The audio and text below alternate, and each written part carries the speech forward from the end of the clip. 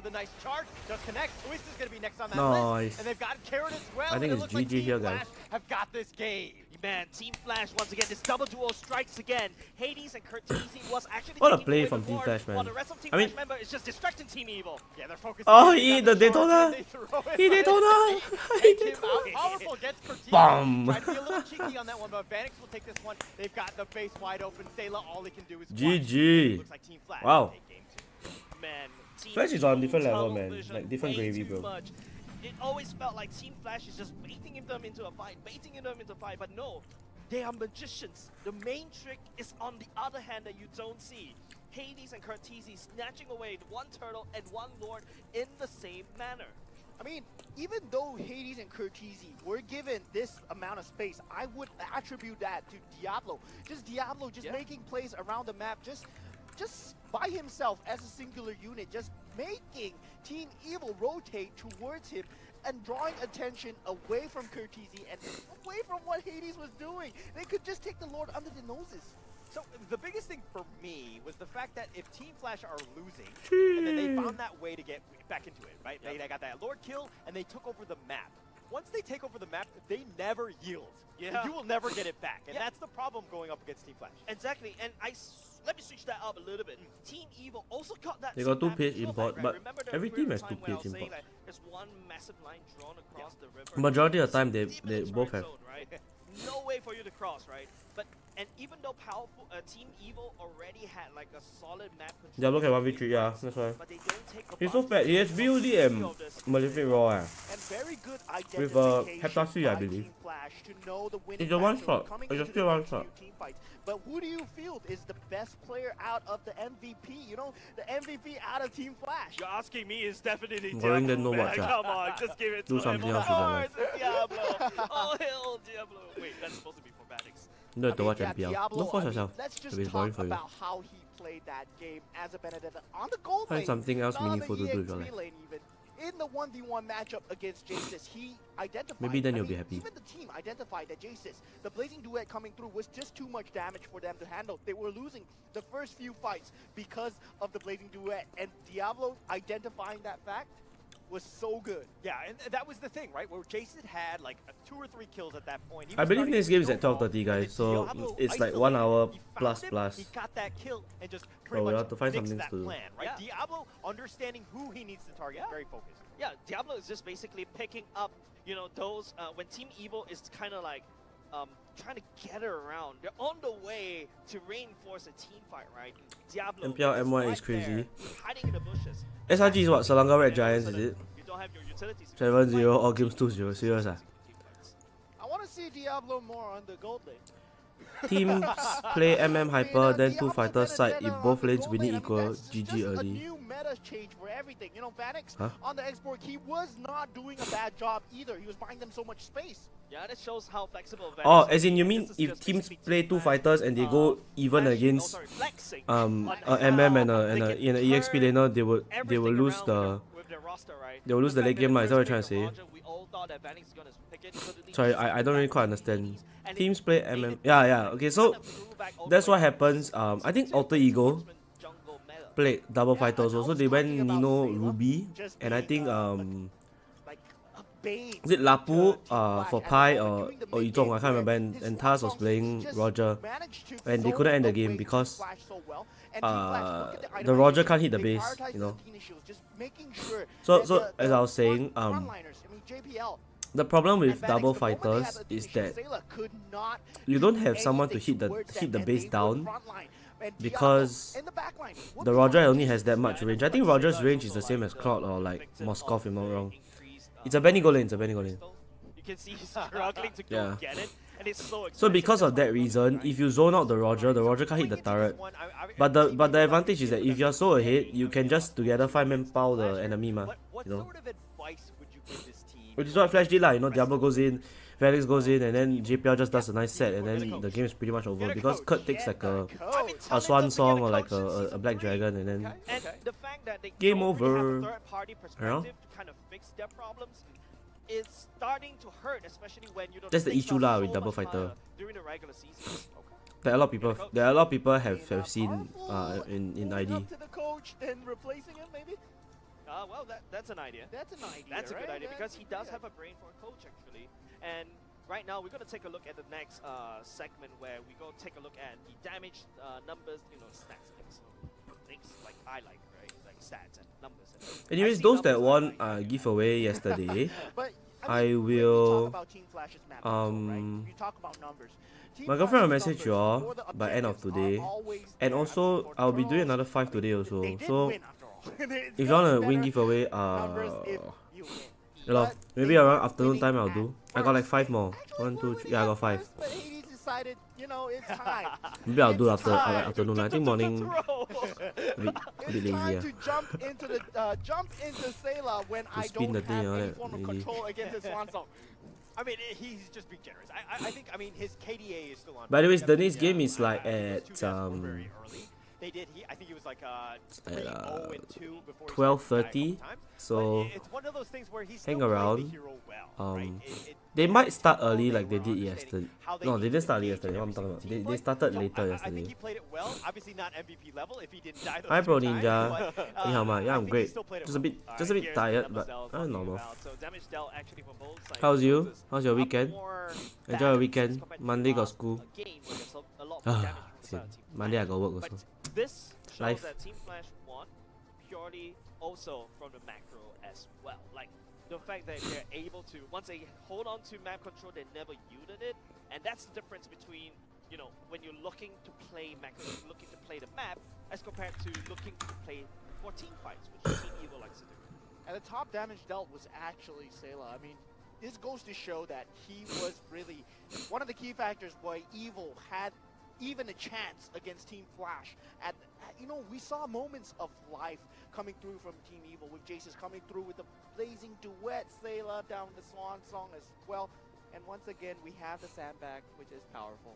Yeah, I mean, you have a lot of that, but the thing is that Team Evil, there's a lot of AoE damage, like the That's Swan Song, the Blazing Duet. Nobody's right. being focused right now. I feel like if they were able to kill the Roger I need with the max Valentino, like, win. right away, you would have had a much better team fight, and they didn't really have that going in. I mean, everybody else is kind of like, who's there? Okay, they're grouping Max up. Great, we're win. going to have a great time. But once we need to just isolate that guy and kill that guy, it wasn't really possible, and that's, I think, where Team Evil suffered. Yeah, and it's just when Team Flash just identified that photo opportunity, like what I said, Diablo is practically predicting Can't touch the where all the enemies are coming from, and that's actually big brain.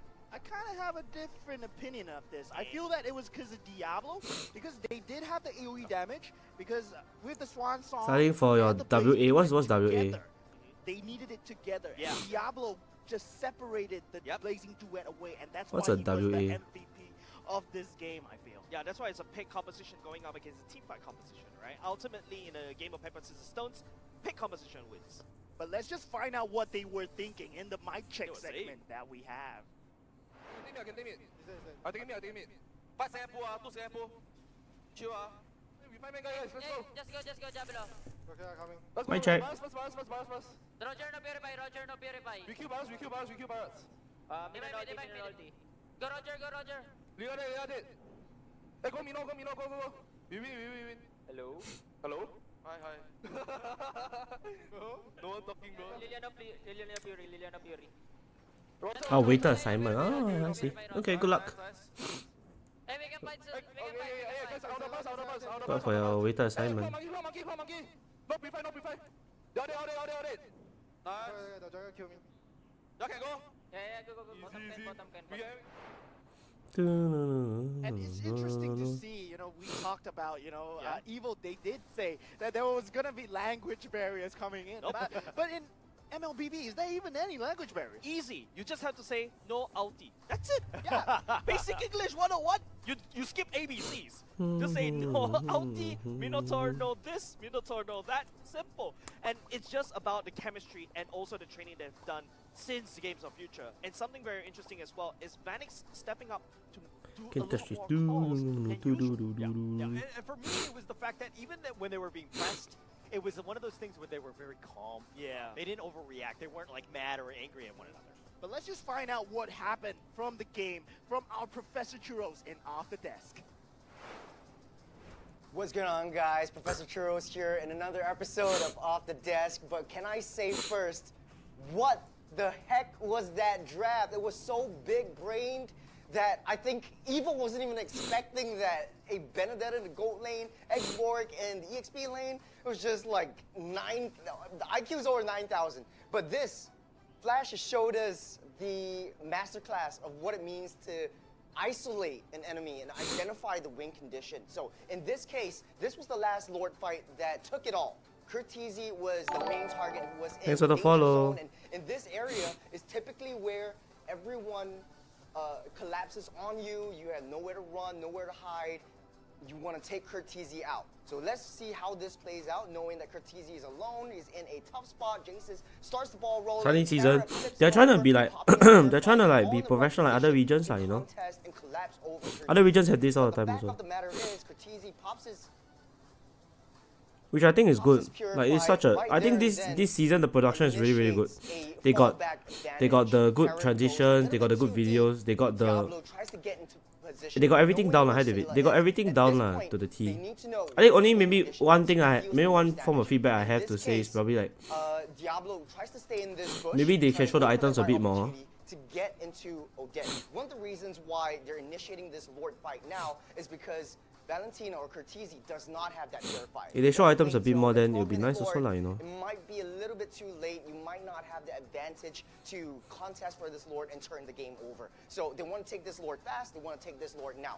But in old Philippine meta, it's all about baiting.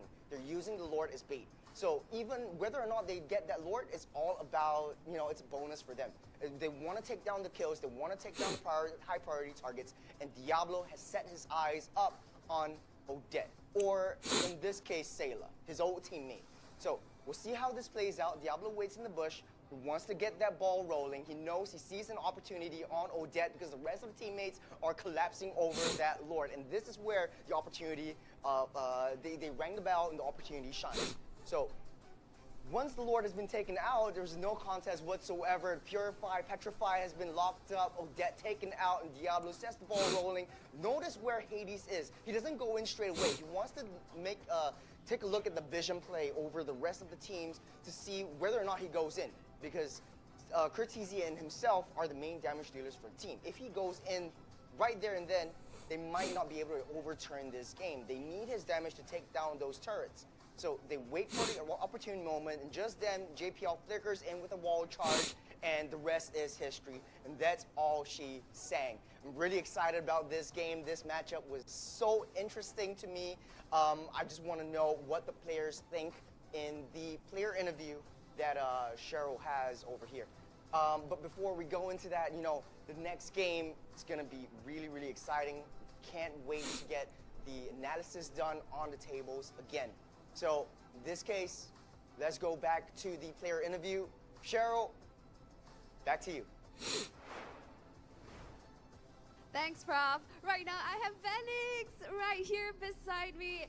Now, Vanix, as you are the defending champion right now with Team Flash, you know, is there any pressure? Roger never ever build a lot of damage. Yeah, that's why Roger's OP. No pressure, cause And he's we tanky. are the all-star team. We're gonna win. Like he's everything. tanky. Wow, very different eh. The Vanix then and the Vanix now. If only I can cut out, you know, the interviews from last time. Okay. The motherfucker is so tanky, you know. Also, do you think with the current new patch, does it open up more heroes for you as an MM, such as the Roger and the Harith? Definitely, because Harith is one of my best heroes. Yeah. Rah, And exactly. Roger Hey guys, also give me a while. I'm Roger gonna go are and the FPS put my heroes dishes. I can play very well. Yeah.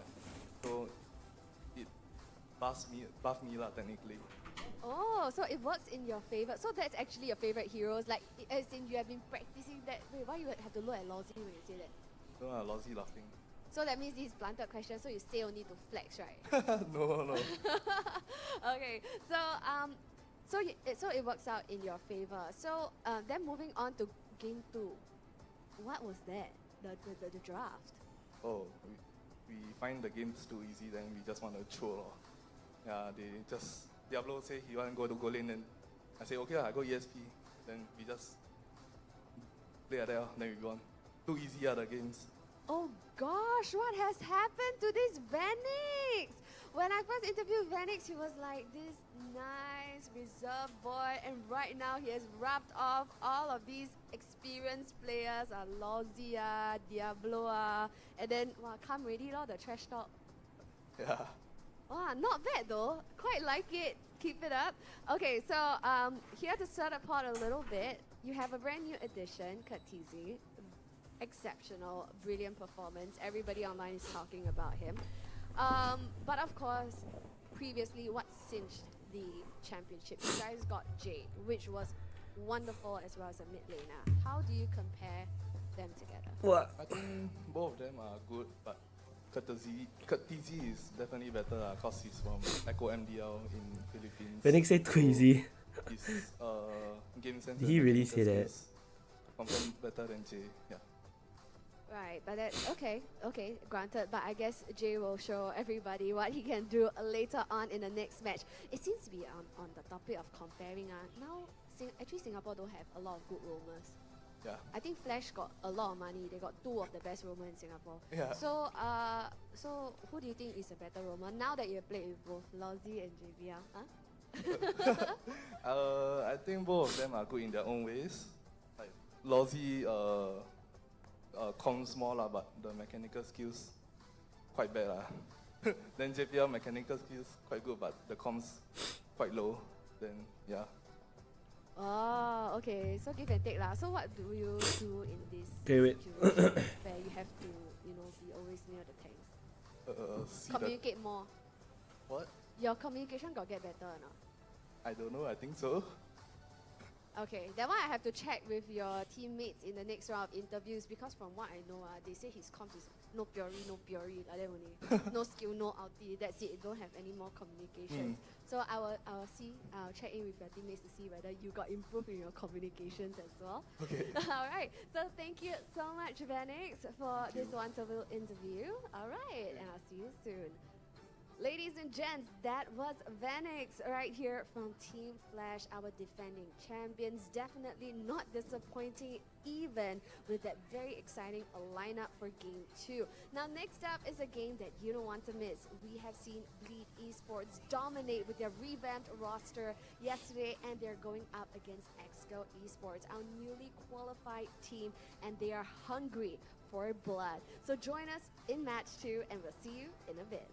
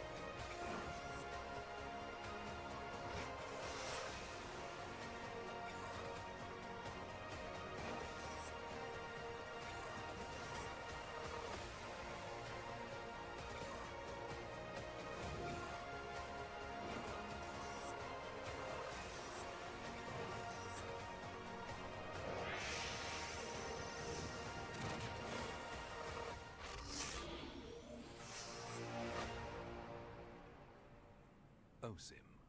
I've never seen the face before. I think that's a Vanguard already. Oh my god.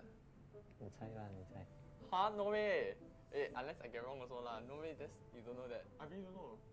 Oh, I know this one. I know this one. I know this one. I know this one. I know this, bro. I know this guy. Huh? That's very familiar, bro. What is it?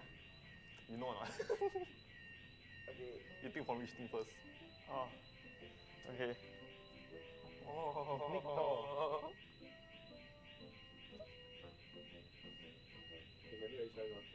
Bro, Bro, what? Bro, that's Nick. He looks like Nick, bro. Yeah, it actually does. What? 3, 2, 1. Correct. 3, 2, 1. Why you right? Okay, I forgot the name. I don't know the name, okay, but I know the person. Okay. Why so long? Oh, Nick the Great.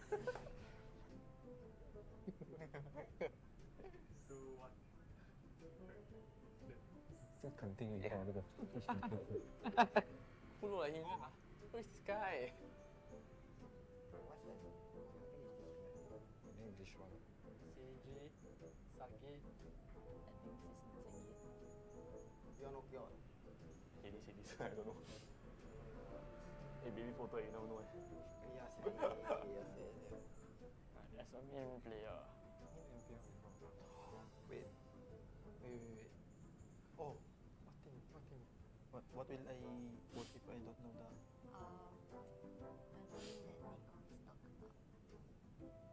Good answer. It's Gil. Huh? Huh? I was thinking Gil, but they don't look like Gil. Try, let's go. Huh? What? It's Oh gears. my god, I cannot idea already. Bro! Oh, because get indoor so. This I really don't know. Cannot tell.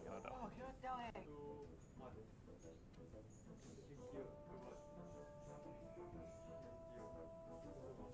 Okay lah, it looks like He got slight resemblance. Yeah.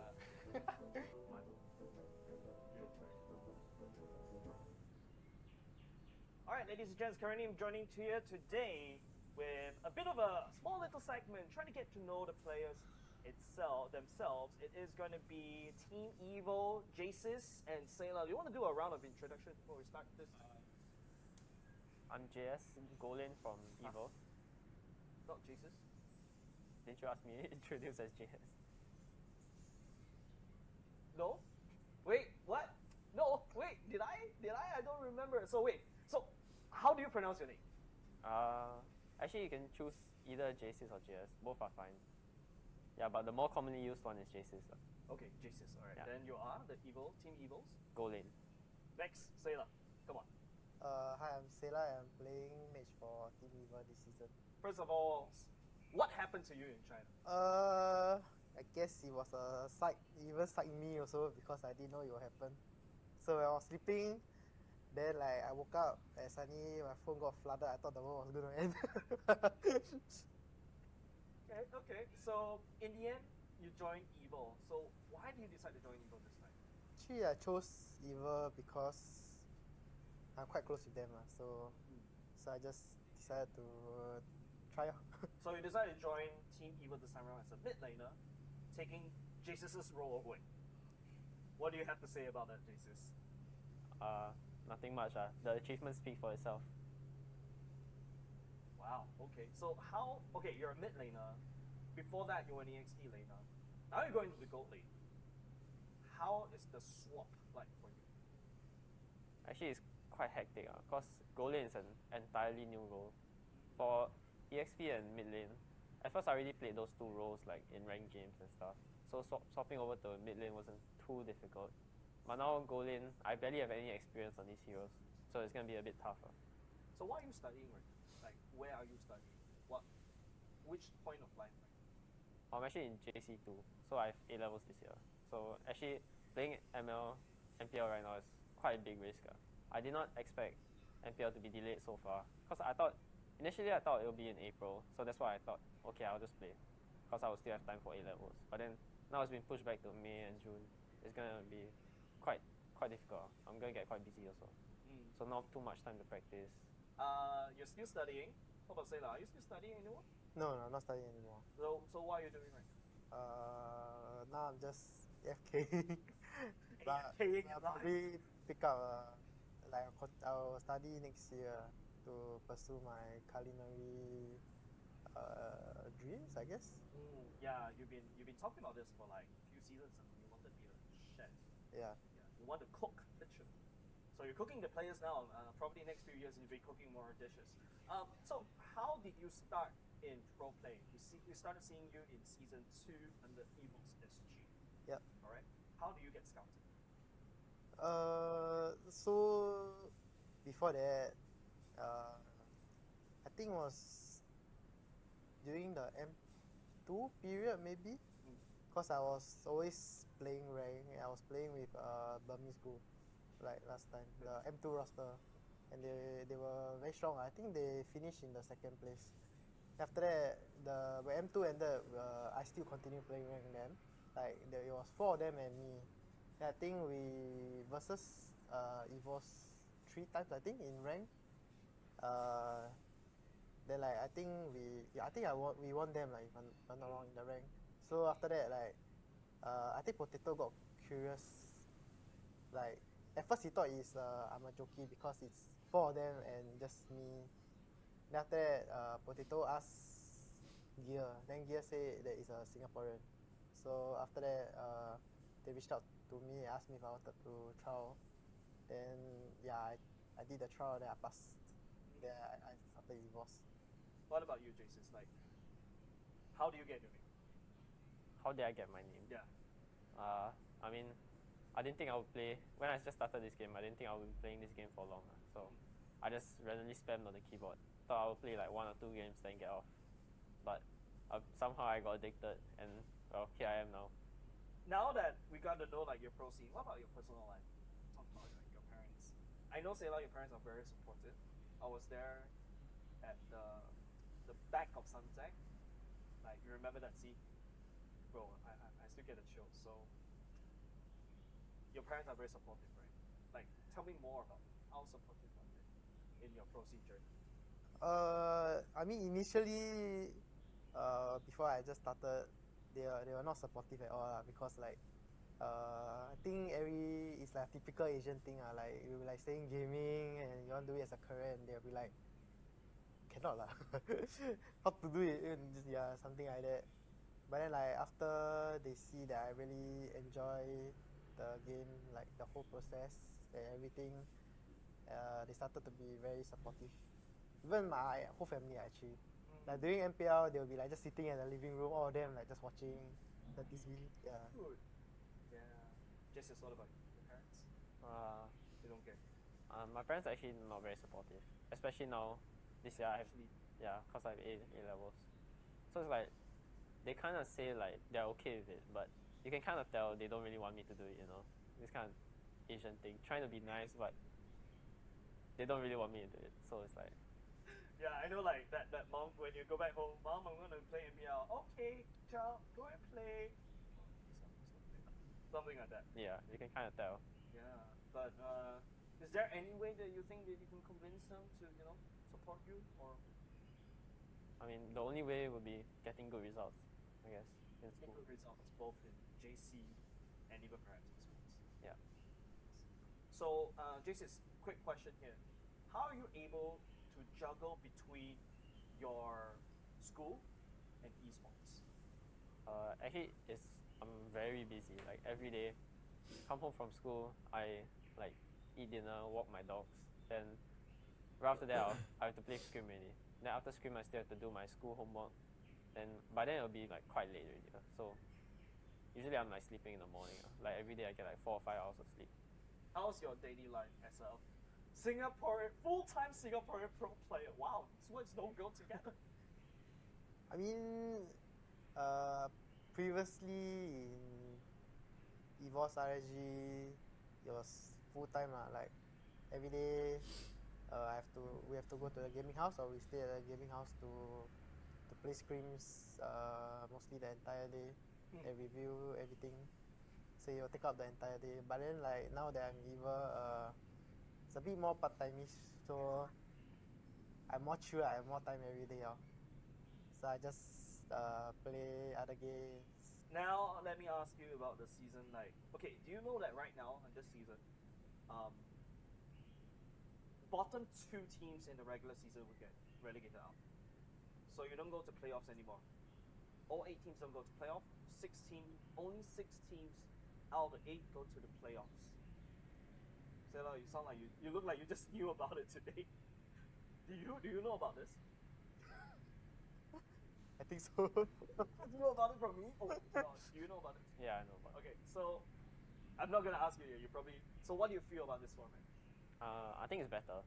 Playoffs will be shorter, so yeah. Shorter so that I have more time to study. No lah, one day won't really mean much also. Yeah, true. Yeah. Then, what about you, Say? Like now that you know that this is a situation, what does it feel like? Feels the same to me, I guess. It's going to go to the playoffs anyway. Yeah, I guess so. That's confidence. It's confidence. Right now, especially J6, right? I think this is kind of interesting question that I want to ask. Hades himself actually said that you are one of the biggest strengths in Team Evo last season, right? Do you feel that way? That you're one of the biggest strengths in Team Evo last season? Last season, Yeah, when you were the mid lane. I think I was just any other average mid laner, honestly. So you're actually quite good. But do you know your fans, or do you have fans based on your seasons? No, not yet. But do people approach you to say hi, want to take photos with you? No, never. Never. Yeah. Who do they usually take photos with? Powerful. Powerful, hogging all the spotlight. Okay. Well, now it's gonna be Sayla, so. Come on, don't sell yourself short, Jesus. Come on, don't sell yourself short. Okay, then I bounce it back to you, Sayla. How does it feel when a person walks up to you, hey, can I take a photo with you? I'm naturally very shy, so when people ask me, of course I'm happy, but like at the same time I'm very shy to take photos. But how does it feel like legit, like starting to have like recognition from like your EVOS days to now? Like I feel like I made it, like at least I'm doing something that how do I say it? Like getting recognition for my skill, I guess. I see. Okay. So it's more like recognition, appreciation from the fans. Yeah. So now, if you have something that you want to tell your fans right now, in this particular season because of your special circumstances, what would you say to them? You debated everybody. I mean, I didn't mean to debate because I got debated myself when I woke up. So I was equally or more confused. Why? Because I didn't know that I will play the level there. But if there's one thing I would say is no matter which team I go, like I hope that my fans will support me and my team. What about you? I don't have any fans, so I can't really say anything more. Fans, right? Okay, imagine I'm your fan. Okay. I'm his fan. And there you go, 2 fans. Okay, what would you say to them? What would I say to them? I hope we continue to support Evil. Yeah.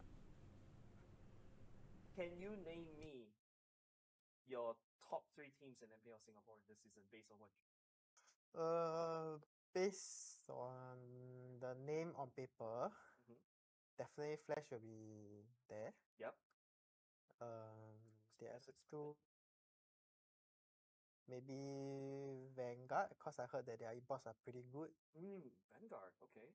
Well, hold on, let me think what Hit to Bleed. Bleed? Yeah. We're putting Bleed back on the map. Yeah. Okay, top 3. Jason, what about you? Top 3 teams? Yeah, I think Flash, maybe RSG, and I think Asteris will be quite good actually. Asteris, okay, that's cool, that's interesting. Then now let's go for your bottom 3 teams. Can I say bottom 2? Because I think the rest of them are quite equal. Okay, yeah. I think Homeboys and Exco probably my bottom 2.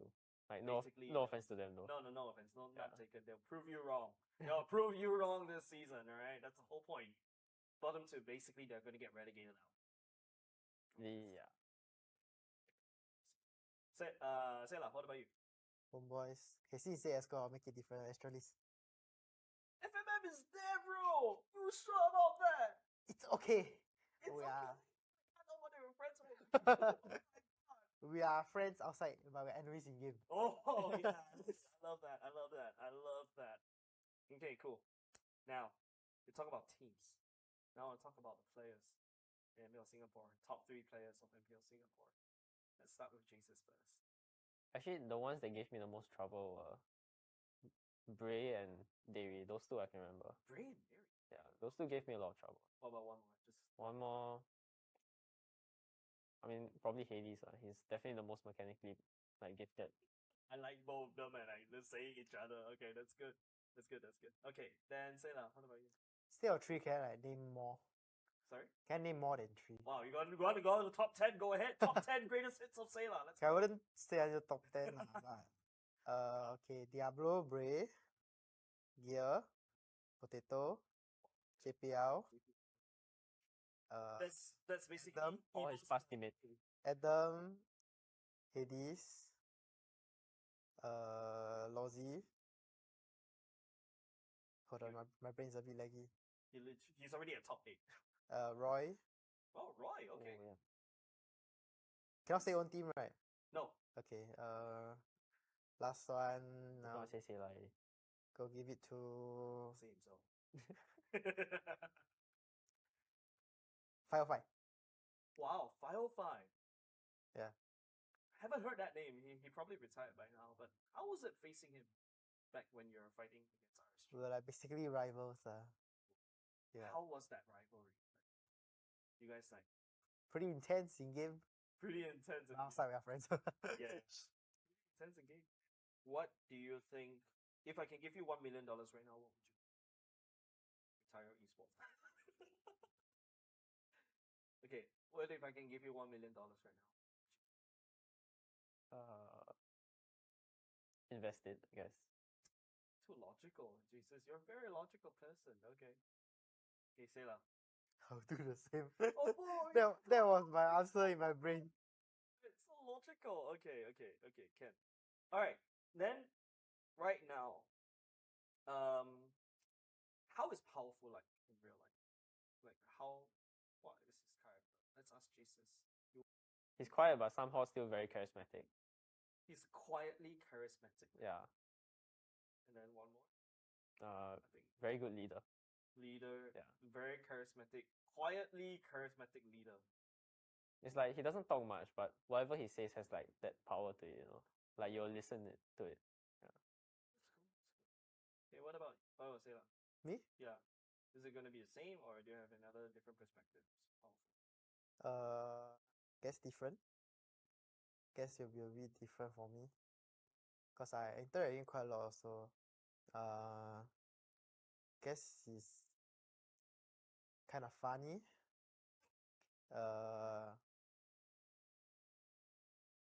Funny. A bit of trollish. This is your Joker. This is A Joker tiny bit. How can he be quiet and the Joker at the same time? Are you guys seeing the same powerful? No, it's like when you're talking to him, he's like Yeah. more Talking to him is jokerish, but different. when you're like within a group, then he's like not that talkative, I guess. Yeah. Yeah. Okay. Cool. That's interesting. Okay. I think that's all for me today. Thank you very much, Jesus and also Sayla. We'll probably don't have a segment to throw to, but yeah, thank you very much. Yep. Thank you.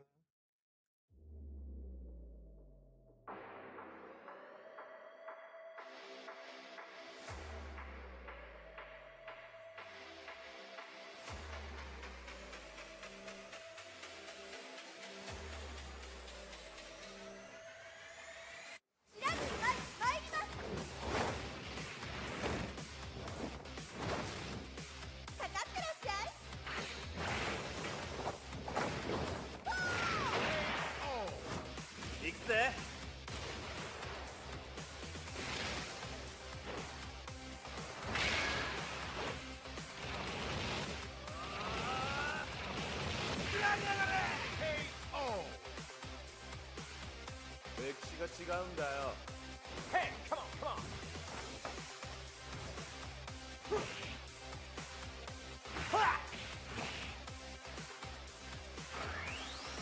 Okay. Power. Gaza.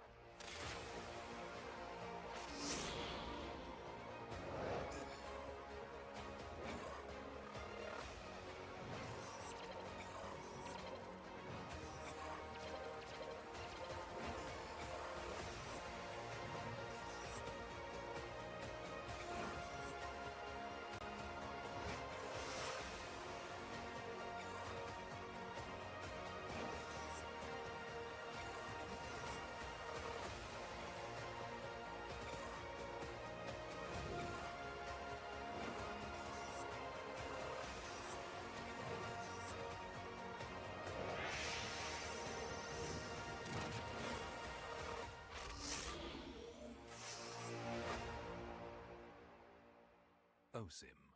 I've never seen the face before. 应该是 Vanguard 而已。My God， 你猜啦，你猜。Huh? No way. Eh, unless I get wrong also lah. No way. That's you don't know that. I really don't know.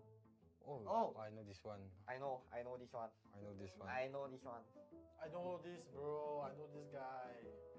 Huh? That's so familiar, bro.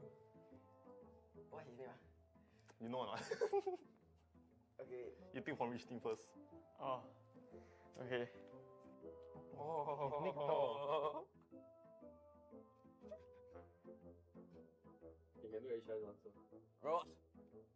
Bro, what? Bro, that's Nick. He looks like Nick, bro. Yeah, it actually does. 1. 3, 2, 1. Right. 3, 2, 1. Next day. What you write? Okay, I forgot the name. I don't know the name. Okay, but I know the person. I don't know the name. Okay. Why so long?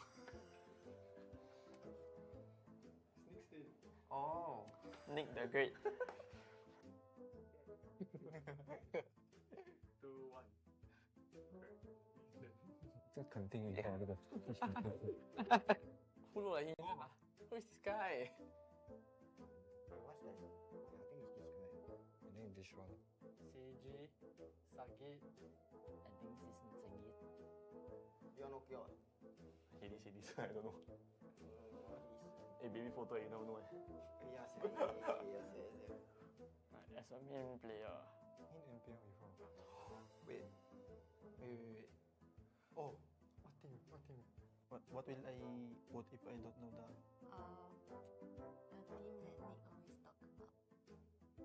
Okay, correct answer is Gil. Huh? 3, 2, 1. Answer is Gil. Huh? I was thinking Gil, but they don't look like Gil. Try let's go. Huh? What? Is Oh it? my god, I cannot idea already. Bro! Oh, because get indoor show. This I really don't know. Cannot tell. Oh, cannot tell. 2, 1. Actually, Gil. 2, 1.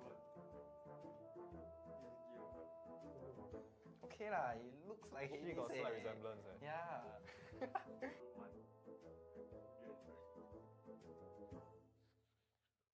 Alright, ladies and gents, currently I'm joining to you today with a bit of a small little segment, trying to get to know the players themselves. It is going to be Team Evo, Jasis, and Sayla. Do you want to do a round of introduction before we start this? I'm JS Golin from Evo. Not Jasis. Didn't you ask me to introduce as JS? No? Wait, what? No, wait, did I? I don't remember. So how do you pronounce your name? Actually you can choose either JSIS or JS. Both are fine. Yeah, but the more commonly used one is JSIS. Okay, Jasis. Alright, Yeah. then you are the Team Evils. Golin. Next, Sayla. Come on. Hi, I'm Sela and I'm playing mage for Team Eva this season. First of all, what happened to you in China? I guess it was a sight. It even psyched me also because I didn't know it would happen. So when I was sleeping, then like I woke up and suddenly my phone got flooded. I thought the world was gonna end. Okay. So in the end, you joined Evo. So why did you decide to join Evo this time? Actually, I chose Eva because I'm quite close with them, so I just decided to try. So you decided to join Team Evo this time around as a mid laner, taking Jasis's role away. What do you have to say about that, Jasis? Nothing much. The achievements speak for itself. Wow. Okay. So you're a mid laner. Before that, you were an EXT laner. Now you're going to the gold lane. How is the swap like for you? Actually, it's quite hectic because gold lane is an entirely new role. For EXP and mid lane, at first I already played those two roles like in ranked games and stuff. So swapping over to mid lane wasn't too difficult. But now gold lane, I barely have any experience on these heroes, so it's gonna be a bit tougher. So what are you studying right now? Like, where are you studying? Which point of life are you? I'm actually in JC2, so I have A levels this year. So actually playing MPL right now is quite a big risk. I did not expect MPL to be delayed so far, because initially I thought it would be in April, so that's why I thought, okay, I'll just play. because I will still have time for A levels. But then now it's been pushed back to May and June. It's gonna be quite difficult. I'm gonna get quite busy also. So not too much time to practice. You're still studying. What about Sayla? Are you still studying anymore? No, I'm not studying anymore. So what are you doing right now? Now I'm just AFK. but AFKing I'll in life. probably pick up like I'll study next year to pursue my culinary dreams, I guess. Yeah, you've been talking about this for like few seasons now. You want to be a chef. Yeah. Yeah, you want to cook literally. So you're cooking the players now. Probably next few years you'll be cooking more dishes. So how did you start in pro play? We started seeing you in season 2 under EVOS SG. Yep. All right. How do you get scouted?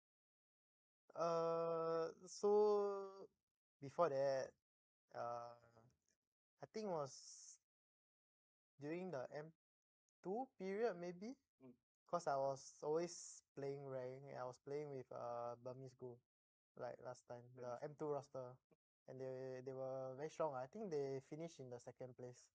After that, when M2 ended, I still continue playing rank then. Like it was 4 of them and me. Then I think we versus EVOS 3 times I think in rank. Then like I think we won them, like if I'm not wrong, in the rank. So after that, like I think Potato got curious. Like at first he thought I'm a jockey because it's 4 of them and just me. Then after that, Potato asked Gear. Then Gear said that it's a Singaporean. So after that, they reached out to me, asked me if I wanted to trial. Then yeah, I did the trial. Then I passed. Then I started EVOS. What about you, Jason? Like, how do you get your name? How did I get my name? Yeah.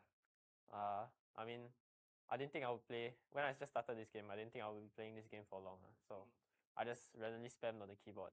Thought I would play like 1 or 2 games, then get off. But somehow I got addicted, and well, here I am now. Now that we got to know like your pro scene, what about your personal life? I want to talk about like your parents. I know Sayla, your parents are very supportive. I was there at the back of Sunset. Like, you remember that scene? Bro, I still get a chill. So your parents are very supportive, right? Like, tell me more about them. How supportive are they in your pro scene journey? I mean initially, before I just started, they were not supportive at all because like I think it's like a typical Asian thing like you like saying gaming and you want to do it as a career, and they'll be like, cannot lah. How to do it? And just, yeah, something like that. But then like after they see that I really enjoy the game, like the whole process and everything, they started to be very supportive. Even my whole family actually. Like during MPL, they'll be like just sitting in the living room, all of them like just watching the TV. Yeah. Good. Yeah. Jess, it's all about you. Your parents? They don't care. My parents are actually not very supportive, especially now. This year I have because I have A levels. So it's like they kind of say like they're okay with it, but you can kind of tell they don't really want me to do it. This kind of Asian thing, trying to be nice, but they don't really want me to do it. So it's like, yeah, I know, like that mom when you go back home, Mom, I'm gonna play MPL. Okay, child, go and play. Oh, please don't play that. Something like that. Yeah, you can kind of tell. Yeah, but is there any way that you think that you can convince them to support you, or? I mean, the only way would be getting good results, I guess, in school. Good results both in JC and even perhaps in sports. Yeah. So, JC, quick question here: how are you able to juggle between your school and esports? Actually, I'm very busy. Like every day, come home from school, I like eat dinner, walk my dogs. Then right after that, I have to play Scrim already. Then after Scrim, I still have to do my school homework. Then by then it'll be like quite late already. So usually I'm like sleeping in the morning. Like every day I get like 4 or 5 hours of sleep. How's your daily life as a full-time Singaporean pro player? Wow, these words don't go together. I mean, previously in EVOS RSG, it was full time lah. Like every day, we have to go to the gaming house, or we stay at the gaming house to to play scrims mostly the entire day and review everything. So it will take up the entire day. But then like now that I'm evil, it's a bit more part-time-ish. So I'm more chill. I have more time every day. So I just play other games. Now let me ask you about the season. Like, okay, do you know that right now in this season, bottom 2 teams in the regular season will get relegated out. So you don't go to playoffs anymore. All 8 teams don't go to playoffs. Only 6 teams out of the 8 go to the playoffs. Sailor, you sound like you look like you just knew about it today. Do you know about this? I think so. You know about it from me? Oh my gosh, do you know about this? Yeah, I know about it. Okay, so I'm not gonna ask you. You probably. So what do you feel about this format? I think it's better. Playoffs will be shorter, so yeah. Shorter so that I have more time to study. No lah, one day won't really mean much also. Oh, yeah, true. Yeah. Then, what about you, Sailor? Like, now that you know that this is a situation, what does it feel like? Feels the same to me, I guess. Because you're always going to go to the playoffs anyway. Yeah, I guess so. That's confidence. Confidence. Right now, especially JC's, right? I think this is a kind of interesting question that I want to ask. Hades himself actually said that you are one of the biggest threats in Team Evil last season.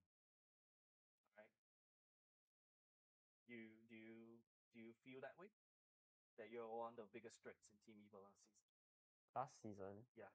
When you were the mage, the mid lane. I think I was just any other average mid laner, honestly. So you're actually quite good.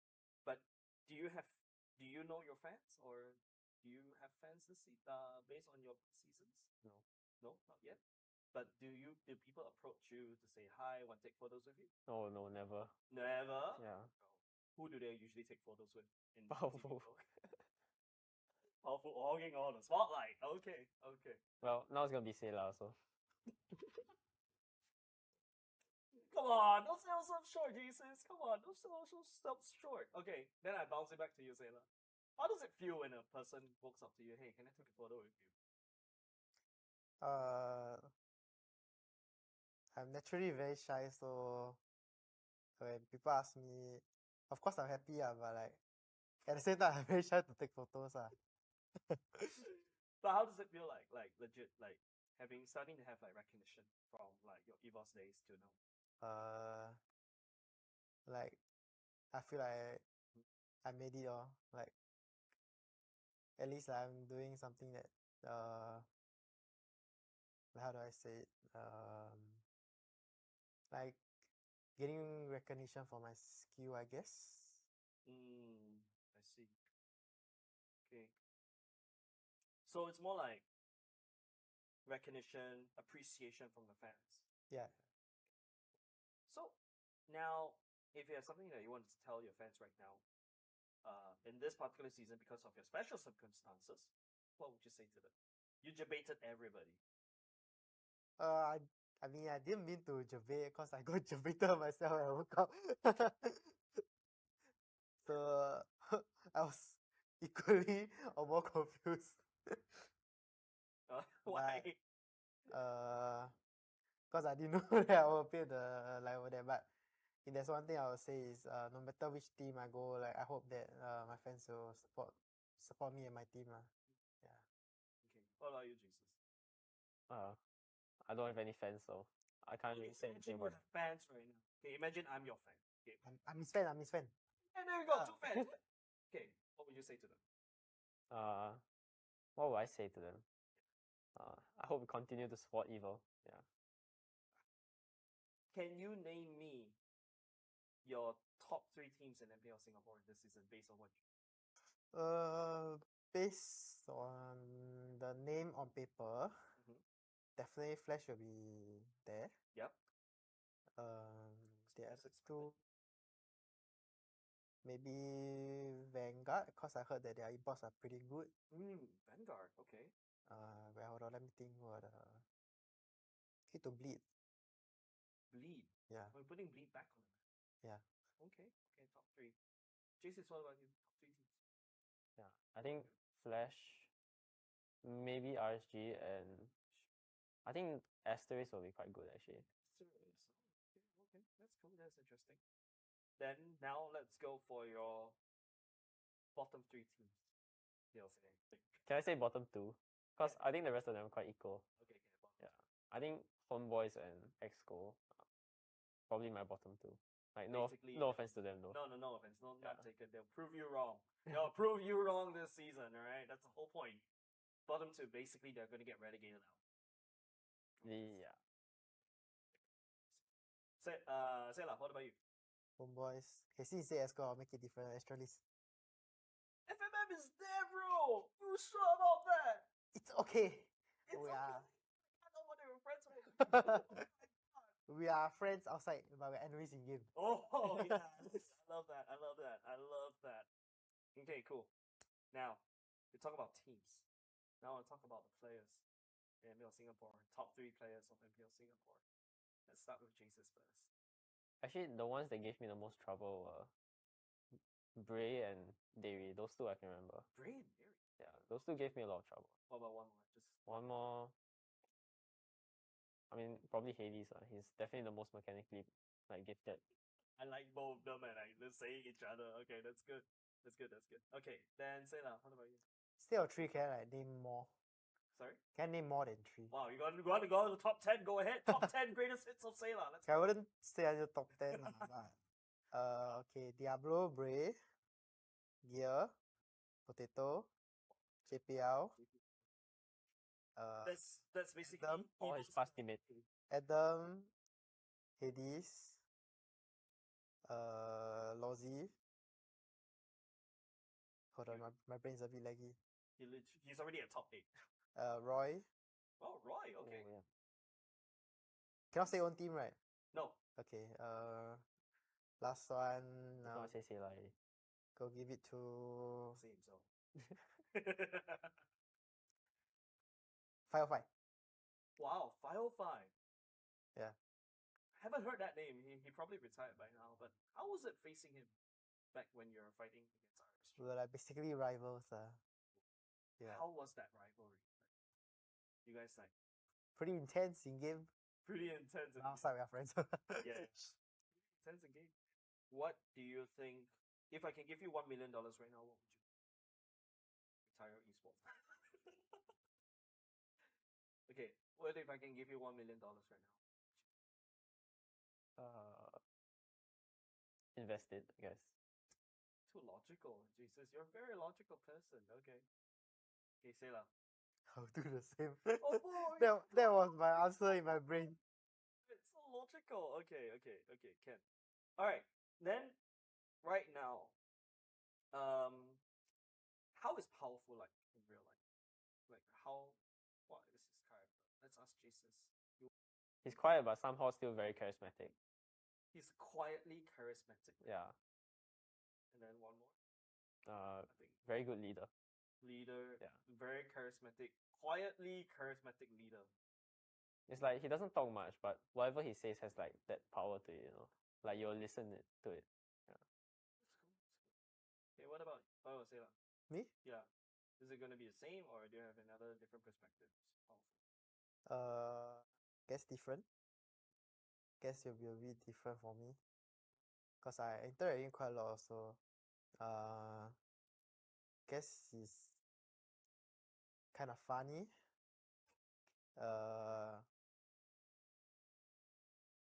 Funny.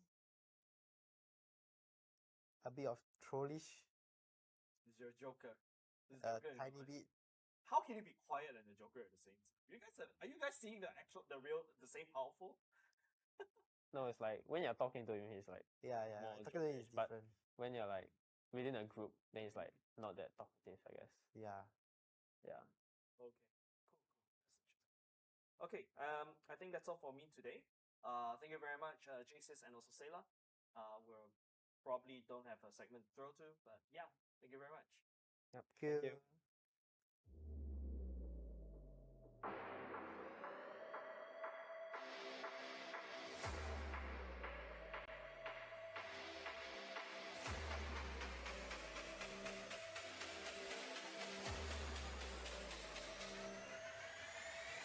Yes,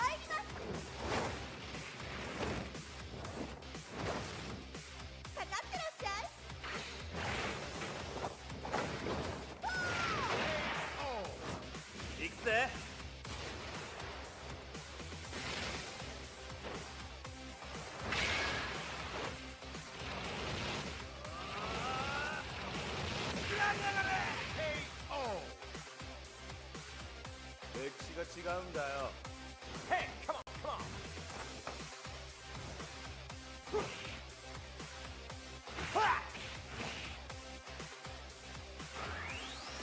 Okay. Power Gazer.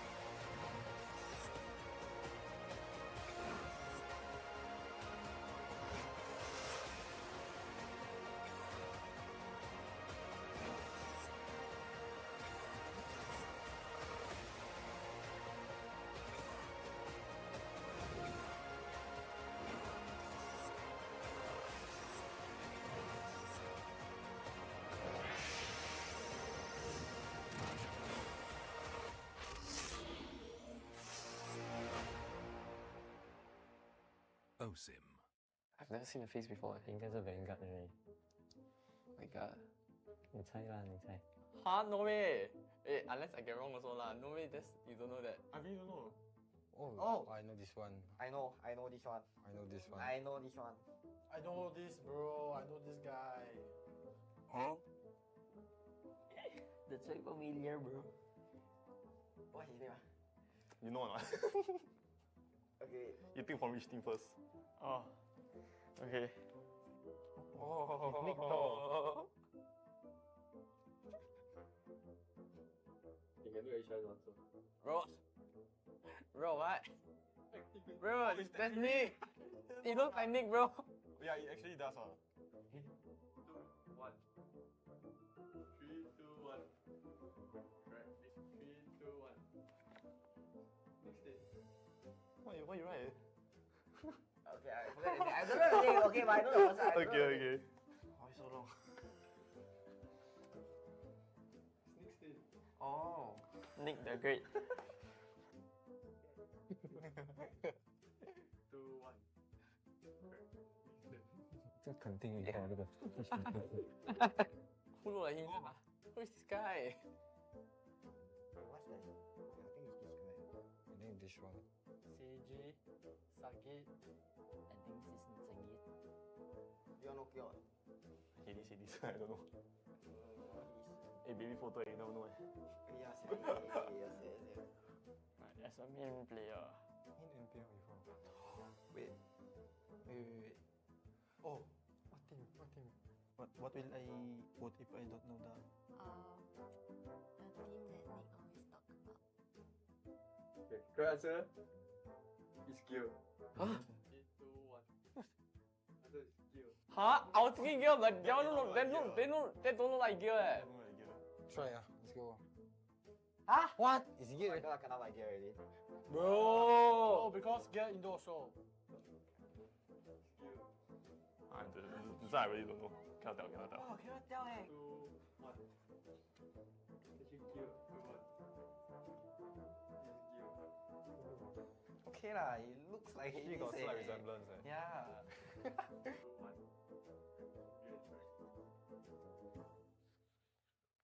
Alright, ladies and gents,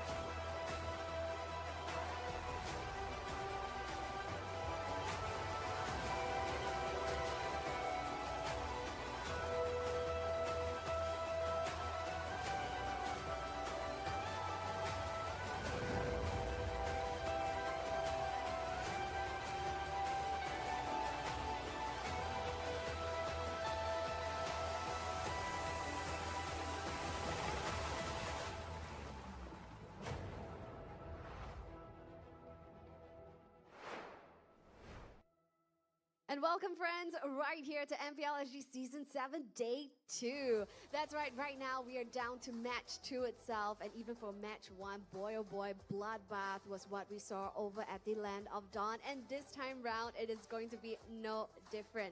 All of the two teams that are going to come up next for Match 2 are going to want to see some blood spilled on the Land of Dawn. So with that being said, let's meet the two wonderful teams that will be coming up real soon. We will see Bleed Esports going up against Exco Esports. Now let's take a look at their beautiful faces, starting off with Bleed Esports.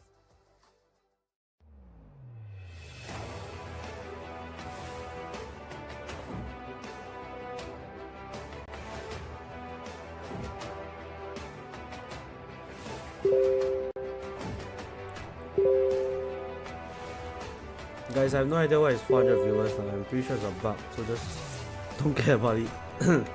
My viewers are, I don't know what the fuck. Okay, I don't know why I got 400. Boys are definitely more ready than ever before.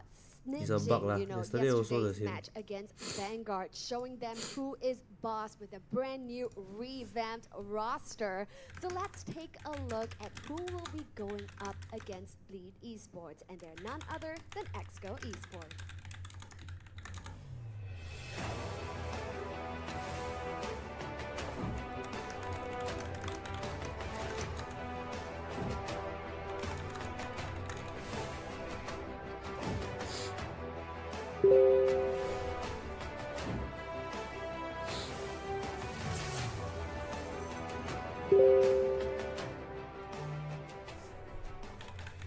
Fantastic stuff. We see Exco Esports getting ready to head on over to the Exco Land Esports. of Dawn. Now, definitely, if they want to stay right here at the playoff season to head on over to the playoffs, it will be very important for them to win any match that they can during the regular season to secure that position. But of course, right here with this current lineup, we are not yet seeing Slowly. So that's very interesting as well. So with that being said, let's take a look, you know, at what our casters have to say about this matchup. Take it away, boys. Thank you so much for the beautiful introduction, Cheryl. I'm your caster, Moman, and with me is my fellow co-casters, Holler and Jace. I like the fact that you had to holler. We had to make eye contact. I gotta make eye contact. I gotta build the pressure, you know. Okay, thank you. I felt very pressured right now. Jace. And then, well, we don't see Slowly here today for Team Exco. We were talking about Slowly being one of the key cornerstone members for how Exco got into this position of making playoffs, making qualifiers, then in the regular season. Now, without Slowly, is this going to affect them in any way? I feel like it's affecting them right now because yesterday, even against Asteris, they're struggling quite a bit. Albeit Yuta, as a jungler, right, was able to just steal away some critical Lord fights, right? But even after all that, Asteris managed to trump them by a sheer macro. All right. But on the other hand, we have Team Bleed. For Team Exco, we were saying... What the hell, someone streaming fucking boxing under MLBB category. Because y'all know now got Canelo versus I don't know who. So we have Sajid Nu, That's quite funny. Yon, Jay, Gear, and Seiji. We've seen these guys. I mean, you were talking about how Bleed Esports has that coach. They really have, I would say, a great support. Like, their organization does a great job of making sure that these guys just can focus on the MLBB, right? If you're looking at some of the other teams where you're not as so lucky, I would say, it's a little bit of a harder journey ahead of you. Not to say that the drive isn't there or whatever, but it's one of those things where, you know, if somebody is helping you out and kind of supporting you in many different ways, your life can be much easier. Yeah, but of course we got to think about like how, you know, with a coach and without a coach, we see a lot of teams all across MPL Singapore just lacking of coaches, and this definitely gives Bleed a massive edge. Yes, definitely a massive edge with the next team that we will be seeing really soon, which is Team Exco. We do have Super Ryan on the EXP lane. Yuta will be filling in on the jungle. Yeah. And Jet on the mid lane, Bertizi on the roam, and Gira on the gold lane as well. We were talking about just Gira just not having a good time in the previous game versus Asteris. I mean, this was their revenge match. This was something that they were looking forward to, and them being the 2 qualifying teams going up against the Giants, that is Bleed. How will things go in the Land of Dawn? I think it's going to be a 2-0 Bleed. I'm not going to try to sugarcoat this because Bleed looking strong. They've got so many things for them. Exco is the one that has nothing to lose, right? They've entered MPL Singapore through the qualifiers, finishing at lower brackets, and now you don't really have your main jungler. It's like double whammy in terms of the negatives for your side if you're an Exco fan. It's extremely hard, right? And now on the opposing side, we have Seiji, who is extremely good on the gold lane as well. We will find out more versatility from him from today, because yesterday he was only on the Harif as well. So let's just look at what these players have to say in the head-to-head video. Both my coach and analysts are very experienced, so I think our drafting shouldn't be a problem. But I guess because of them having 5 players thinking of the draft, there might be things such as like pocket picks, which might screw us over. So either ways, should still be careful of them. Yeah. Like I said, we have a different lineup as well, so I think they need to think too. Because like I said, they haven't seen us play as well. So yeah, I think we can fight those heroes. He will be able to perform because throughout the season he has been playing with the roamer JPL. So when playing with a good roamer, you actually sort of learn on what to do and what not to do. So I feel like he will be able to do well, especially since I heard he's been training quite a lot in the roam position. Right. I think Gil will perform. He's a very flexible player. He was a jungler for Evols, then become ESP, and now he's a roamer again. I think he'll do equally well. Yeah, he's a very, very, very good player.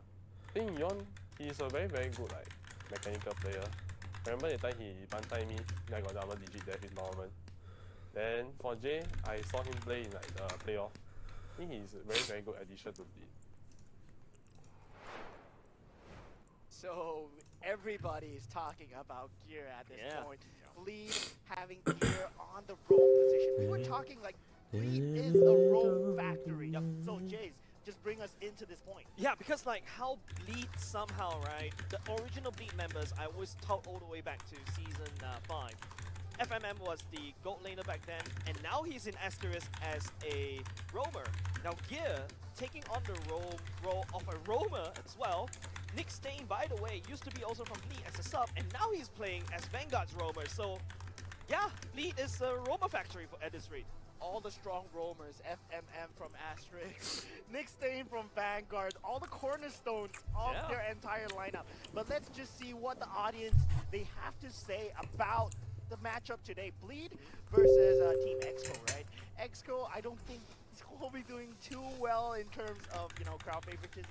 25% towards Exco, 75% towards Bleed. I believe for all the casters, our own predictions, right?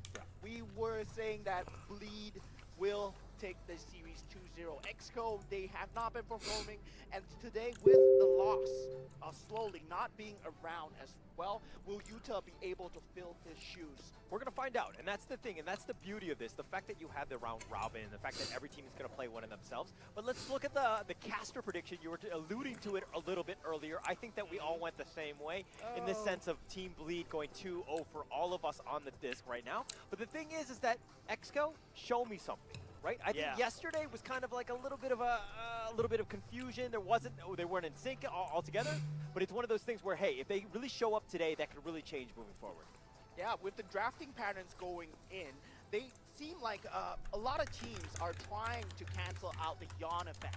We see a lot of Ling bans, we see a lot of Fanny bans. Do you feel, Jace, do you feel that this is a good ban at all? Okay, to be honest, if you guys watch in Season 5, basically Team Flash, when they feel that Yon as a jungler, literally debated us into thinking that he can only play assassin junglers. Until all of a sudden, Hollow, you were there. All of a sudden, during the playoffs, hey, suddenly he can play the Fredrin. Hey, suddenly he can play the Akai. And he is a strong and gifted I really don't see mechanical Exco player, winning. and he is definitely looking forward to, you But know, we'll see. replace Gray as the strongest jungler in Singapore. Yeah, alright, but Gear coming in as the roamer for Bleed as well. We need to talk about his RLI yesterday. Yes. Final splashes were extremely so on good. point. Is it worth giving up a respect badge towards Gear's hero pool, maybe, given the fact that he's in the wrong position, you know, just all of a sudden, just place him there? Or do you expect him to have more in his pocket? You see, that's the benefit about Gear, right? He was an EXP laner before, and he used to be looking for these engages, looking for these flanks. In terms of archetype of a hero, an EXP laner, technically speaking, is a secondary tank. It's a secondary engage. I think that transition flows smoothly for Gear. And don't forget, in Season 2, when he debuted, he was scouted as one of the child prodigies until Brave replaced him in Season 3, which earned RSG their first win, and of course, ever since then, they've been winning all throughout back-to-back, right? Gear now, having needed to redeem himself in Season 5 after he said that, he felt the guilt of throwing Bleed games until, like, you know, during the playoffs. And now, basically, this season, he's coming back to try to redeem himself.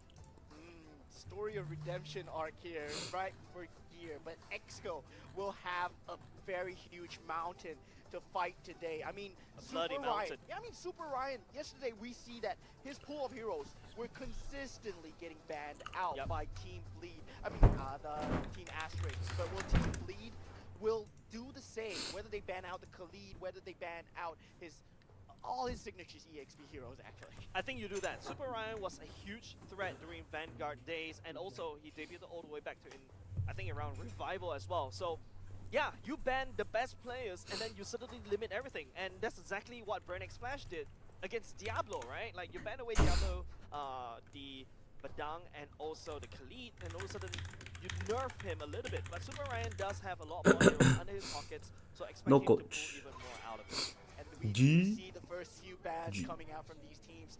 Angela and Boxia will be taken out of the pool. Boy has been a high priority ban as of this tournament. Going into day 2, we have seen Loya either in the game or outside in the ban pool. What do you feel about this Loya effect? Wonder what they will play today. Maybe you'll try something different. I mean, Exco is... Yeah. The diversion, right? It's just causing a lot of They might try something different, for you know? teams to predict where they are. You don't want to accept a fight and all of a sudden remember how, I just feel bad for Ryan, that's all. Diablo Black Dragon from all the way to the back. Because he really That's tried something that yesterday. you don't want to expect. And of But, course, you know, there's also another what to do. buddy with him, right? Which is with her, right? Which is Chip. And which we haven't seen being picked up or banned out. I believe Exco's Singapore, where it's getting a Roamer high is ban a rate good in player other as well, so... Might I mean, it's tough lah. Roamer EXP is so hard to do anything. Because Yeah. now we do have the Matilda and the Angela getting banned out.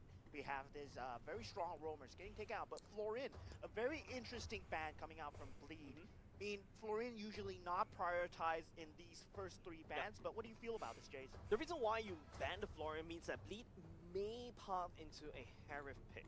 Because Harif is setting down the Zaman Force, there's this massive zone of control that the Florin can output very easily. And massive zone of control is not very good against a Harif if you're a Harif player, right? So that's why they're doing that. But now, instead, Exco snap pick the Harif away, taking it away from Seiji. Harry first pick again. Okay. It looks like, yeah, Fredrin. I go see. with me. Oh, Valentina. Okay, Of cool. course, I see value. So no Roger And this time. will be the mid laner For of choice from Seiji. Bleed. I mean, Jay, we know his Valentina is This guy is Indo, the bear. He looks Singaporean, eh. All of them look Singaporean when they wear like. they haven't responded to the Harif. Why keep pick Harry? Harry is OP really. Why Jay would definitely go for the Valentina here. There's two A lot of reasons. damage, First a of lot all, of Jay's shield, a lot of Takes any sustain. ultimate, he will use it to Very strong use against and remember his a lot of marksmen in lane. That's how flexible he is. And now you give him a Valentina, expecting Jet to pick up the Faramis, which is also one of his main picks back in the good old days of Alchemy SG. So Lead is basically anticipating already. And now we have to see what Exco decides to pick, knowing that there's a Valentina on the other side. And this was the coach factor that he we going were Cloud. talking about, right? He Having won't first be a Cloud, right? third-person perspective to just I wouldn't say bring he's you good lah, ahead he's of okay lah. things, just not too caught up in the game. An outside perspective, and we have Yuzong Barats being picked up by Exco, and Edith will be the pick of choice from Bleed, and Rafaela Should pick comfort, yeah, but you have to play meta also mah. If you give enemy a good pick, then they're gonna get. It doesn't matter whether you're playing comfort. A lot of high mobility Depend Roger. Probably. Probably. Heroes that are banned away, right? Kaja, yes, does have the dash and Racer boy, thanks for the follow. Rafaela also dash and slows everybody, but this is highly sus coming up from Lee. Highly sus indeed. All the supports getting taken out, but now, since the Roger is still on the board, I mean, Bleed will not have that option anymore versus the Harif. How do you deal with a Harif in the gold lane 1v1 situation if you do not have the Roger anymore? That's what we've been seeing teams having the answer for. Well, we kind of saw the answer in the previous game, right? Team Flash, where they fielded Bruno, who can kind of stay in the lane and kind of match up with the pressure coming out from Roger, right? But unfortunately, well, EXO just doesn't want to meet the Roger anymore. So now we have to deal with the Harif, right? Harif is known to deal, is used to counter against carry, but Harif is kind of weak after a period of time when he hits. They actually did ban the Roger. It's crazy. During the mid-late part of the game, but he kind of fall off. Kind of okay during the late game, right? And so in order to match that, you can either go for a late game kind of marksman And Bruno, or okay. bully him outright. That's what XCO is thinking. That's why Diggy comes out Bruno instead. instantly. And that's Diggy coming out from lead. So where's Edith going to? EXP lane? Diggy? I mean, Edith EXP, Diggy on the roam. I mean, that's almost should be the case, right? I mean, where else would you put I told you. Lead Did that roster to him yesterday. is sus. Why would you ban a Also Rafaela cham and then suddenly pick a Just Diggy learn when from your Edith mistakes lah from day seems one. like a good Yeah, and okay decent already. choice for a roamer? Don't walk by the bush lor. Upgrade S2 lor. Don't upgrade S1 lah. You can learn from your mistakes what. Don't face check the bush. Upgrade S2 instead of S1. Maybe ask your roamer to help you clear the first wave if you are suffering. Gonna hurry up. Talk about the foresight, right? Now there's another layer to this, the Minotaur, the Minoan Fury. Valentina can pick that up as well. And not only just that, wait, hold on, there's Wow, also Freya, once eh. again, it's gonna be a Freya coming up on Bleed. I told you the roster is sus. Wow, Freya leh. Going on here, I mean, Bleed Jeez. are pulling what Team Freya Flash go lane did eh. to us in the second game. Yeah. The gold Wow, laner jeez. and Fluid Seiji will be on the Freya. Seiji, Wow, one jeez, wow, of the jeez. newest additions to Bleed. We saw him going ham on the Harif yesterday, and we will be seeing on The Kingdom's Freya. Man, Sheesh. and now not only just that, right? K.E. I know Seiji. that the Freya came in with a sudden surprise. That Minotaur is going into fighting against Bleed. But there's a Diggy on the other Sheesh. side. Seiji. Time journey, whatever, all your CCs are your joke. Yeah, exactly. And the Freya, I mean, you're doing it for the skin, man, the legend skin. Oh, yeah. The legend skin is available right now for Freya. Ah, good luck to the Harif ah. Very nice, but we will be heading towards Series 2, Game 1. They got first blood again. Bleed versus XCO, ladies and gentlemen. The Kingdom Going into special. this game, Yes, like sir. every other game, who has the edge? Just look at the draft. The alone. Kingdom's Freya. That's what they call I it. feel like what Lee's gonna have to struggle is Wow, that Diggy start EXP ah. push. Hey, hi Elias, how are you? Pushing power because a lack of a marksman. That's what marksman is supposed to Oh, the Diggy start EXP ah, guys. Side of, There the Mino know already. The Mino, so so he did learn lah. So now the Mino's helping the Harif because his laning is. Oh, alright, he's gonna get it lah. Ryan missed 1 minion already. Start go already. When it comes down to the team fights, Jeez. but Bleed, they Game do over. have a lot more front Ryan is still getting start goal. XCO The Minotaur is still not coming. They are so slow at the rotation. Ryan is gonna suffer. coming into this early stages of the game, whether they get the Here comes Bear now. The Mino finally comes. problem is not only just that you have to Vengeance, Harry. straight through the front line. It's like you as this Aiyo. Edith also provides quite a lot of damage once he has full stack of Walk round. up. Walk up, Mino. Help Ryan get his wave. Spread too, but Super Ryan Okay. gets thrown back here, takes a little bit of damage in this top lane. I mean, you're seeing the Diggy and the Edith. I mean, that's not the Benar. the most comfortable lane, I would say. I mean, it's not something that you see Nice. all the Yuta time. stop now. Retri comes out. Goes onto gear. Gets gear. Space him out. Gear's dead. First blood goes to XCO. Here comes Yon. Thorn. He is appraisal already. Boom! You seem tired, disappointed. No, I'm tired lah. Why would I be disappointed? I'm not like associated with them. He wants to get away. He gets Double killed. kill? That's going to be a double kill. Jay And is Jay trolling. showing up. Looks like Jay is falling as well. Yeah, Message time Just coming out trolling. from Gear, knowing that he's gonna respawn very soon. That's why Sagitnu flickers forward and getting additional kill. But that sacrifice Jay. Not too sure whether it's worth it for them right now though, because the turtle Kena has spawned. bonk. Jay doesn't really have the ultimate as of yet, no flicker, so yeah, that's something that XCO can work with, especially with Faramir's ultimate. Yeah, Ooh, Yon take the turtle, Appraisal's brings his wrath. wrath onto Jet. He gets pulled back in. Malaysia Sounds boleh, like long Yon's mau. like, come on, come at me, bro. I want this. On top of all this, we have to talk I think he can just about cut against the Harith. I think the Freya has no problem cutting against the Harith, and he probably won't. Nothing will happen. the Freya's range. We talk about him being a melee ranged hero. I would expect Seiji not to do well versus Gira, but he's holding his own actually. Seiji has been doing quite a good job. Yeah, that's kind of surprising. Nice damage from in my Ryan. books right here. Don't forget, Gira should have a lot more pokes, and you don't see Seiji getting poked out. So Seiji's main role, I believe, is to kind of hold the lane right here. Elvino, Elvino. Edith. And now, Sagitnu becomes that How are you? super marksman that Bleed needs. And Seiji, I mean, if you take a look at his emblem, the key thing that we see is the weakness finder out from Freya. He's not going for any form of sustain. He's not going for any form of clear. The He bombs. just wants to slow people and hunt people down. Spin class, And I'll so have fun, bro. Seiji's game plan Got is. code, guys. Claim the code. And on top of that, he just like almost unlimited knockups coming up from Freya. So that's something that Bleed can potentially take over, but Red easy. Oh, Seiji going in. Diggy probably gonna pop the time journey now. Minotaur's ulti gets It looks like Bertizzi's down for the count. bypass. More Gira gears gets continue taunted to up. fight, and they have the CC humidity from Utah. He's kind of lost, doesn't know what he's doing. Goes down. Ryan's here, trying to clean up, but I think too late. I think Ryan would. Oh, he goes for Yon. Trying to dodge Super Ryan. It looks like he's gonna fall in. Oh, nice fight from Ryan. Utah now fighting with Jay. Do they actually have enough damage? Not enough to kill Ryan's still Utah. going in. Sagino goes for the Sagino flicker. He goes goes for for the flicker, gear. but I think Ryan gets a Gear double Shatter here. now on the run. Never mind, Onwards, sight. throw it back, Super Ryan goes in Ryan. again. More. Jet is gonna join the fray. Jet Jet's here. dashes away. He's gonna shade to safety, and now Super Ryan Doesn't get will back anything. off. That was a bit of a team fight. Yeah, once again, you saw Gear Reset. just making full use of his passive to come back and thinking, hey, you know, the Diggy's out, we have the manpower advantage, but don't forget, Diggy can resurrect on the spot itself and caught Utah off guard.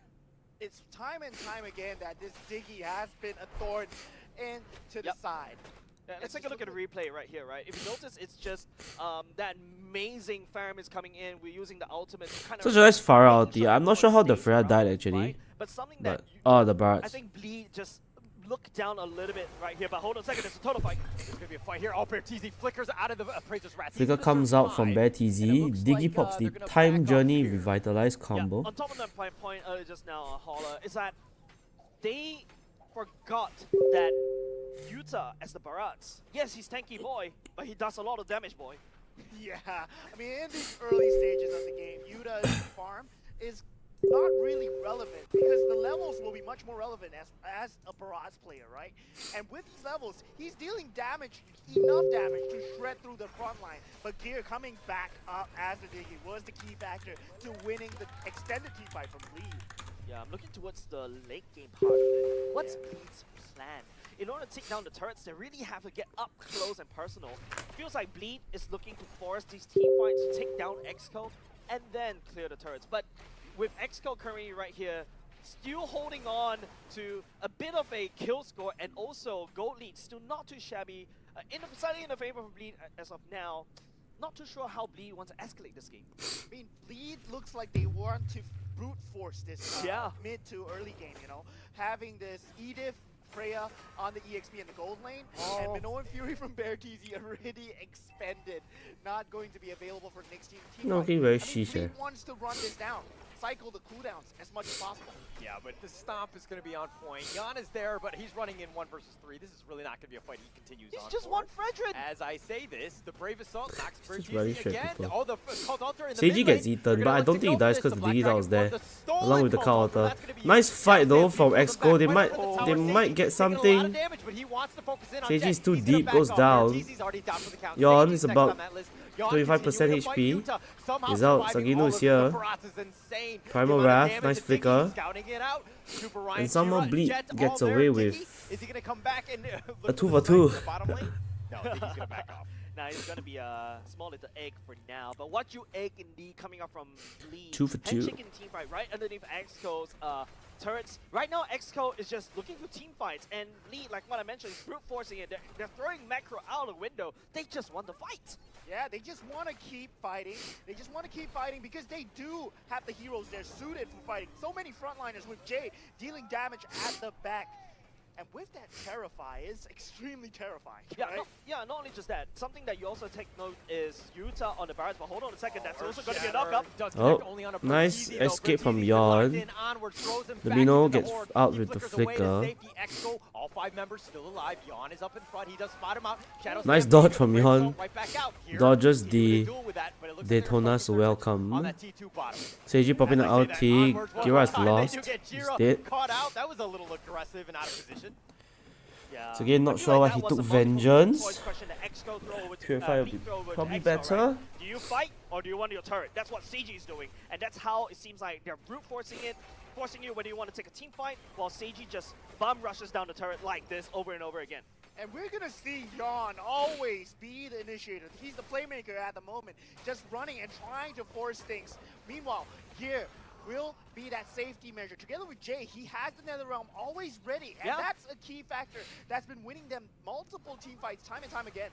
Oh, Sagino is damage, you do Stadium Scythe. The Edith is damage, guys. So damage Edith with Stadium Scythe. Is that crazy? Nice toss onto Bear. Here comes the Primal Rare. Not letting Vertizi run away, and Yon with the flex.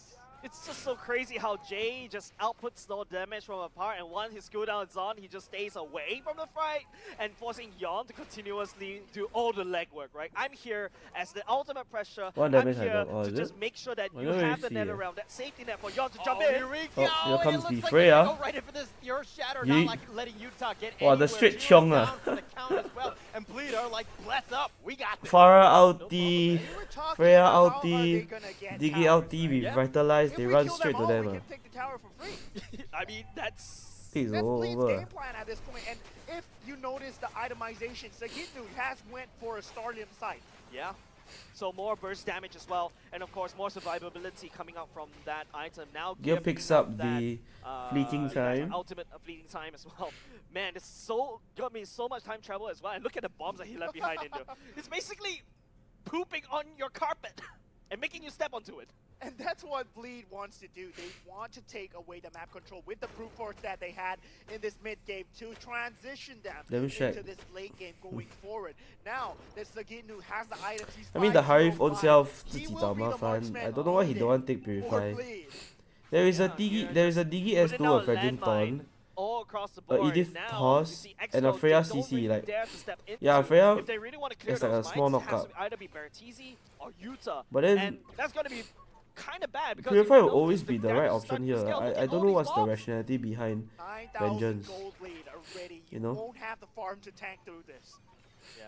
Lord Like, no, coming in, and like, it seems like Yon's gotta step on, never and in it's the gonna right be mind would Super anyone Ryan take going Black Dragon Vengeance 4. Black as Dragon a- form, it's going to be used. Gears, oh, nice as a- stop there. The Cult Altar and the stolen one. Back and forth they Harif, go. Super Ryan is down for the count. Seiji's the continuing Freya to about push to it. cure Gears already, being yeah. focused in. He's going to be bursted. No Harif, that's how you deal with him. Utah Bomb. next on that list. Yo. Triple Bomb. kill for Sagitnu. That's Jet it. is next as well. Immediately The face is wide lose. open. They focus it in, and it looks What like does Vengeance game is do? over It at reduces 10 the damage you minutes, 30 take and Man, reflects that was a very fast game coming damage out from back both to these two enemy. teams. Like Bleed, magic. no marksman. Vengeance forward. That's why I don't know why he took problem. Vengeance. I can force these fights if I can kill you all. It There's reduces nobody damage that fighting you turrets. take I can and take deflect- it turrets reflects no the matter damage. where I am. And this Yeah. has been the Edith, fastest no lah. game of the You should series. never ever take I Vengeance mean, 10 lah. minutes and They have so 30 much seconds. CC Yesterday, we saw The reason 10 why minutes and Harif, 30 Roger, seconds. and Bleed made Nathan is so use good in the of meta now is sustainment because here all to three of them show can that, function wow, with Purify. we have lineup, we have the synergy, we can make Like, these they all can lineups function with Purify, work, we so can make there's it no happen. reason for you to We're not gonna take test Purify them on a against purifiable Exo. hero. Look at Koji right there. I don't know if that makes Super sense happy about what's to happening. y'all lah. Yes, this is a very unorthodox kind of draft that they brought up, and not only just That's that, the whole reason why Harith, Roger, away and with Nathan this are kind good of because you can roster, take Purify. not revealing what else Seiji can play. Yeah, not revealing what Seiji can play. I mean, Seiji wielded that Freya like a weapon. Yeah. Yeah, he was ready. And Yeah, correct, got dash already, so you don't even need the flicker. so they had a Just take game Purify, plan. 75 It was seconds, all and then you can do built so much with it. around him.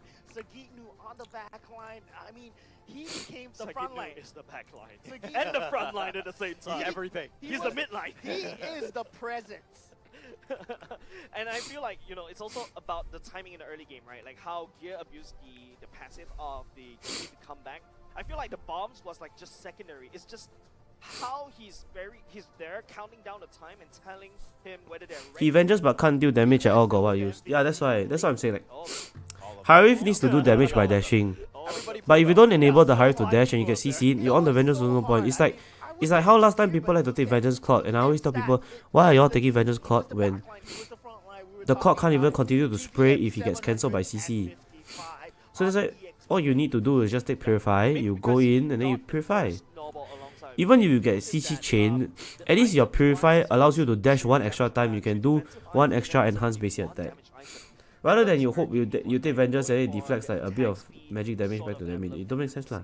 He really want to abuse that Rav, abuse that ultimate, because he knows that they're lacking that marksman. I am going to be the pseudo marksman. I am going to be the range damage, and it's a splash percentage HP damage that shreds through Barats. I thought, like, the beginning of the game, it was very balanced, right? Exco seemed to really understand what they needed to have done, but Bleed is so good with objectives. Yeah. Taking over that and snowballing, turning all those turtles into gold, and just continuing on. They actually took over the game because of that. And of course, with Sajid, who's what, 807 on the Edith. Absolutely crazy, well-deserved MVP. Yeah, and there's a few times where I just saw, you know, everybody running off from Yawn from the Fredrin. I mean, come on, he's just a Fredrin, right? He's just running at you. The threat of the energy eruption being a very good catch. Bro, man is 5,900 gold. He's not even at the third item yet. That's tough, the thing is, I want to know about the lineups and the matchups that we've been seeing today. I'm so excited for Mobile Legends Bang Bang because there has never been a time where Digi ulti cancel for ulti. No. The Digi ulti helps the Freya not get CC'd. So the Freya can just continue to hit. And because of the shield, and because Jay stole the Faramis ulti, they technically have two like protection for the Freya. So the Freya doesn't have to worry about positioning. The Freya can just on ulti, on inspire, and then jump inside and then kill everybody. Because they got Digi to cancel ulti and the Faramis for HP top up. A random Florin, and then what? We have bad random stuff coming out from this meta, and I feel like MPL Singapore is stepping into a place where we're really starting to not stop copying from MPL Indonesia and Philippines, starting to form our new own meta. Yeah, and it's extremely amazing to see. I mean, now we see why they banned out the Florin, why they banned out the Rafaela, the stun mechanism that can potentially stop your brute force, right? Yep. Yeah, all the things that really can just slow people down in terms of this fight. You prevent people from getting picked off. John right here is being supported by both Gear and also Jay. These three just form something like a pseudo front line, and Sakitnu and also Seiji is the main damage dealer happening from the back line as well. So this is just kind of, I told you the roster from Bleed is kind of sus. They made it work, but they made it work. It's sus, but it's good. Sus. The emblem on Vegeta feels better than Imperial Reach. Oh yeah, the one that Jay's taking out. Yeah, I think it's good also. The quantum charge is really nice actually. We're going into game 2. Let's just say you happen to be the coach for Exco. What sort of advice are you giving them to get them? Why pick Digi there? Yeah lah. Or is this just like, and because we don't know what Blue's gonna do, they have quite a bit of CC, then the Digi can kind of CC immunify a lot of things also. I mean, there will be no advice because they have no coach. Well, I mean, within the players themselves here. Okay, jokes. Like, you're going to watch the highlights, you're going to watch this game, right? You're going to see what you're doing wrong, and I think that we can give a little bit of advice to how to improve, Okay. I kid too much, I'm sorry. But before that, let's take a look at the damage scores right here. It's mostly... Why Bleed no MM? They're trying something different, so they had double fighter. Well, as you're using Seiji... That double damage fighter, like, in a way, Edith does good magic damage and Freya does very good physical damage. And I mean, because Exco is not a very experienced team, I think Bleed can afford to try things out against them. What advice that you would give Exco going into the next game? I mean, in terms of banning and drafting patterns, they don't have the third perspective to look out like, hey, I think this is what they're doing. I think they're trying to brute force this. I think they're trying to make things really hard for us in the early to mid game. Whether or not the counter picks can come through in the drafting stages, it's going to be extremely important. Knowing that the Florin Rafaela was banned out, I mean, these are heroes that only came clear to us when they picked the lineup. But if they had a coach, they might see it coming. No, I think even if you had a coach, you wouldn't be able to see it coming. who predicted the Freya, right? And that's basically Bleed just showing off that, you know, Coach G can be a very flexible and creative drafters, and this gives me KCP vibes. Like, this brings me back all the way to Team Flash, using the fact that Jay's very flexible. They can be flexible in the draft right now. And now we have the highlights coming in from this game. And look at that, Gear just getting caught off, but they did win the team fight in the end. And look at the super... You see the Harif can't dash at all. Look at the Harif. He pops Disarmor Force, but he cannot dash. If he took Purify here, I'm pretty sure he could have hang out just a bit longer for Ryan to come. Like, you Puri, then you dash to the back line. The front line cannot CC because the front line is busy fighting the Barats. Then I feel like if the Harif didn't die so early in this fight, the Harif will be alive. Here also look, the Harif's inside, right? See, he gets dragged back. He's out the Zaman Force already. He gets dragged back. Then he gets tossed again. Like, the Harif can't do anything because you not taking Purify. Then take Vengeance again. You will die still. It's not about like... It's not about like how much you can soak. You see he's stuck there, he cannot move, he dash, can't get reset, gets put back by S2 dies also. Yeah, but that's because it's all because of gear, right? On that Diggy, right? You have all of a sudden Jay having the Valentina, I can take your circle, right? I can take your undead circle. And on top of that, I add on my circle. I'm immune to CC. This is too much. Your Minotaur go in, you're just a joke.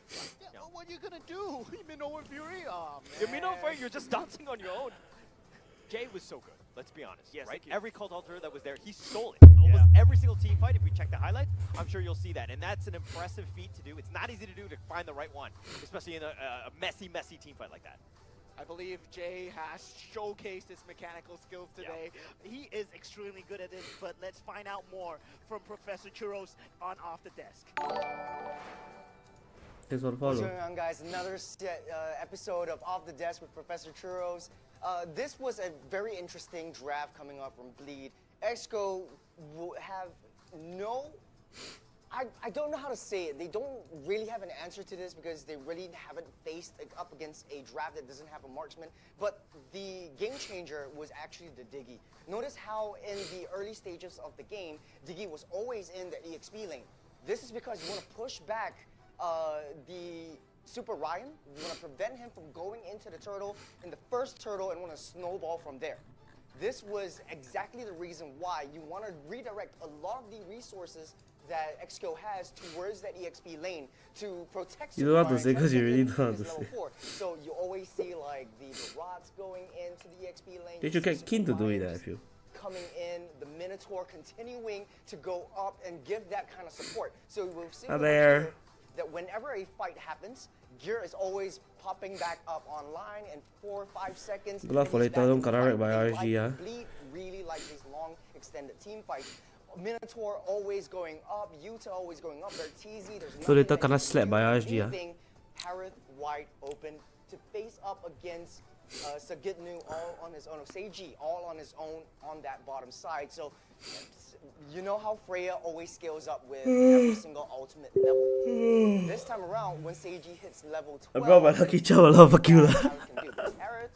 Kinda likes that yesterday task a lot be more respectful They like that close range kind of naughty boy. things, but Freya actually does do some sort of crowd control over to Harith and disabling him from doing all these crowd controls. So I have another clip over here showing the prowess of that Freya, of that Edith draft coming in. We can always see Yawn always being aggressive in the jungle because you want to pull bear tease. Well, maybe I should go and ask Zenwei to let me do this, guys. Then I can draw on the whiteboard. I should say, hi Zenwei, I'm quite interested to do the analysis. Could I be the analysis? Then I draw things on the whiteboard and be like, hi guys, so as you can see, he has done a lot here. It will be quite insane. I do one time. I see, so cool. He draws so many lines, so many X and all that. The fact of the matter is, Bleed likes to stay in these long extended team fights just because of gear. Notice how every single time there's a clash, everyone just goes all guns blazing, all coagulated at that one spot. I'm just watching the Harith get absolutely CC. Look, he cannot dash. Look, look, if you all see on the map, his Zaman Force is all the way across. No, all he need to do is over here. He purify. He bypass Yawn and Gear. He go to the back line. He fight Jay and Sagitnu. He should be able to be. He should be okay. I feel he should be okay. But instead, So this he team no fight purify, went he cannot on dash. for just a little while. Notice how Gear If he bypass, is he's at J and Gear over there, and Gear and J have no CC, and he's able to like, you know, freely dash and all that also. Because Ryan came at a very good time whereby the fight can turn. how much the economy is rising every single time they get into these long Like Ryan extended came at fights. like such a And good I kind time. of like So the idea of a semi-feeding Diggy, if you will. I remember back then when Chapnu was playing and he popularized that feeding Diggy. This is Gear with the semi-feeding Diggy. So once Gear is up, they go in again. So that's round 2 coming in. Jet sort of has that answer with his passive. It's you, baby, and all, not me. but it wasn't enough. So I'll just fast forward it to that last fight where everything just goes crazy. This was when they wanted to fight underneath that turret. Notice where they're targeting. Notice how they're targeting. They want to pop that Zangmoon Force in between every single one of these skirmishes. What Jira could have done was just hold back his advantage, wait for the right opportune moment to come in, or open up a lot of the farms outside. Go for the main objectives. That was Bleed's game plan, and I'm really curious to see how XCO is able to break that apart. So that's the first series of Off the Desk. In this match, I'm very excited to see how match 2 turns out. Boys, back to you. Thanks for the explanation, Professor. Hi Dada. Feels like I'm Where's back in Lodi? school. I think he don't play. We're on the desk, literally. Professor. Oh, the girl is a bug lah. It's not 400 people lah. It's a fucking bug. I have about 50 people here.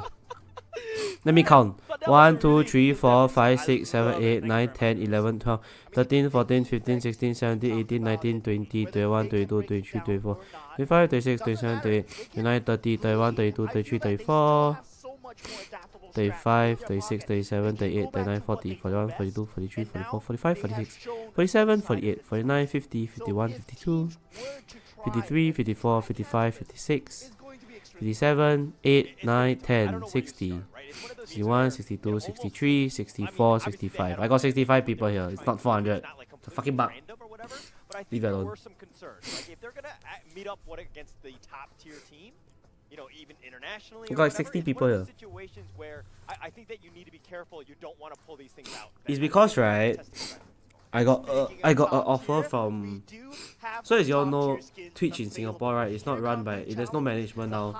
So I received an email from the Australia side who took over Twitch in Singapore, and they asked me, do I want to be on the front page of Australia? I said sure. So I'm on the front page of Australia. Hence why there's so many people, but no one's watching because that's how the front page works. So just ignore it. Like I don't have 400 people. I got 60. Hi, Kin. So just get your new collab skins. I believe some of us. Kin, why you don't want to do the Professor Kin? Why is it churros? Can you do it instead? Skin noli, no skill.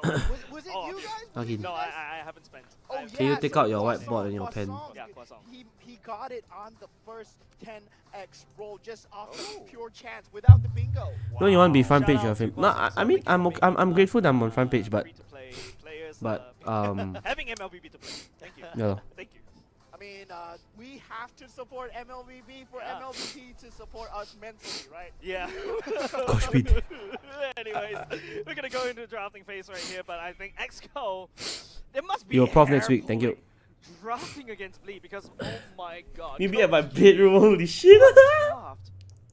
How do you draft against such an I don't adaptable- know. Yeah, you've seen another side of Bleed. Like, Yeah. if I don't win with my pair, Kin, can I have meet you in the to win bedroom, Kin? somehow, you know? Yeah. That's They really banned the what Harif.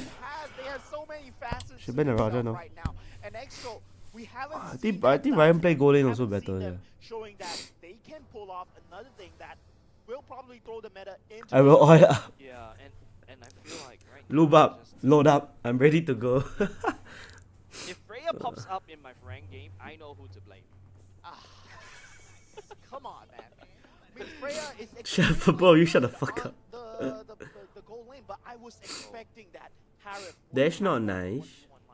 Yeah, me Wow, too. I was Jeppe looks like expecting he's her going to through go a bit of things. try to do against He's looking like Freya, but he's unfortunately, trying to unleash his inner gotta demons. take a look game 2 now. Bleed, on the other hand, noticed the the fact that, you know, Jet usually play the Faramis, there's also how Bertiz is comfortable on this Minotaur. The true goated Roblox shirt, thanks for the follow. What the fuck? Should I pick Faris? Trouble, right? So Bleed right here, okay, these three are the problems. We're gonna take it over. Yeah, but the ban, right? It's like full respect ban from the last game, right? It's just like we're just gonna ban everything, make you start from scratch. At the same time, Exco are like, hey, we're gonna ban Herald. Fuck this team, YOLO. Very strong, but going into this one, especially since Bleed had first pick, I mean, is my goal laner gonna lose again? Yes what are or you no? thinking as Exco? Should I play goal lane? Roger available, right? I mean, CG plays a mean Roger. Should I play goal lane? He's like asking himself, should I play goal lane? Bleed's still not bad, yeah. Bleed's not bad this season. They're very strong, lah. That's what you get when you have two like imports. Their hero pool is so big and they know so much about the game. What Bleed just did is just Because they come from like distinctive. Okay, distinctive, is that the word? Distinct, is that the word? They come from good teams, you know. Yeah, because I'm pretty sure I heard Angela. Yeah, wait, that's an Angela. Yeah, it's an Angela. Oh wait, that's an Angela. Okay. So it's an Angela first pick. Exco hero pool limited. Get out into the pool. That's kind of a graphical error coming out Huh? right now. Nathan, Angela cosplay as Nathan Yeah, I was confused. I was confused. Why is Angela a guy? Oh guys, Angela cosplay as Nathan Anyways, right here. Yeah, there was some changes. Okay lah, Gira on the clock. I am ready. Was actually quite rude, and now Exco decide to go for a Fredrin once again, taking it away from Yon. And really, literally, why I said Bleed was just reset. Hey, y'all sure this guy is Indo or not, Joe? He looks Singaporean, eh. The highest damage dished out. Oh, Farah Ben. Sorry, guys. Santai. Hey, y'all sure he's Indo? He's Singaporean, eh? He looks very Singaporean, eh? He's Indo, ah. Oh, wow. He looks very Singaporean, like a standard Chinese boy that finished poly, you know, like that type of like vibe. He looks like a very nice guy, yeah. Okay, that's gonna be a Roger. Oh shit, guys, the Roger. I want to talk about Exco. The Roger is here, guys. Bertiz going for an Arlot. Oh shit. Weird to see nowadays God damn it. default into Rome instead of a lane. Any Ling lovers? Very good for displacement. If you build tank on the Arlot, he can be a very annoying factor to deal with. But now we have another annoying factor, CC? which is CC. Should I Nova or should I not Nova? Should I Nova? Should I not Nova? Should I Nova? Should I not Nova? Yeah, and not only just that, now if you take a look at Bleed synergy. Alpha? There's no way lah. That monkey cannot play Alpha lah. CC will shred through your Oh, today can you, yeah, maybe y'all will play Alpha for the new skin lah. CC, not only just that, provide a lot more movements So I can zone again. maneuver around the fight. Oh shit! Suck command! Roger to do the same thing as well. Okay, wait guys, I close the chat box first, okay, then we can see the draft. Oh, soccer man, eh? Flash in how they handled the Harif, how they handled the the Roger of Vanix. Vanix playing Football and games, two of my favorites. Bruno, yeah. So now Gira will be Football and fighting games. the Bruno though. So can he hold up against his own Roger? Okay, we're going to go into the secondary ban phase. We haven't fixed the Angela thing, but we know it's an Angela, alright? We know it's an Angela. Okay, now, what are you gonna try to ban for the side of Exco, right? If you're noticing how Bleed has already drafted, they don't really have a jungler. I think you take away the Baxias, you take away... What do you think of the new casters? I think they're great. Yeah, you take away the Baxia, something that could... I think they're great, but yesterday I trying to hear you talk, then the fella keep talk over you. Yon is also quite strong as an assassin, Link or Fanny as well. And Oh, Kin, I wanted to feedback to Zenway. I'm not sure if you could pass to Zenway, but I feel like they should show the items a bit more, like every 2 minutes. 2 to 3 minutes, they should show the item one time. You get what I mean? Like before first turtle, second turtle, then the third turtle lot. They should show all the items, I feel. Maybe you feedback to production lah, cause I cannot say. But I think that's the general consensus. Like the production is really good, but they should show the items a lot more. There's no coach. There's a diff. Yeah, I heard yesterday. I was like, it'll be nice if production can let me see the items, then they straight show you the item. But yeah, you maybe you let them know lah. Like, it's good as a player, as a viewer point of view also. If I can see the items every 2 seconds, I'll be like, interesting. This is pure knee-jerk reaction coming out from Exco. No. That's not what they're gonna go for, right? I mean, Freya, they already have a Roger But the new classes are good lah. I appreciate their enthusiasm because if I'm not wrong, wanted to reset the board, but no, Exco is still in game number 1. but on YouTube my volume so much louder than the newbies leh. No, but the thing is on Twitch you are very soft, so I'm not sure why it's like that.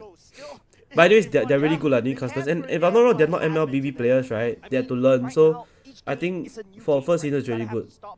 If they continue lah, they will definitely, you know. I think it's only gonna get better lah. Especially the production now is so good. I've been saying since day one. I said the production is so fucking good. It's so nice. It's so clean. In other terms, emotional damage. What would that? Wow, hey, hey, Jet pay over there. Sheesh. I don't want to say that way, but you guys get the point. Hey, Jet pay over there. Any Link lover or not? Link or Fanny? Wow. Alpha! You really picked the fucking Alpha! Because Gray also played a lot of Alpha jungle during a period of time. True damage being extremely You really picked the fucking Alpha! You want to fucking try the skin, Tibai? You want to try the fucking skin? That fucker want to try the skin, he picked Alpha, bro. Of roster coming out from G, but with Angela, there's so many survivability, and there you go, Exco! This is Utah pulling out the Fanny! Utah on the Fanny?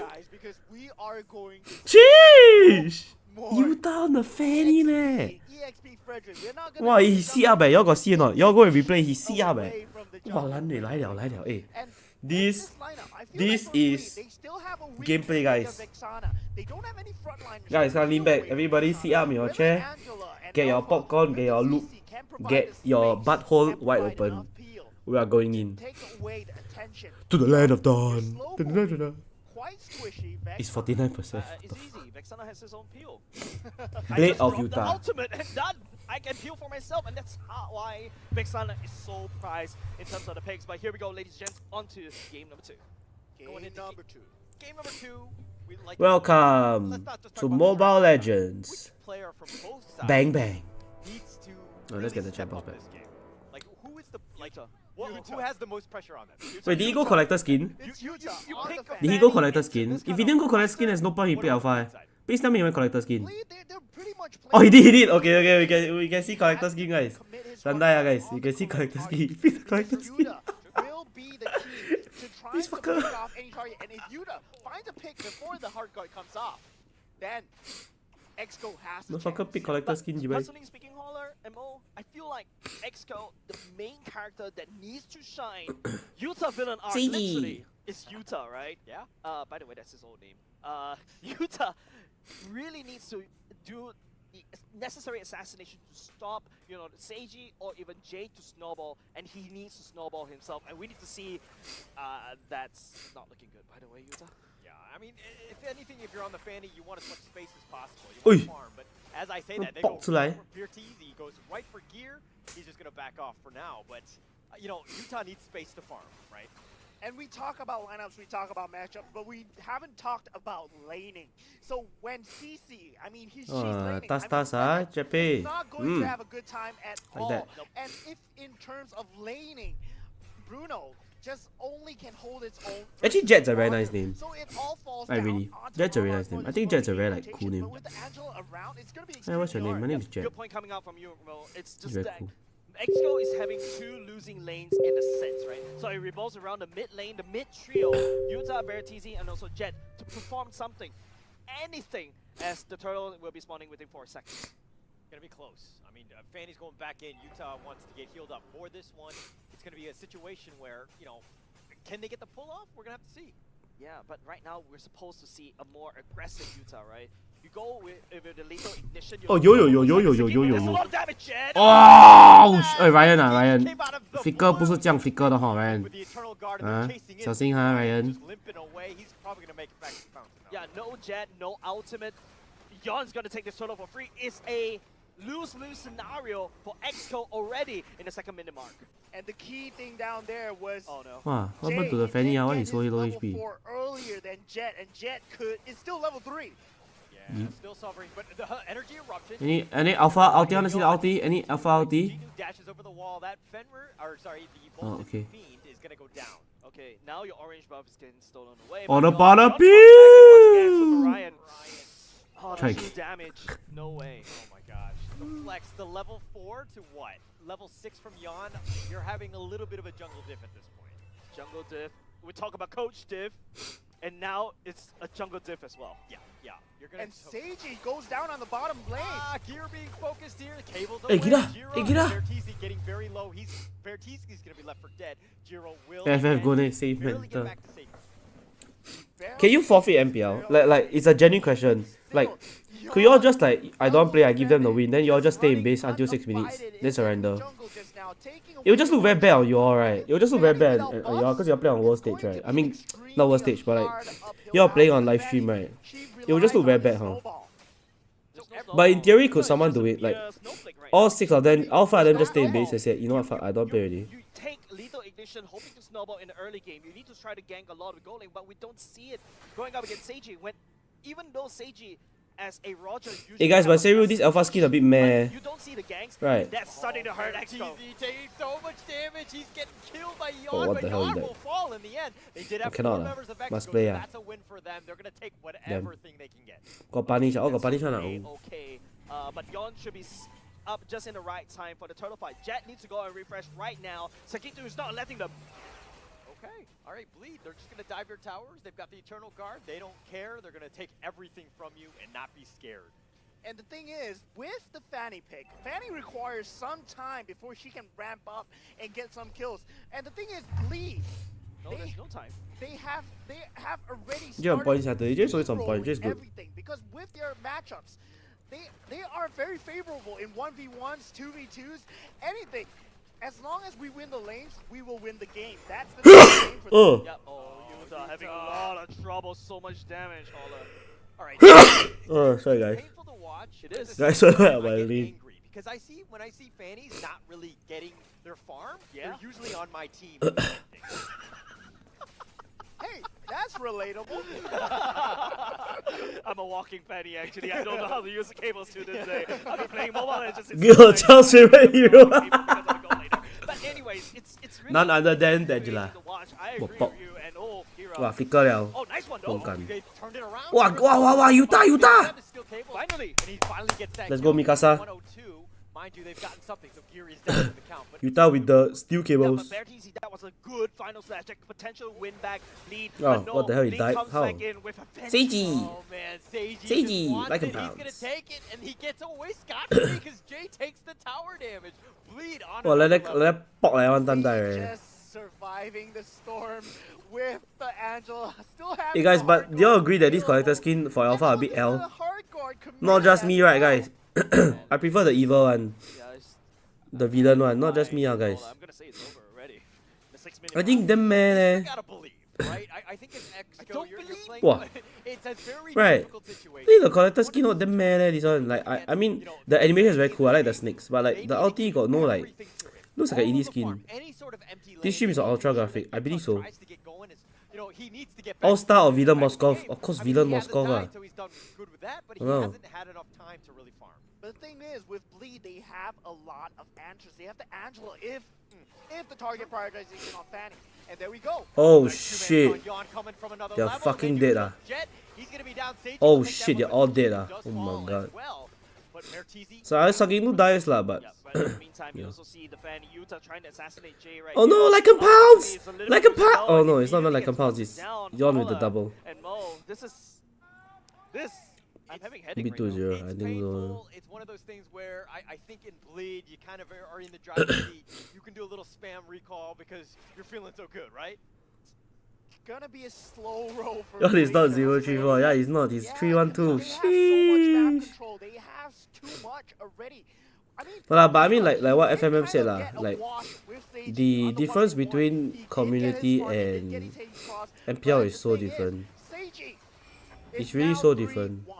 But if Jay could just do one combo and then Super Ryan's like half HP. Kill lah, don't if really you have a solid front line, if you have a team that the only person that knows what they're doing is Ryan The G2 actually it goes is down, but Super and maybe Ryan Bear falls again. TZ He's because a little low. They're you all say he's a good player, right? Like, I mean, you all say he's experienced. Like, it cannot be only Ryan and the Roma to know what they're doing lah. If the others don't know what they're doing, it's very hard to play at all. Man, that was a bit messy. Utah has no purple buff. I think that's the main point right here. Jet, Now Utah is just playing defense, and Jay could just immediately stay in base, stay right there. No comments. Safely, Gears just healing everybody up. All the damage being nullified. What? I don't know what X is going to do in a moment. Final slash will be the only factor. Oh, this skin really damn meh. I don't know. Maybe. Wait. Yeah. Kin, do you know? Kin, do you know if the graphics are on Ultra HD or are they like on smooth? Are they on smooth or like Ultra HD? Because if this is Ultra HD, right, the Alpha skin is so bad. That means that Alpha skin is really so fucking bad. Bro, you can barely see anything, bro. I think it's on maybe smooth lah. Because the Roger skin doesn't look fantastic also. Like, unless... Okay, removing all the I don't know. name tags. You have no idea. I should ask Fanny is a good pick coming up from Xco, provided you execute to the T. because if this is the this is the Alpha skin, is so mad. But if you do that, you open yourself up to Looks like a box standard brand new season 100 diamond skin, you know, the top up. I don't know if you all get what I mean. You know the top up skin? Like they give you like a different color skin for 50 diamond. My son. Yeah, he learned Alpha from me. Yeah, y'all don't know. I'm actually Alpha main. When he copy my idea, I don't like eh. I'm the Alpha main, he copied me. No choice. He watches a good amount of semi-snowballs. There's a few times where Jet, once he used the Odette ultimate, you saw how in the past games, in past series, the Odette does a lot of damage, but okay, Sakitnu, just diving in. Yo. Oh, flicker out. I got you, fam. He throws him back in, but Super Ryan now. Oh shit! Yongo! Yongo, if it's me, I go already on. Pada pew! Nice one, boss. One more. Ulti reset in 6 seconds, Yon. Get ready. 5, 4, 3, 2, 1. Ulti is up. Let's go. Pada pew! It's up already, guys. 8-second alpha ulti. Let's go. Flicker from... Oh, shit! It's okay, Angela ulti. Ulti in 3, 2, 1. Ulti up ready, Let's go. You're the Pada pew! GG. Well, GG, Nice try. Kinda expected out of this this particular series, unfortunately. Bleed, you know, showing off how Okay lah, guys. they can be very creative We go in the first next. game, and then after that, play normally in the second game. Goes to show that they have a lot of things, a lot of tools in their back pocket. I mean, Bleed showing many facets today, but what I'm excited most is for Mobile Legends Bang Bang. We've been seeing so many rotation of heroes today. Not just the same few heroes being banned and picked over and over again. GG. It is an exciting time to be MLB. Alpha ulti can stop Fanny Cable halfway. I think so. But at the same time, it's one of those things where Yeah, first recharge to unlock to buy 100 diamond. Yeah, it feels like that skin, right? It's just like a bit different color change today. right? Like you got to get yourselves here. Obviously, it's top 8 is great, but you want to make the playoffs. You got to make a name for yourself. You got to ensure that you get yourself the opportunity to actually put yourself and you're the team. Because this this season, right? Correct me if I'm wrong. This season is a bit different, right? Only top 6 goes into playoffs, right? It's like we're following like MPL ID and MPL PH already, right? It's no longer 8 teams all go, right? Means if you end bottom 2 of the table, you are out already, right? If I'm not wrong. I mean, you can take it that way, but for Xco, they can take it another way. I want to tell them that they can take this experience, learn. Right, what's the format? I forgot. Move on, temper themselves. Unless I'm being dumb. Wait, let me see the format. I know. Yeah, I know they talk about the format. Wait, we are ready for Season 7 Top 2 Qualifier roster lock. Qualifier today, what you need to know, experience skin. Season format, yeah, this one. So, top 6 teams play in double elimination. Top 4 teams of regular season proceed to upper bracket. Bottom 2 start lower bracket. First round of upper and lower bracket are BO3. Subsequent matches are played BO5. Finals are BO7. Oh, okay, cool. Yeah, so top 6. So, if you lose... like what, 4 games? Yeah, you if you lose 4 series, you're technically out already. If I'm not wrong. Because you fight each team. Thanks for the follow. Because you fight each team once, right? Basically running around with enhanced movement speed for these 3 items, allowing you to just Top 2 got 1 day off, I believe so leh. your second skill properly so that you get maximum rewards. I really like that term, stickability. I believe You so. want to stick around, you want to sustain as much as Like possible. a very obsessive ex-girlfriend, that's right. Okay, alright. I put that joke before. You Yeah, wouldn't yeah. know this. And you were saying you were the bearer of bad news. But I'm not sure it What works was that? actually. Okay, Exco right now, looking at the strength of schedule, it's not looking very good for them because Asteris, yep, they lost that one. The next point of time where they can actually potentially get some points, it's perhaps Homeboys SG, perhaps maybe Vanguard if slowly comes back, right? So the strength of schedule going in right here is looking really bleak. All right, but it's okay. They can take it. They can learn. Find out They what don't they need lose, to they do. learn. Yeah, what they lack Quoting Mirko from right better teams and build themselves towards a better tomorrow. You know, every day is gonna be a better day. I mean, tomorrow will be a better day. Of course. And this is all, you're going to take your lumps, you're going to learn your lessons, right? You're going to move on and all that. But it's one of those situations where even watching this replay, I feel like, you know, the movements, it didn't seem on point. They were very reactive to what Bleed was doing. And putting themselves in not really, it was a position to, like you're playing to lose almost. Yeah, I know. You heard if 2-1 they earn more from organizer. No lah, you 2-0 you get more money lah. But I think the moment You 2-0 got money, you 2-1 got money. But 2-1 is lesser than 2-0. you mentioned about the map during the game, but I see it I remember because they went through with us also. when they wasted More games played. No lah, they want eh? Is it like that? I don't know, I can't remember. It's been a while since I played. But previously back then, if you 2-0 someone you get more money than 2-1 lah. I don't know now, maybe the season changed already. But back then when I played, it was different. Kira say coach asked him pick vengeance. What, he say what? LY4? LY4 is their coach, no? Let me text LY. Let me text LY. LY, why the goal later say you LY, why the goal later say you ask him to take vengeance? Lim Yang. LY, what you doing, LY? Early game, right? But if you don't get that score in the early game, your fan is going to be useless. Okay lor, if he say like that, then like that lor. The coach asked him to take vengeance, so what can we say? What can I say except you're welcome? I just follow what coach say. Who's ya? Who he say where? But I want to give credit to Exco, right? They tried the Fanny one, right? It's one of those situations Oh, where you text him, is our it? backs are on the wall. Let's see what we can do. Let's just go all out. What is the harm in that? IGT. Yeah, exactly. I mean, there was nothing left to lose for them. I mean, with the You never asked them who's your coach? I was just talking about laning stages, right? Laning stages Aiya. doesn't favor them at If all. you don't 自己 take all the responsibility and you only blame other people, you won't go far one. Don't talk about the vengeance lah. You kaki cannot even lane properly. You say the coach. The coach only give you the idea. Is the coach only give you the paint, the brush, and the canvas. How you want to paint is up to you. The painting ultimately is how the artist want to do one. Okay, the coach only provide the paintbrush, the canvas, and the colors. So if you cannot paint properly, then don't say that the paintbrush is not good. Correct or not? It's the same. If you cannot swim, say you cannot swim. Don't say my swimming trunk not big enough or too tight. Cannot swim, also cannot swim. It's like that one.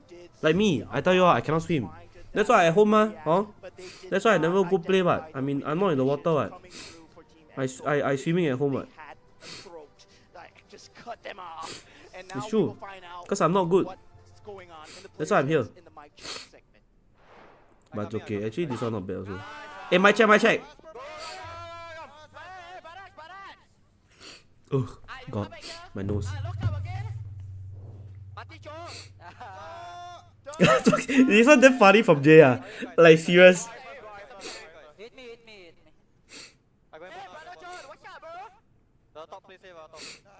I think Jay tried to flank, got pulled back by the far mist. Then tried to flicker out but too short, then died. Quite funny. Okay lah, but they having fun lah, which is good.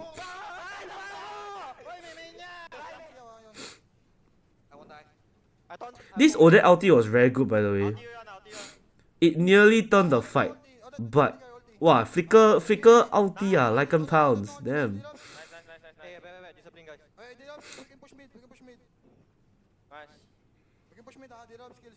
Oh, nearly come the appraisals right. Bam, bam, bam, bam, bam, bam. Go, just dive, I'll do you. Jeez. My own opinion, this game was. A bunch of people playing It's ML. tough being a Singaporean sometimes. That's exactly what I got from that particular mic check. Say left, also wrong. Say right, also wrong. It's okay. Be happy can already. Life is too short. But when you're winning, that is your language, right? Everybody's speaking the same language at that point, and they're doing a great job. The winning language. The winning language. There you go. Yeah, I am BMing. Okay, anyways, guys, the next game I believe is at 3. So, why do you need to announce that you're BMing? Is it at 3? Communication is important for a team. So I when am you are BMing. BMing, you gotta know that I'm not doing this tactically. I'm BMing. But the thing is, we like to see what we hear from players. Yeah, it's at 3. And So, even though they have a lot of high energy, got about an they hour and a still have half. discipline in their comms. Yeah, because Lazy. Jay would literally. See you in 1.5 hours. Pulled them back. He was a policeman, by the way. I think. Time cook some lunch meat. Yes, sir. And he literally called them, say, "Hey, discipline." And he's like the stern master, the stern disciplinary master of the team. The moment he said, "Hey, discipline," it was Wait, the moment what when was the Yon series went today? I in. forgot. Next one is RSG Asteris. I'll probably watch that one now and stream. I don't feel the need to watch the Vanguard homeboys match. I think both the teams are quite even in terms of let's just find out what Professor Churros has to say terms of in Off the Desk. skill. So we'll just watch Asteris RSG because I feel Asteris RSG could be close. I mean, honestly though, I would have Second game of the day, yeah. This was second game of the day. We are a bit too ahead of time. Because Flash game was so fast against Evil. This Bleak game was very fast also. So we got like, I don't know. Wait, Kin, do they move forward the timing if they finish early? Like, do they move like maybe RSG and Astralis they play at 2:30? And do they do that? Was thinking, hey, Exco is definitely going to draft an assassin. So because if you move but then again that goes the viewership, right? Because ultimately you want the longer games, right? Longer games, more views, right? Composite themselves and wait for the right opportune moment to attack the purple It's box. hard, Notice where Angela is. Notice where Bruno they don't move it in is front, right? They just let you wait, right? every single Yeah. point in time. Thought so. Bruno always at that top side. Okay, trying to then find let's his wait way together. from wherever the skirmish is had. Angela couldn't just be anywhere on the map because of that hard guard. No rolling schedule, I see. Allowing her to give extra support to whenever a team fight clashes. So effectively, Exco is fighting a losing battle, always fighting a 4v5. Notice Yeah, but Kin, I was telling the chat like a joke. I was like, wow, I should go and do this. That I can draw circle on the screen also.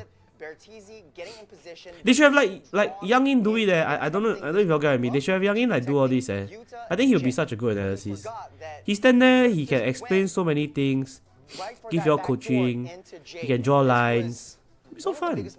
I think you should get Youngin to do it. Because Churros is caster, right? It's not analysis, right? But really, I mean, for me personally, if I was a viewer and I want to learn the most, I would say I would rather have a coach do this than Churros. Comes about in this fight. So, fight ensues, Sagitnu just chowing everything down, Yon... Because every time Youngin talk, I learn a lot. Just clearing the wave, trying to maintain that lane priority. How about he pay? So that Churros don't need pay, meh? Churros analysis don't need pay, meh? Protect that lane, protect that turret. This is a tier 2 mid lane turret, mind you. And look at how Jay rotates around as well. He knows that Jet is going to he's expensive. deal a lot of damage onto Yon. I believe in good quality. Notice how he doesn't immediately throw his Eternal Guard. So I feel always when Youngin talk, I can learn a lot. Like he will say simple things like in the draft, like last season, he will say things like, oh, da da da, they pick this cause da da da, counter this, da da da. Like even small things like he say, instantly you get like a pop in your head, like, wow, I didn't think of that. Basically a shorter path. So I think this was a very, very interesting team fight dynamic that came out. Jay doesn't go anywhere yet, just waits for Jet to come closer and then pops that Eternal Guard. beautiful, beautiful layering of your skills. Oh, you mean you shouldn't be doing it? Have Seiji Wait, then who's the one who was actually designated to do this, like analysis thing? So you're just wanting to just wait for the Is right Churros, time is it? and get that cleanup duty on IO3. So in this case, everything just happens as is. You know how the story unfolds. And notice This in flicker this point, change from Turtle Bizem Singer. walking in, Seiji just waits underneath the turret, redirecting the turret damage. So if you're playing in a ranked game, you know how to just help out your teammates. So don't be that one guy that just, okay, I'm just gonna go out, you just take this on your own. They have that perfect communication, that synergy that allows everyone to just come into battle. They know what they need to do. They want to take Bear TZ out. They need to redirect that turret shots onto that Eternal Guard. And, you know, the rest is history. So this match was really exciting. I like to see how Bleed really improve themselves over seasons after seasons after seasons. And I want to hear from the players themselves, like whether or not they think they have improved over themselves. No designation, they are testing it first. Oh, okay, I see. Good lah. I think this season is the turning point for y'all. I think this season is really good. The standard is like up there, bro. Thank you so much for The animations, the backgrounds, like Long Zong is so good, no? It's really damn good. Yeah, I'm fine. I have no idea why Saginu is here and everybody's like. Okay, anyways, guys, why are they so I will be chilling, so I will see you guys next game. I'm a bit tired, so I might go and take a nap. But you were an absolute monster at the So next game is at 3. There's no like tea towel, so 1 hour and 20 minutes. Okay, so I won't yeah, stick around. If you all haven't eat lunch, go and have a good lunch. And yeah. Only one more thing to improve the pay. So for this season, what do you feel has changed? Okay, I tell Zenwei. Dear Zenwei, can you please pay Kin more?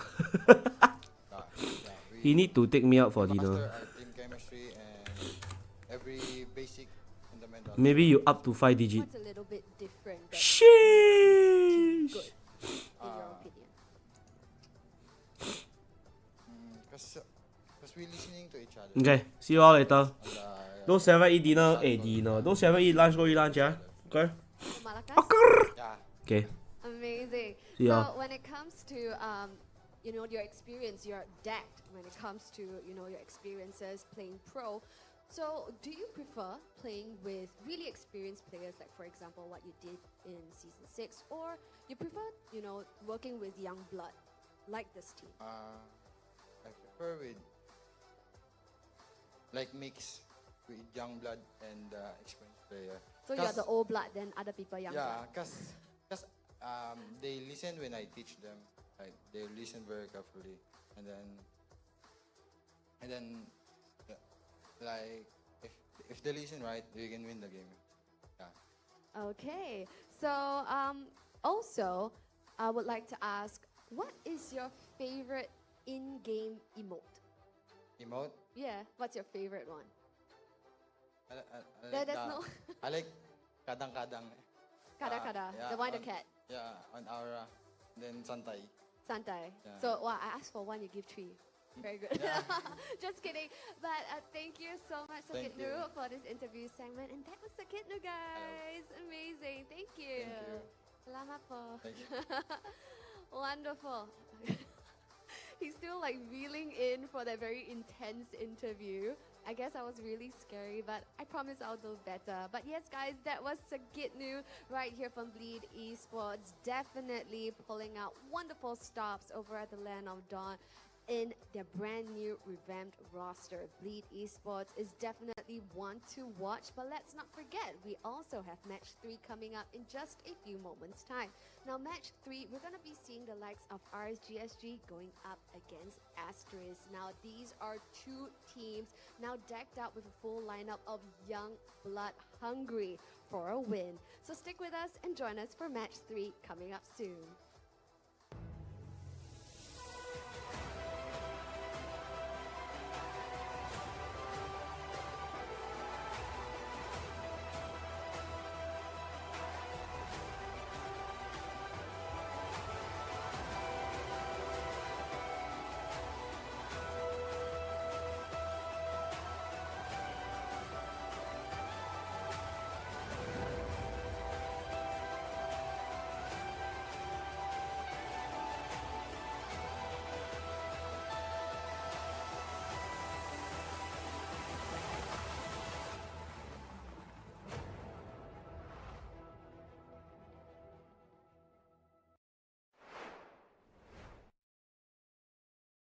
somehow I got addicted, and well, here I am now.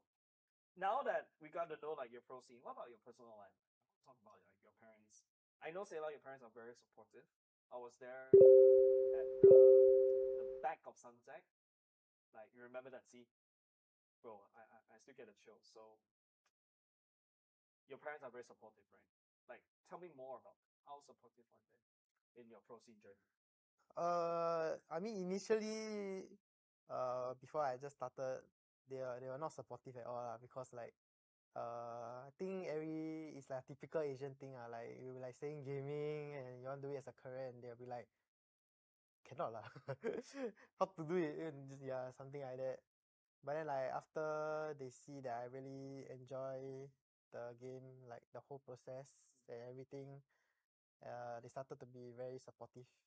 Even my whole family actually. Like during MPL, they'll be like just sitting in the living room, all of them like just watching the TV. Yeah. Good. Yeah. Just as all about you. Your parents? They don't care. My parents are actually not very supportive, especially now. This year, cause I have A levels. So it's like they kind of say like they're okay with it, but you can kind of tell they don't really want me to do it. This kind of Asian thing, trying to be nice, but they don't really want me to do it. So it's like. Yeah, I know like that mom when you go back home, Mom, I'm gonna play MPL. Okay, child, go and play. Oh, please don't play that.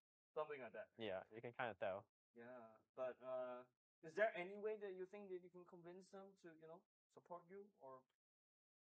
I mean, the only way would be getting good results, I guess, in school. Good results both in JC and even perhaps in sports. Yeah. So, JC, quick question here: how are you able to juggle between your school and esports? Actually, I'm very busy. Like every day, come home from school, I like eat dinner, walk my dogs. Then right after that, I have to play Scrim already. Then after Scrim, I still have to do my school homework. Then by then it'll be like quite late already. So usually I'm like sleeping in the morning. Like every day I get like 4 or 5 hours of sleep. How's your daily life as a full-time Singaporean pro player? Wow, these words don't go together. I mean, previously in EVOS RSG, it was full time like every day. We have to go to the gaming house, or we stay at the gaming house to play scrims mostly the entire day and review everything. So it'll take up the entire day. But then like now that I'm EVA, it's a bit more part-time-ish, so I'm more chill. I have more time every day. So I just play other games. Now let me ask you about the season. Like, okay, do you know that right now in this season, bottom 2 teams in the regular season will get relegated out. So you don't go to playoffs anymore. All 8 teams don't go to playoffs. Only 6 teams out of the 8 go to the playoffs. Sarah, you sound like you look like you just knew about it today. Do you know about this? I think so. You know about it from me? Oh gosh, do you know about this? Yeah, I know about it. Okay, so I'm not gonna ask you. You probably. So what do you feel about this format?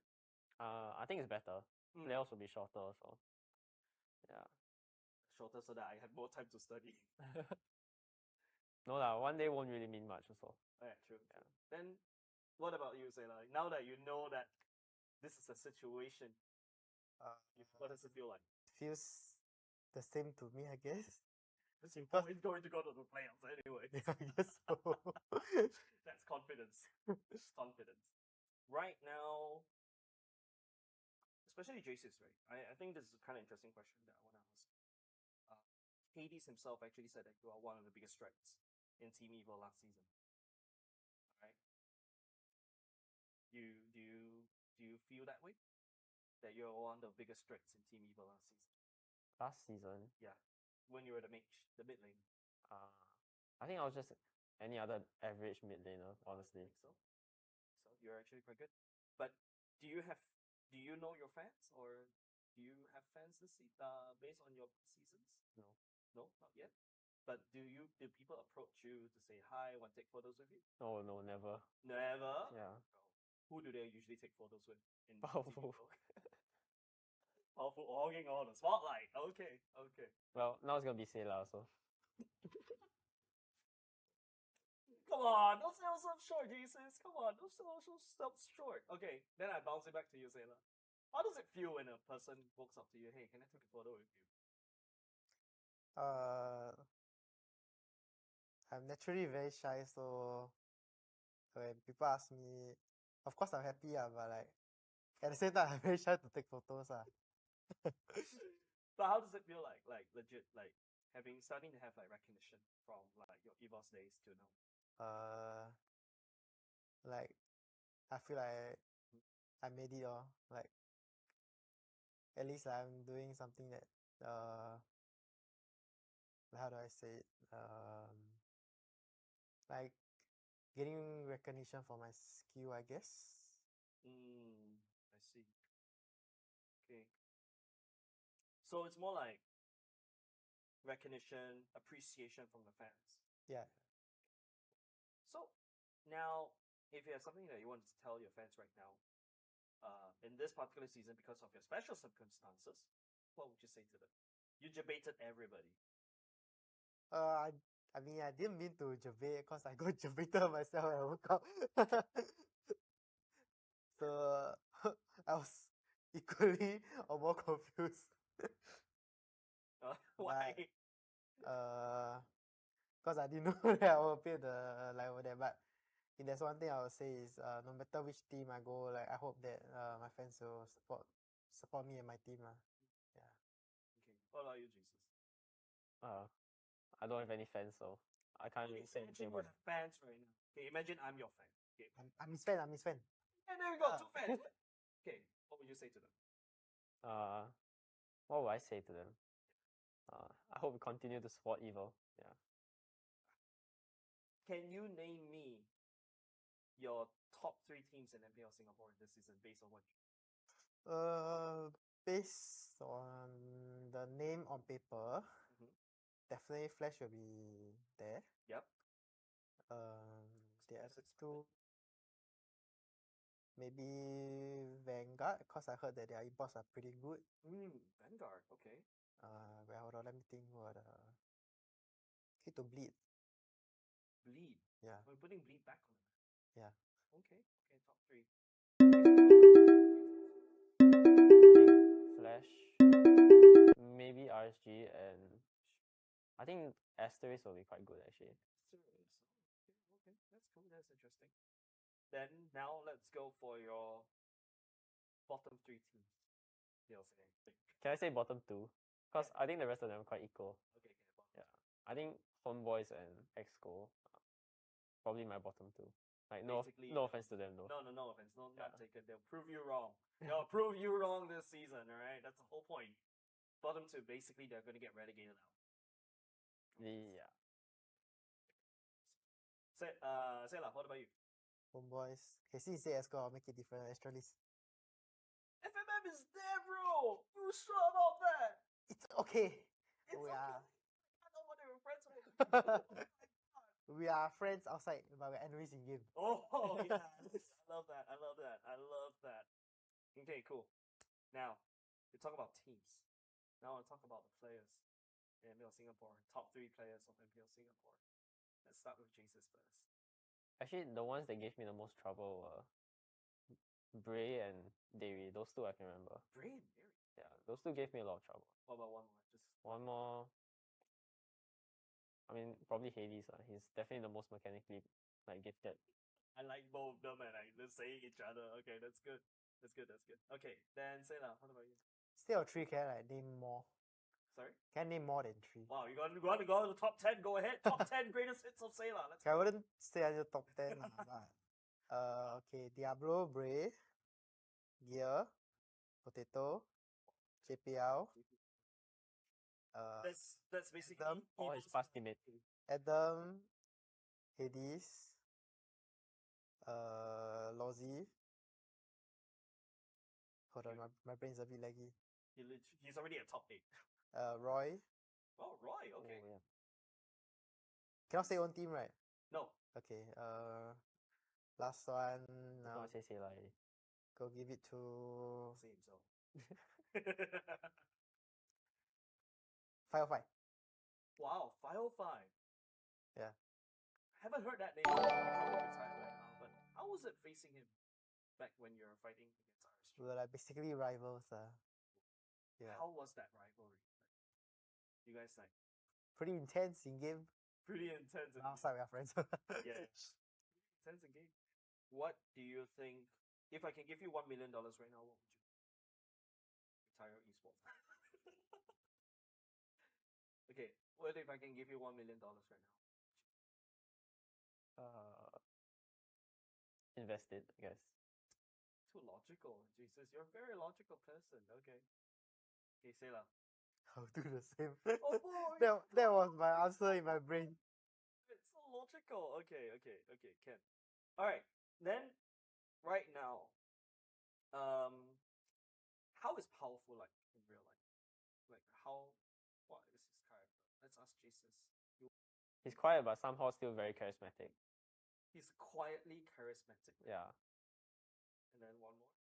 I think very good leader. Leader. Yeah. Very charismatic. Quietly charismatic leader.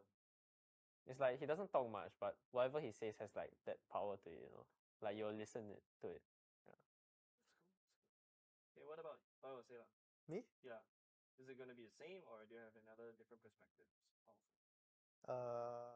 Guess different. Guess it'll be a bit different for me. Cause I interact in quite a lot also. Guess he's kind of funny.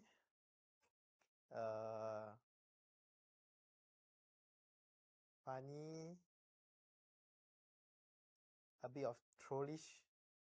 Is your Joker? Is A Joker tiny bit. How can he be quiet and the Joker at the same time? Are you guys seeing the same powerful? No, it's like when you're talking to him, he's like Yeah. more Talking to him is jokerish, but different. when you're like within a group, then he's like not that talkative, I guess. Yeah. Yeah. Okay. Cool. That's interesting. Okay. I think that's all for me today. Thank you very much, Jesus and also Sayla. We'll probably don't have a segment to throw to, but yeah, thank you very much. Yep. Thank you.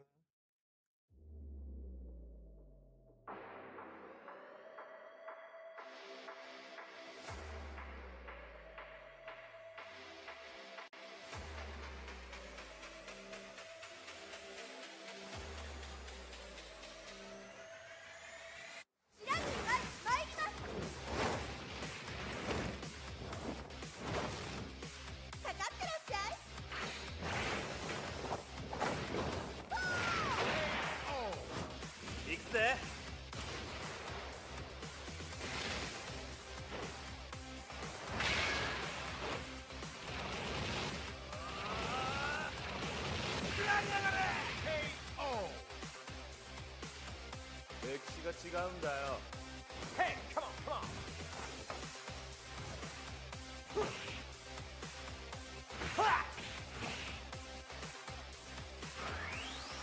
Okay.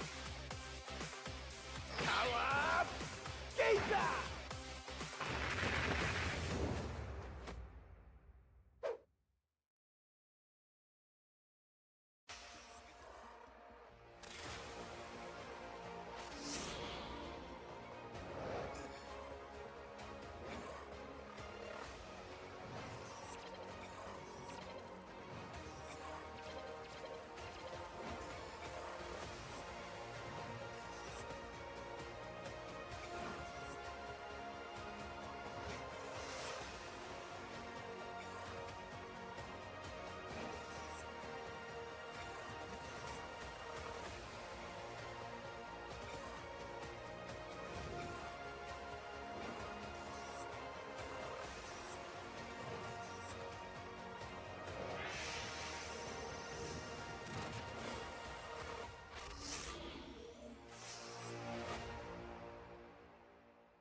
Osim.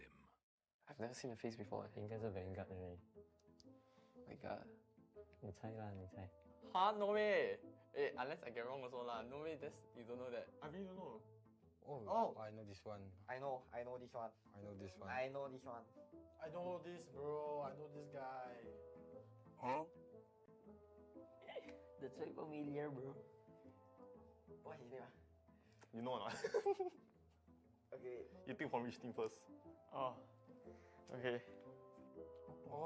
Nick though. You can do each other's answer. Bro.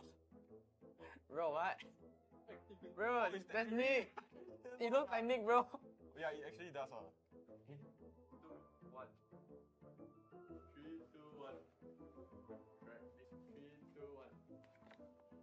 Next day. Why you right? Okay, I forgot the name. I don't know the name. Okay, but I know the person. I don't know the name. Okay. Why so long? Next day. Oh. Nick the Great. 2, 1.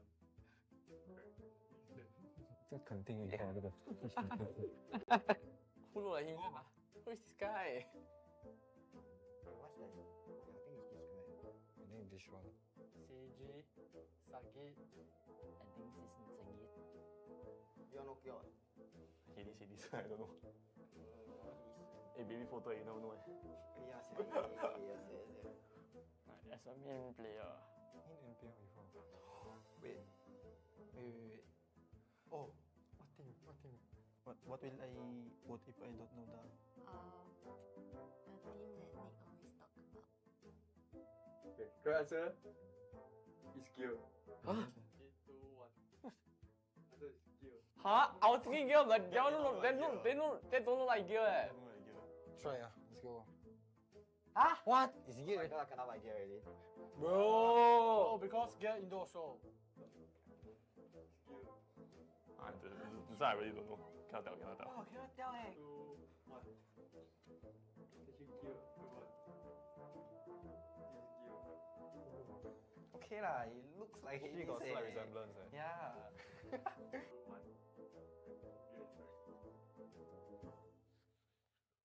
Alright, ladies and gents, currently I'm joining to you today with a bit of a small little segment trying to get to know the players themselves. It is going to be Team Evo, Jasis, and Sayla. Do you want to do a round of introduction before we start this? I'm JS, Golin from Evo. Not Jasis. Didn't you ask me to introduce as JS? No? Wait, what? No, wait, did I? I don't remember. So how do you pronounce your name? Actually you can choose either JSIS or JS. Both are fine. Yeah, but the more commonly used one is JSIS. Okay, Jasis. Alright, Yeah. then you are the Evil, Team Evils. Golin. Next, Sayla. Come on. Hi, I'm Sela. I'm playing mage for Team Eva this season. First of all, what happened to you in China? I guess it was a psych. It even psyched me also because I didn't know it would happen. So when I was sleeping, then like I woke up and suddenly my phone got flooded. I thought the world was gonna end. Okay. So in the end, you joined Evil. So why did you decide to join Evil this time? Actually, I chose Eva because I'm quite close with them. So I just decided to try. So you decided to join Team Evil this time around as a mid laner, taking Jasis's role away. What do you have to say about that, Jasis? Nothing much. The achievements speak for itself. Wow. Okay. So you're a mid laner. Before that, you were an EXP laner. Now you're going to the gold lane. How is the swap like for you? Actually, it's quite hectic because gold lane is an entirely new role. For EXP and mid lane, at first I already played those two roles like in ranked games and stuff. So swapping over to mid lane wasn't too difficult. But now gold lane, I barely have any experience on these heroes. So it's going to be a bit tougher. So what are you studying right now? Like, where are you studying? Which point of life are you? I'm actually in JC2, so I have A levels this year. So actually playing MPL right now is quite a big risk. I did not expect MPL to be delayed so far because initially I thought it would be in April, so that's why I thought, okay, I'll just play because I will still have time for A levels. But then now it's been pushed back to May and June. It's gonna be quite difficult. I'm gonna get quite busy also. So not too much time to practice. You're still studying. What about Sayla? Are you still studying anymore? No, I'm not studying anymore. So what are you doing right now? Now I'm just AFK. but AFKing I'll a lot. probably pick up I'll study next year to pursue my culinary dreams, I guess. Yeah, you've been talking about this for like few seasons now. You wanted to be a chef. Yeah. Yeah, you want to cook literally. So you're cooking the players now. Probably next few years you'll be cooking more dishes. So how did you start in pro play? We started seeing you in season 2 under EVOS SG. Yep. Correct. How do you get scouted? So before that, I think it was during the M2 period maybe, because I was always playing rank and I was playing with Burmese Group like last time, the M2 roster, and they were very strong. I think they finished in the second place. After that, when M2 ended, I still continued playing rank then. Like it was 4 of them and me. Then I think we versus EVOS 3 times I think in rank. Then like I think we won them like if I'm not wrong in the rank. So after that like I think Potato got curious. Like at first he thought I'm a jockey because it's 4 of them and just me. Then after that Potato asked Gear. Then Gear said that it's a Singaporean. So after that they reached out to me, asked me if I wanted to trial. Then yeah, I did the trial, then I passed. Then I started EVOS. What about you, Jason? Like, how do you get your name? How did I get my name? Yeah. I mean, I didn't think I would play when I just started this game. I didn't think I would be playing this game for long. So I just randomly spammed on the keyboard. Thought I would play like 1 or 2 games, then get off. But somehow I got addicted, and well, here I am now. Now that we got to know like your pro scene, what about your personal life? I want to talk about like your parents. I know Sailor, your parents are very supportive. I was there at the back of Sunset. Like, you remember that scene? Bro, I still get a chill. So your parents are very supportive, right? Like, tell me more about them. How supportive are they in your pro scene journey? I mean initially, before I just started, they were not supportive at all because like, I think it's like a typical Asian thing like you like saying gaming and you want to do it as a career, and they'll be like, cannot lah, how to do it, and just, yeah, something like that. But then like after they see that I really enjoy the game, like the whole process and everything, they started to be very supportive. Even my whole family actually. Like during MPL, they'll be like just sitting in the living room, all of them like just watching the TV. Yeah. Good. Yeah. Jess, it's all about you. Your parents? They don't care. My parents are actually not very supportive, especially now. This year I have because I have A levels. So it's like they kind of say like they're okay with it, but you can kind of tell they don't really want me to do it. This kind of Asian thing, trying to be nice, but they don't really want me to do it. So it's like, yeah, I know like that mom when you go back home, Mom, I'm gonna play MPL. Okay, child, go and play. Oh, please don't play that. Something like that. Yeah, you can kind of tell. Yeah, but is there any way that you think that you can convince them to support you, or? I mean, the only way would be getting good results, I guess, in school. Good results both in JC and even perhaps in sports. Yeah. So, JC, quick question here: how are you able to juggle between your school and esports? Actually, I'm very busy. Like every day, come home from school, I like eat dinner, walk my dogs.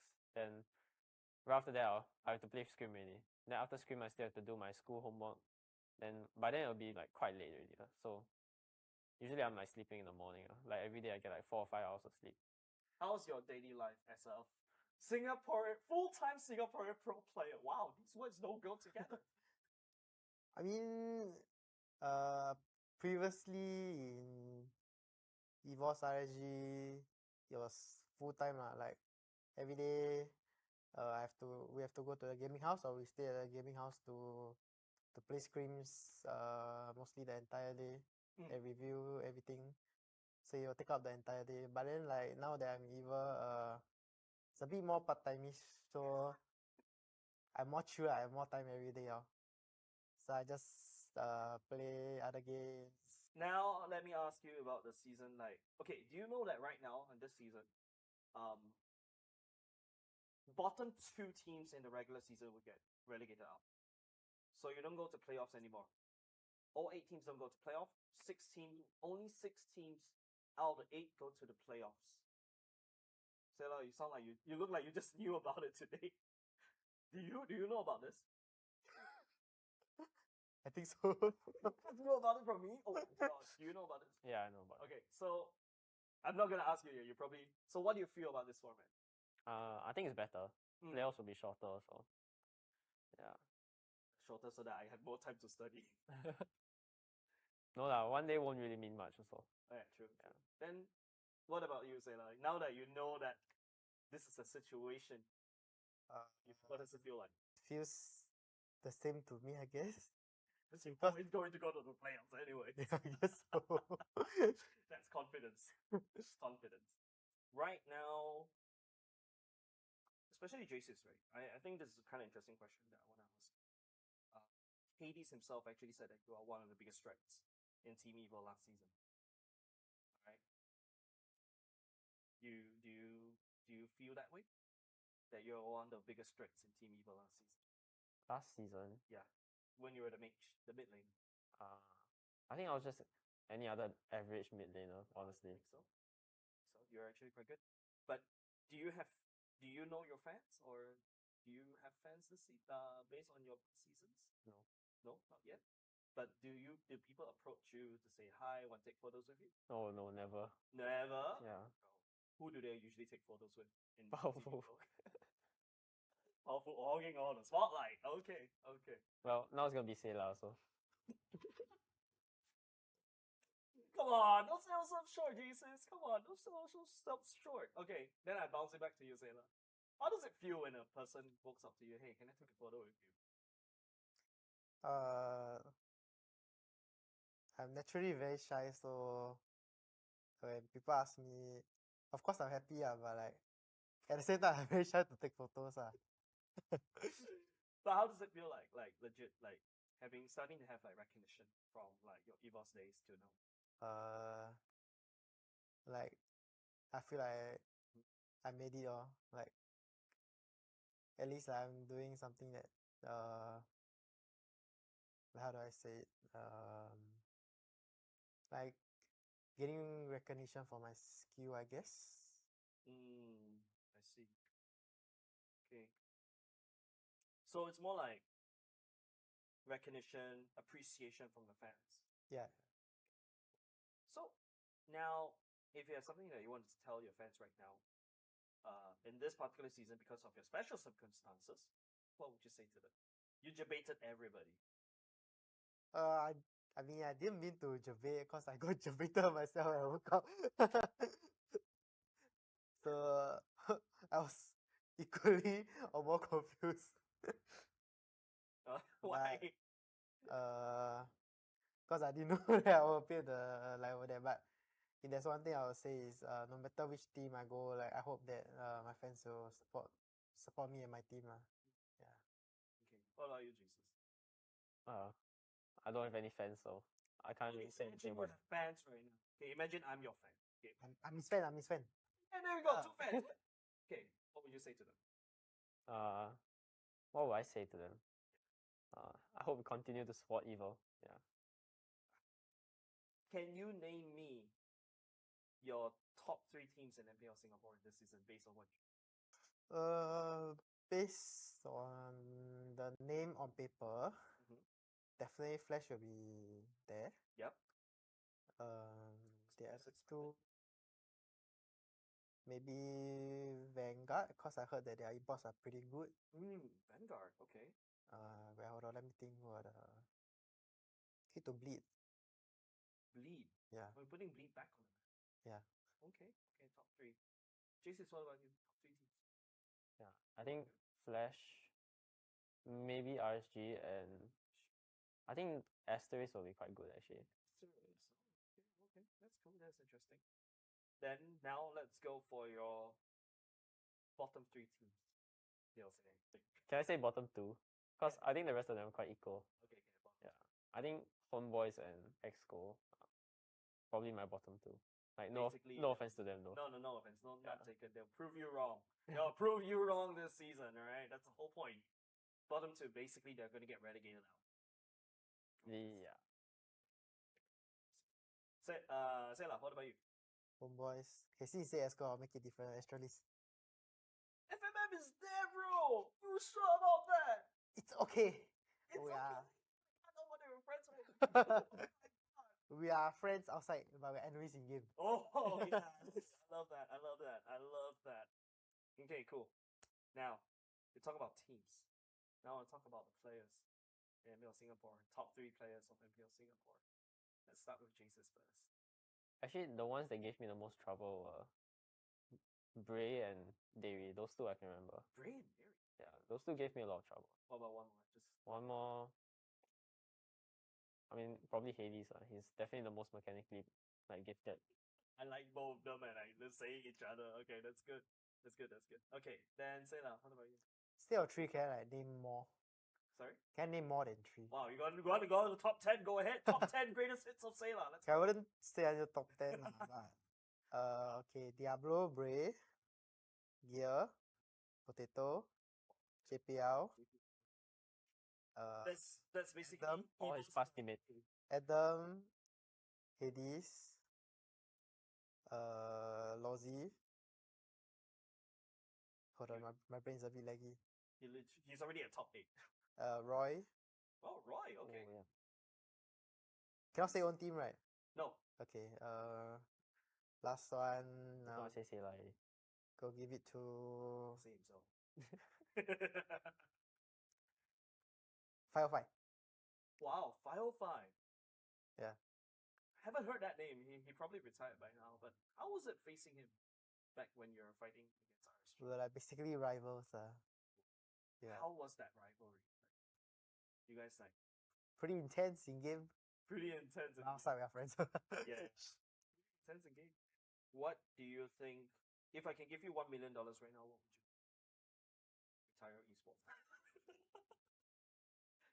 Okay. What if I can give you $1 million right now? Invest it, I guess. Too logical. Jesus, you're a very logical person. Okay. Okay, Sayla. I'll do the same. Oh boy.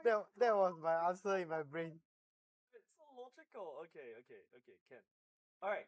Then right now, how is powerful like in real life? Like what is his character? Let's ask Jesus. He's quiet but somehow still very charismatic. He's quietly charismatic. Yeah. And then one more. I think very good leader. Leader. Yeah. Very charismatic. Quietly charismatic leader. It's like he doesn't talk much, but whatever he says has like that power to it, Like you'll listen to it.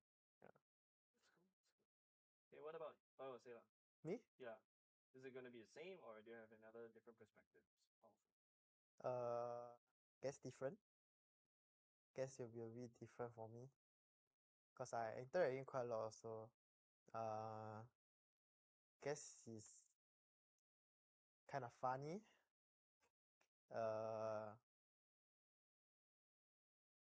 Funny. A bit of trollish. This is your Joker. This is A Joker tiny bit. How can you be quiet and the Joker at the same time? Are you guys seeing the same powerful? No, it's like when you're talking to him, he's like Yeah. more Talking to him is jokerish, but different. when you're like within a group, then he's like not that talkative, I guess. Yeah. Yeah. Okay. Cool. That's interesting. Okay. I think that's all for me today. Thank you very much, Jesus and also Sayla. We'll probably don't have a segment to throw to, but yeah, thank you very much. Yep. Thank you.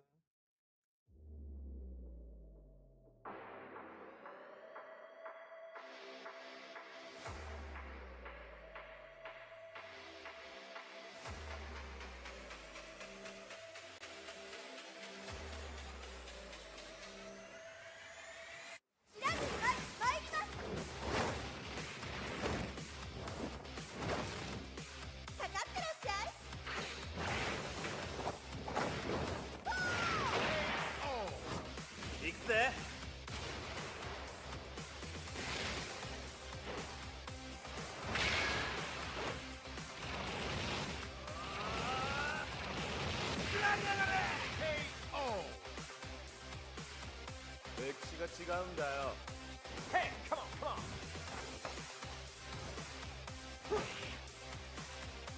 Ha!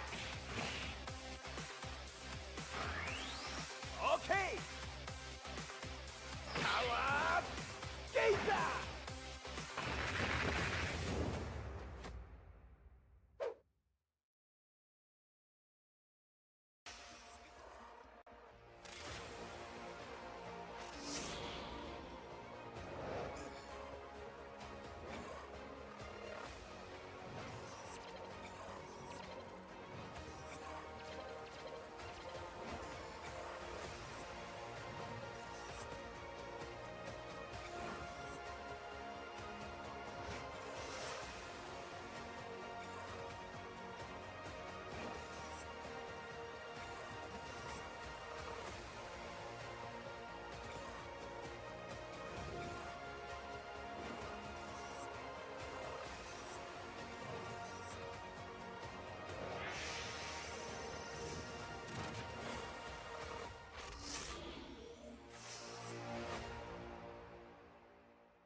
Osim. I've never seen the face before. I think that's a Vanguard already. My god. 你猜啦，你猜。 Huh? No way.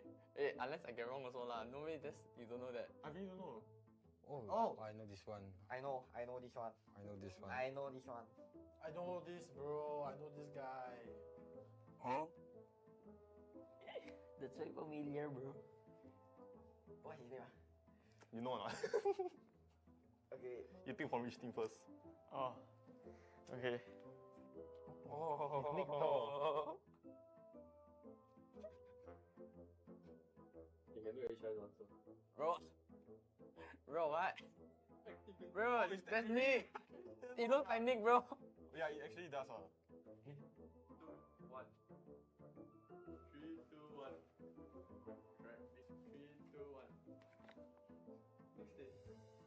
Why you right? Okay, I forgot the name. I don't know the name. Okay, but I know the person. I don't know the name. Okay. Why so long? Next day. Oh. Nick the Great. 2, 1.这肯定厉害，这个。 Who look like him? Who is this guy? What's that? I think this one. CG, Sagi. I think this is Sagit. You know Kyo? Hey, this. I don't know. Hey, baby photo, you never know. Yes. Right, as a main player. In NPL before. Wait. Oh, what team? What will I put if I don't know the? A team that Nick always talk about. Okay, correct answer is Gil. Huh? 3, 2, 1. Answer is Gil. Huh? I was thinking Gil, but they don't look like Gil eh. Try let's go. Huh? What? Is it? I got cannot idea already. Bro! Oh, because get indoor show. This one I really don't know. Cannot tell. Oh, cannot tell eh. 2, 1. Actually Gil. 2, 1. Okay lah, it looks like Actually got slight resemblance. Yeah. 2, 1.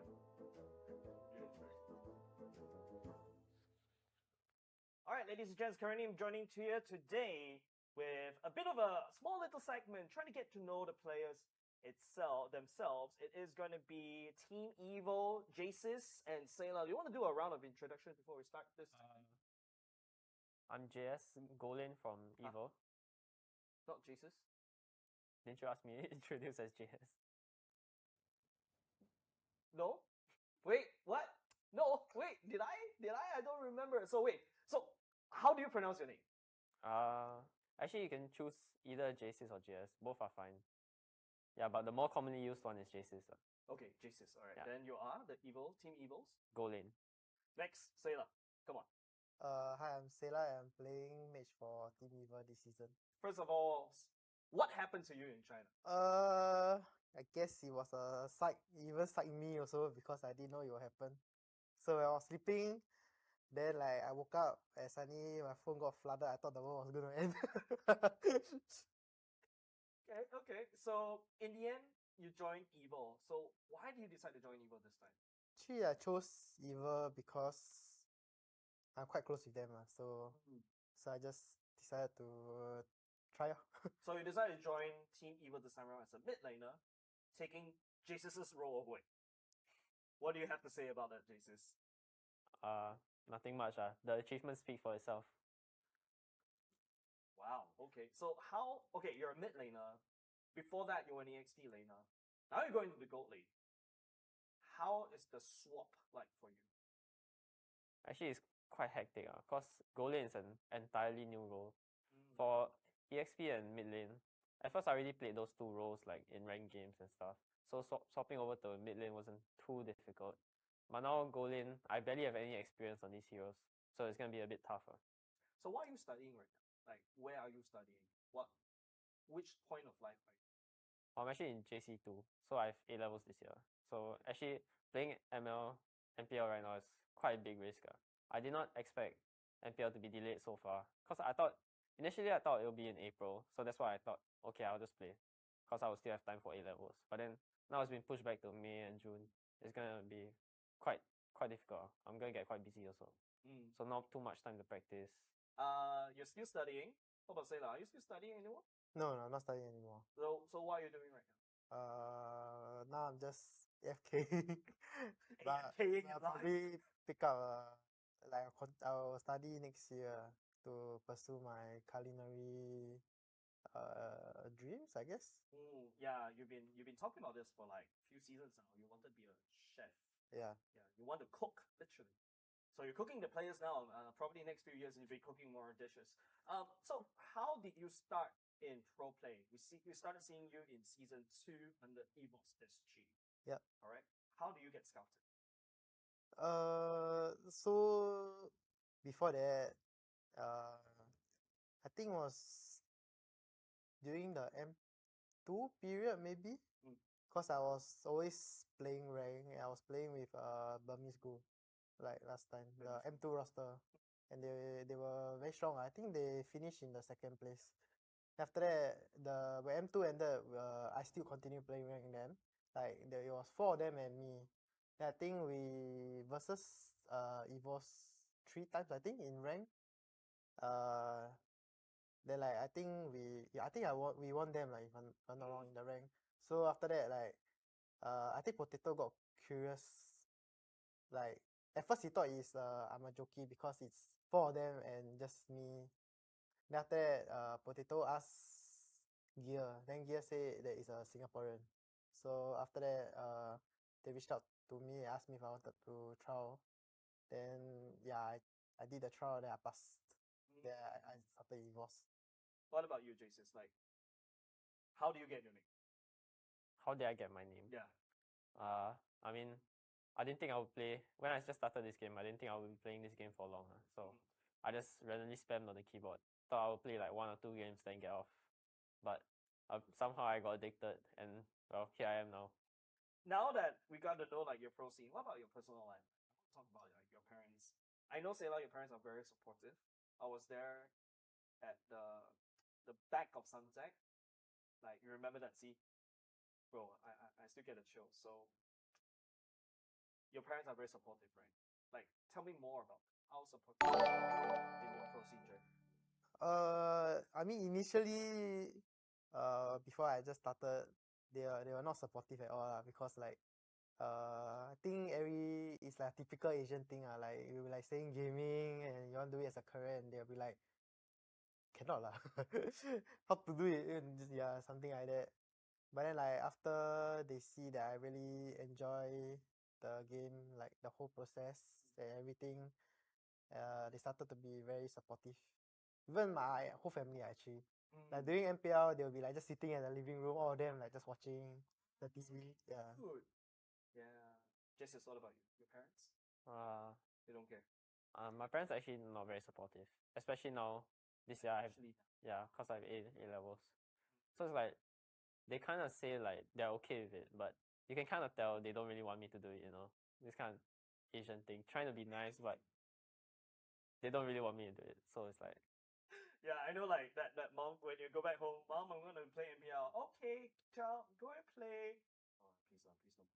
Something like that. Yeah, you can kind of tell. Yeah, but is there any way that you think that you can convince them to, support you, or I mean, the only way would be getting good results, I guess, in getting school. good results both in JC and even perhaps in sports? Yeah. So, JC, quick question here: how are you able to juggle between your school and esports? Actually, I'm very busy. Like every day, come home from school, I like eat dinner, walk my dogs. Then right after that, I have to play Scrim already. Then after Scrim, I still have to do my school homework. Then by then it'll be like quite late already. So usually I'm like sleeping in the morning. Like every day I get like 4 or 5 hours of sleep. How's your daily life as a full-time Singaporean pro player? Wow, these words don't go together. I mean, previously in EVOS RSG, it was full time lah. Like every day, we have to go to the gaming house, or we stay at the gaming house to play scrims. Mostly the entire day and review everything. So it will take up the entire day. But then like now that I'm EVA, it's a bit more part time-ish. So I'm more chill. I have more time every day. So I just play other games. Now, let me ask you about the season. Like, okay, do you know that right now in this season, bottom 2 teams in the regular season will get relegated out. So you don't go to playoffs anymore. All 8 teams don't go to playoffs. Only 6 teams out of the 8 go to the playoffs. Sailor, you sound like you look like you just knew about it today. Do you know about this? I think so. You know about it from me? Oh my gosh, do you know about this? Yeah, I know about it. Okay, so I'm not gonna ask you yet. You probably. So what do you feel about this format? I think it's better. Playoffs will be shorter, so yeah. Shorter so that I have more time to study. No lah, one day won't really mean much also. Oh, yeah, true. Yeah. Then, what about you, Sailor? Now that you know that this is a situation, what does it feel like? Feels the same to me, I guess. Because you're always going to go to the playoffs anyway. Yeah, I guess so. That's confidence. Confidence. Right now, especially JC's, right? I think this is a kind of interesting question that I want to ask. Hades himself actually said that you are one of the biggest threats in Team Evil last season. Right? Do you feel that way? That you're one of the biggest threats in Team Evil last season? Last season? Yeah. When you were the mage, the mid lane. I think I was just any other average mid laner, honestly. So you're actually quite good. But do you know your fans, or do you have fans based on your seasons? No, not yet. But do people approach you to say hi, want to take photos with you? No, never. Never? Yeah. Who do they usually take photos with? Powerful. Powerful, hogging on the spotlight. Okay. Well, now it's gonna be Sailor, so. Come on, don't sell yourself short, Jesus. Come on, don't sell yourself short. Okay, then I bounce it back to you, Sailor. How does it feel when a person walks up to you? Hey, can I take a photo with you? I'm naturally very shy, so when people ask me, of course I'm happy, but like at the same time I'm very shy to take photos. But how does it feel like legit, like starting to have like recognition from like your EVOS days to now? Like I feel like I made it, like at least I'm doing something that how do I say it? Like getting recognition for my skill, I guess. I see. Okay. So it's more like recognition, appreciation from the fans. Yeah. So now, if you have something that you want to tell your fans right now, in this particular season, because of your special circumstances, what would you say to them? You debated everybody. I mean, I didn't mean to debate because I got debated myself when I woke up. So I was equally or more confused. Why? Because I didn't know that I would appear the level there. But if there's one thing I would say is no matter which team I go, like I hope that my fans will support me and my team. Yeah. Okay. What about you, Jesus? I don't have any fans, so I can't really say anything Imagine you about have fans right now. Okay, imagine I'm your fan. Okay. I'm his fan. I'm his fan. And there you go, 2 fans. Okay, what would you say to them? What would I say to them? I hope we continue to support Evil. Yeah. Can you name me your top 3 teams in MPL Singapore this season based on what? Based on the name on paper, definitely Flash will be there. Yep. The other two, maybe Vanguard, because I heard that their imports are pretty good. Vanguard, okay.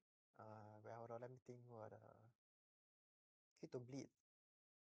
Bleed. Yeah. We're putting Bleed back on the map. Yeah. Okay, top 3. JC, what about you? Top 3 teams. Yeah. I think Flash, maybe RSG, and I think Asteris will be quite good actually. Serious. Okay, that's cool. That's interesting. Then now let's go for your bottom 3 teams. Can I say bottom 2? Because I think the rest of them are quite equal. Okay. Yeah. I think Homeboys and Exco are probably my bottom 2. Like no offense to them though. No offense. Not taken. They'll prove you wrong. They'll prove you wrong this season, alright? That's the whole point. Bottom 2, basically they're gonna get relegated out. Yeah. Sela, what about you? Homeboys. Okay, since you say Esco, I'll make it different. Astralis. FMM is there, bro! You were sure about that! It's okay. It's we okay. are I don't want to be friends with we are friends outside, but we're enemies in game. Oh, yeah. I love that. I love that. Okay, cool. Now, we talk about teams. Now I want to talk about the players in MPL Singapore. Top 3 players of MPL Singapore. Let's start with Jesus first. Actually, the ones that gave me the most trouble were Bray and Dairy. Those 2 I can remember. Bray and Dairy? Yeah, those 2 gave me a lot of trouble. What about one more? One more. I mean, probably Hades. He's definitely the most mechanically gifted. I like both of them and they're saying each other. Okay, that's good. Okay, then Sela, what about you? Still 3, can I name more? Sorry? Can I name more than 3? Wow, you want to go to the top 10? Go ahead. Top 10 greatest hits of Sela. I wouldn't say until top 10, but okay, Diablo, Bray, Gear, Potato, JPL. That's basically Adam, all his past teammates. Adam, Hades, Lozzy. Hold on, my brain's a bit laggy. He's already at top 8. Roy. Oh, Roy, okay. Oh, yeah. Cannot say own team, right? No. Okay, last one. Now say Sela. Go give it to... Say himself. 505. Wow, 505. Yeah. Haven't heard that name. He probably retired by now, but how was it facing him back when you were fighting against RSG? We were basically rivals. Yeah. How was that rivalry? You guys pretty intense in game. Pretty intense. Outside we are friends. Yeah. Intense in game. What do you think? If I can give you $1 million right now, what would you? Retire esports. Okay. What if I can give you $1 million right now? Invest it, I guess. Too logical, Jesus. You're a very logical person. Okay. Okay, Sela. I'll do the same. Oh boy! that was my answer in my brain. It's so logical. Okay, Ken. Alright, then right now, how is powerful like in real life? Like what is his character? Let's ask Jesus. He's quiet but somehow still very charismatic. He's quietly charismatic. Yeah. And then one more. Very good leader. Yeah. Very charismatic. Quietly charismatic leader. It's like he doesn't talk much, but whatever he says has like that power to it, Like you'll listen to it. Yeah. That's cool. Okay, what about Sela? Me? Yeah. Is it gonna be the same or do you have another different perspective? Guess different. Guess it'll be a bit different for me. Because I interact with him quite a lot also. Guess he's kind of funny.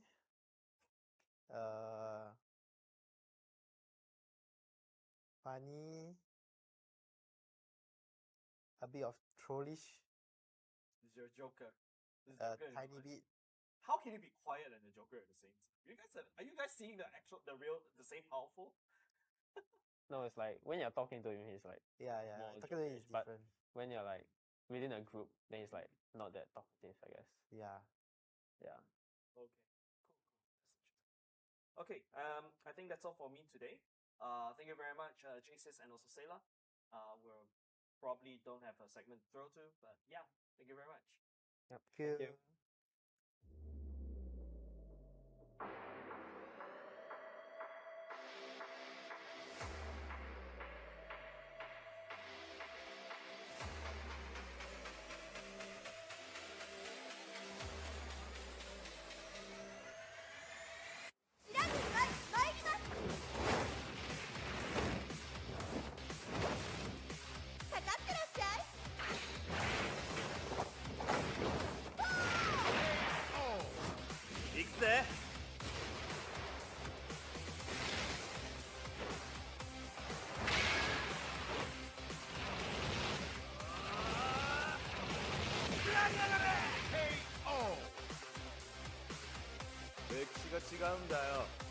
Hey, come on.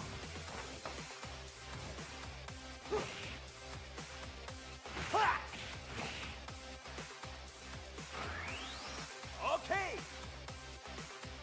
Power Gazer.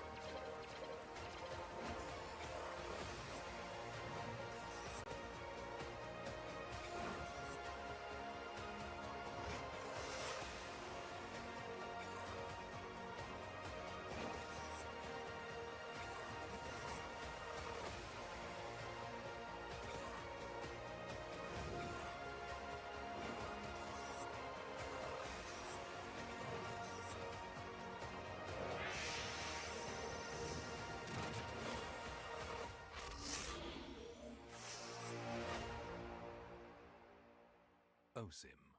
I've never seen the face before. 应该是 Vanguard 的 right? Oh my god. 你猜啦，你猜。 Huh? No way. Unless I get wrong also lah. No way. You don't know that. I really don't know. Oh, I know this one. I know this one. I know this one. I know this one. I know this, bro. I know this guy. Huh? That's very familiar, bro. What's his name? You know or not?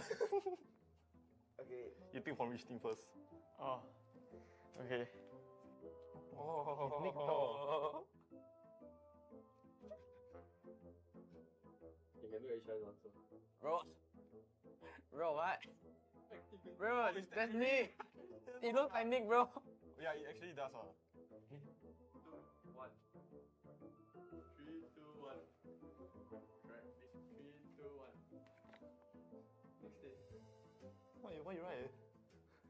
Okay, I forgot the name. I don't know the name. Okay, but I know the person. Okay. Why so long? Next day. Oh. Nick the Great. 2, 1. 这肯定以后这个。呼噜了音乐吗？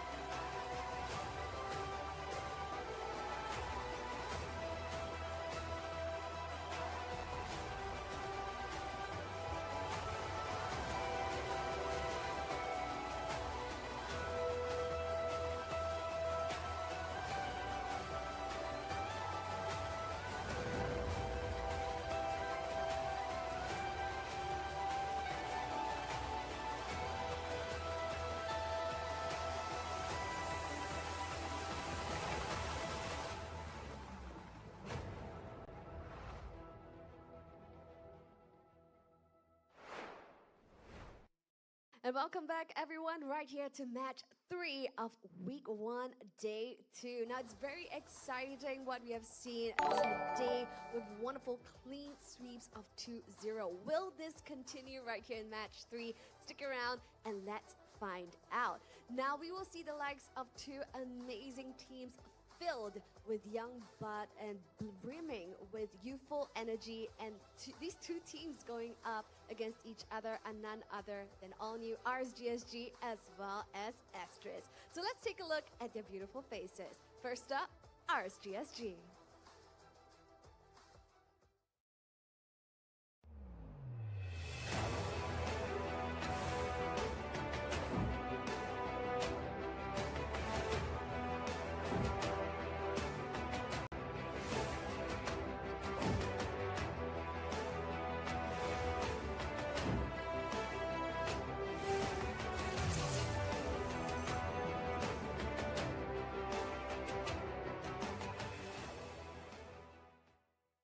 So the boys are getting ready to head on over to the land of Dawn. Now, this brand new lineup of RSGSG has definitely proven their worth, clinching their first win yesterday in week 1, day 1. Now, going up against RSGSG, let's take a look at the lineup of Asteris.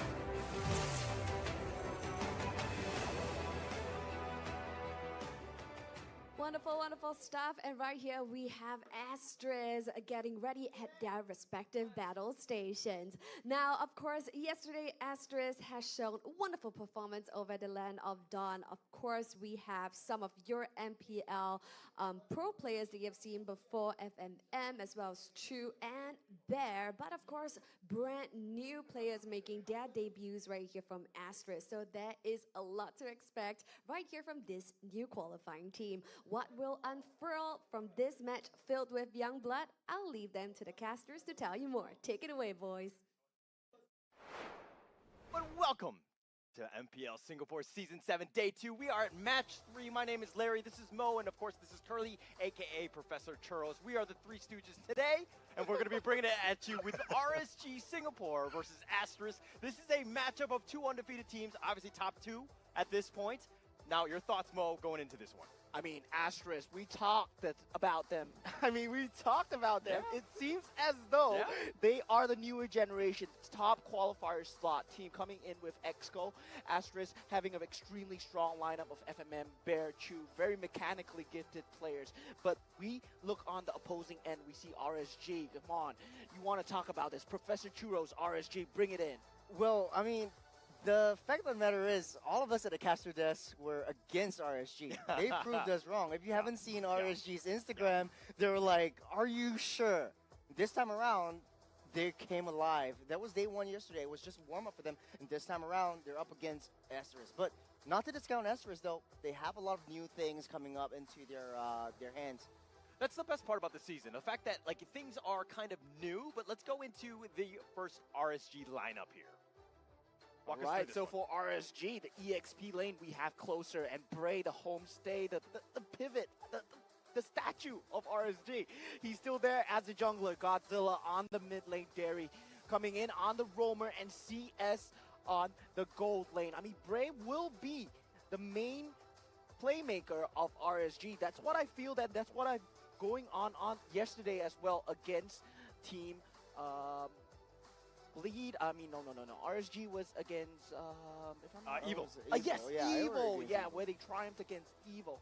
And then, I mean, they are really centered around Bray at this moment, and we do see a resurgence of the assassin meta. So whether or not Bray will go into his signature Ling, whether or not he will go into his signature assassin heroes. We'll talk a little bit more about that, but let's actually talk about Asteris first.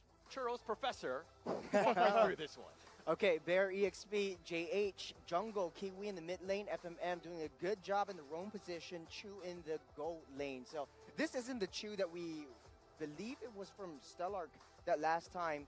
So I think it's pretty much a new blood right here. So I am really excited about this. The fact of the matter is they have a new coach in RL19. I think he's not here today for that matter. The fact of the matter is they have new flavors bringing into MPL Season 7.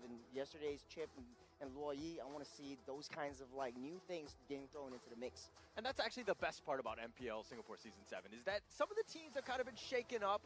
It's a little bit of a fresh ground, so to speak. We don't have the tyrants or the dictators or however you want to say it at that point that are just dominating the league. Everybody's kind of in this area where the league is still very, very early, right? We're going to see who really wants to stand up because, of course, only the top 6 make it to the playoff. But first, let's go. Let's talk a little bit about RSG real quick. RSG, I mean, they have a lot of changes to the roster. Only Bray will be the mainstay. So that's going to be just the main point. Bray, whether they can center around him and Godzilla, whether Derry can fit in properly. But let's just find out in the head-to-head video that we'll be seeing soon. I'm not really sure how good or how bad they'll perform, but I would definitely say they're the dark horse. So you could expect the unexpected from them, I guess. I think like they are pretty like team fight also because like I see how JH play the Fredrin and like Bear's heroes like Benedetta. Like Bear is like quite flexible. Like he plays like Benedetta and Lapu, which like is able like quite good in team fight also. And like how FMM play those kind of like hard tanks, so like he's able to set up. So I think their team fight is pretty strong. It'll be fun to go against him since like he hasn't been in the pro scene for quite a while. It'll be interesting. Top 2 wise, I wouldn't say so, cause now that Eva has also changed their lineup and Flash, I think the top 2 will be Eva and Flash. I think they won't be as dominant as they used to be because I have a strong belief that RSG's core was Bray and Diablo.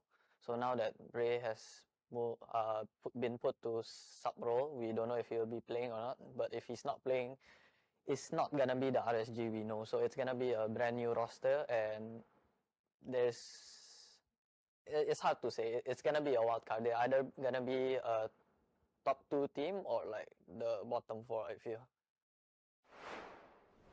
RL19 said it best, right? In the sense of RSG Singapore, who are they, right? I think that going into even yesterday, all of the casters predicted incorrectly. Yes. I think that this game, we'll talk a little bit more about predictions later, but I think it's one of those things where nobody really knows, right? They're kind of unknown at this point, Charles. It's a classic story of David versus Goliath. Goliath in the sense that RSG had championships under their belt. They still have mainstays like Bray, but as RL19 said, without Diablo, can Bray perform?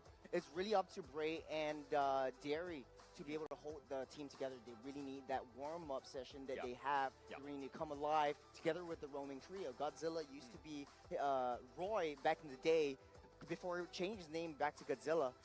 And he played a Li Ming Kadira, one of his signature picks. I'm really, really excited about this game coming up. I think we'll be taking a look at the predictions right here. All of us, all across the board. Would it be... No, it would be RSG. Okay, RSG has a bigger fan base, I guess. Definitely a bigger fan base. I think that if you have ever watched MPL in general, you're going to be like RSG, you'll be like, that's a given. That's clearly my favorite in this one. Asteris are kind of that unknown. But I think the people, especially around the desk, I know Chase is talking a lot about Asteris and how good they are. They're a well-respected team. He's definitely on that, that horse, I would say. I think he's voting quite highly on them. They're going to do very well. But, 86 to 14%, that seems awfully high, Mo. What are your thoughts? I mean, 86%, that's a lot of pressure coming from Asteris to perform. And that's the key thing that we talk about Asteris. Asteris, a lot of new players here, all from the community scene. FMM, Bear, Chu, all very mechanically gifted players. But they have only one player that has been on this main stage multiple times in the form of FMM, who has this experience to carry them through. Will RL19 able to temper them to keep a cool head under the pressure of these MPL teams? All right, well, here we go. This is the caster, the predictions that we thought. I hate to say it, Churros, but I think you're wrong. Well, I mean, I want you to prove me right because I think what Asteris needs is that confidence. Yeah. Going up against Goliath, being David, you really need that confidence to be able to understand your own skills, understand your own heroes, understand how your team wants to play around in order to take that Goliath down, that giant that is RSG. And now I think Chu used to be Howski, Brother How. Back in the community tournaments, Brother How or Howski used to be very big and who was big with the fans. One of the mainstays in a lot of the community tournaments, always winning in the top 3 spot. And I think I said this yesterday and Mo was here. How do you know when you're done? True. We don't know. The young ones will tell you. Yeah. The young ones will tell you. So like whether or not Asteris is able to, you know, solidify their victory. I hope you guys are right, but you know, I'm sticking with my guns, RSG. Okay, all right. For the record, I think RSG Singapore are in a great spot. There's a lot of pressure that's been lifted. Their expectations are not as high as previous seasons. They don't really have to do it. So at this point, they can upset everyone. But here's the thing, Asteris is a Titan here. In the, I would say top 4 minimum going into this. Maybe that's a huge statement. I think it's a huge statement. This is a qualifying team, but I like what I see from them. I think that they are definitely, they have the skill set, they have the players, they have the synergy, right? Okay. Yesterday, but at the same time, My I was also impressed with RSG. Here we go, guys. RSG Singapore really did very well in terms of drafting, but the key difference is that Asteris, they do have the coach in terms of RL19, the brain behind them operating FMM, Chu and Bear. Bear, they have extremely good mechanical prowess. So There Bear we go, is guys. a mechanical monster on the EXP lane. And we Clash. saw Chu playing the Roger No, to a it's T yesterday. And whether or not RSG, this flips SG through with versus this banning and drafting phase that we see right now, we see the Chip, Astralis. and Angela already banned. You know, Bear has his lucky bear that he brought today. So like whenever there's a lucky bear, he's bound to win, and hopefully that is true. So Save no this one, coach you again want to for watch. RSG. To be banning out the Lori and that Chip, knowing that Asteris, that is one of their signature playstyles and compositions they want to go for. R19 will be drafting today for Asteris, taking out the Angela, taking out the. Wait, is Astralis just called to psych Astralis or is it like themselves up Astralis for a SG or Assassin whatever? What do you think? Let me figure out. Assassin RSG. Because I know it's is RSG what SG, I but is want to Astralis just see out Astralis of or is it Bray. like esports? I mean, maybe? that's gonna be the X factor, right? see. Because on Bray, Asteris on the signature assassin heroes or that he needs Asteris. to play, given the fact that now it is a tank, jungle meta with the new patch updates as well. I mean, I feel that if the link just slips through and the Angela is available. But too bad Angela is if the conditions are met, we will see Bray warm to the highest mechanical level once again. So she's gonna be banning out that Fredrin. This leaves Barat's open. That's Astralis, but it's not. I think they changed Asteris. Nowadays in this meta. Asteris. You know, RSG really Okay, has some correct. signature picks, signature heroes. Bray has his Alpha that he always goes to, something that he's They ban very Chip. comfortable with. Yeah. Godzilla has his Kadita that he's very comfortable with. We saw the Vegeta combo. Kadita that did mayhem on top of. Hey Charles, shut your fucking but filthy mouth, Asteris, Charles. do you Serious. think that's a problem for them? Don't Do talk you nobody think you they're mute no. going to ban that out? Okay, they will. Donkey. No more They Kadita will. for Godzilla. I mean, we were talking about Godzilla on the Kadita. His performance on the Kadita is amazing. But the thing is, there's a Roger that is still available, and they do exactly pick it up from the side of RNG, not giving up to the side of Team Asteris. We saw Chu playing a mean Roger yesterday. He understands the full limits of this hero, and now on the hands of CS. Okay, they ban. They're banning a lot of Roy's comforts, which is good. Oh, nice pick. They got they pick up the Xbox and the Matilda. Very flexible. Xbox can go EXP or jungle. That's good. RSG, they have to psych themselves up for a very, very. Ben doesn't look like an Xbox player though. But a mid-game power spike that's coming from Asteris. So Export getting picked up will be played by Bear. But actually, it could be Buset. We've seen that before. We've got a lot of opportunities, right? And I think every single game we've seen the Roger, right? I think even throughout today, right? I don't think that any team has not done this, especially for a pick. I think it gives you a lot of flexibility, but the thing is that where Roger has lost is that all of the enemy teams usually have Bar's Valentina. Okay, cool. Bar seems like a very highly contested pick now though. Not sure why, but Bars is up there, man. Completely getting trashed is the biggest difficulty for them. seems as though Asteris, they do have the stronger power picks in terms of what is stronger in the meta. In terms of the mobility, X-Borg is extremely strong, extremely mobile, has a lot of damage, has a lot of sustainability. Matilda, very good pick as well on the roamer. It's one of the powerhouses that we see with Circling Eagle and when able to just reposition his teammates and himself in a very powerful position. Valentina, Barat, I feel that they are extremely strong, but you on drawing scene lah? You're drawing now ah? Fury alone, Asteris have a enjoy drawing, broski. Okay, nice pick up of the carry for Chu.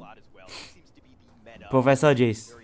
He's the #1 picked in MPL Singapore. You know, of course, it's day 2, but the fact that it went from like an 80. Shout out. Hey, baby, good ideas, yeah. You can post on TikTok.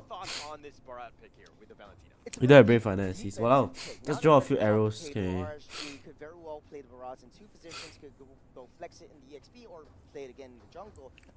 Pretty fast wave clearing speed for Barrage, but they're psyching themselves up for a very, very high mobility. They're bending out, okay. You got already 3 heroes. They're able to move all over the map and have like. Because the Barrage could still be EXP. So we have to jump into the second phase draft.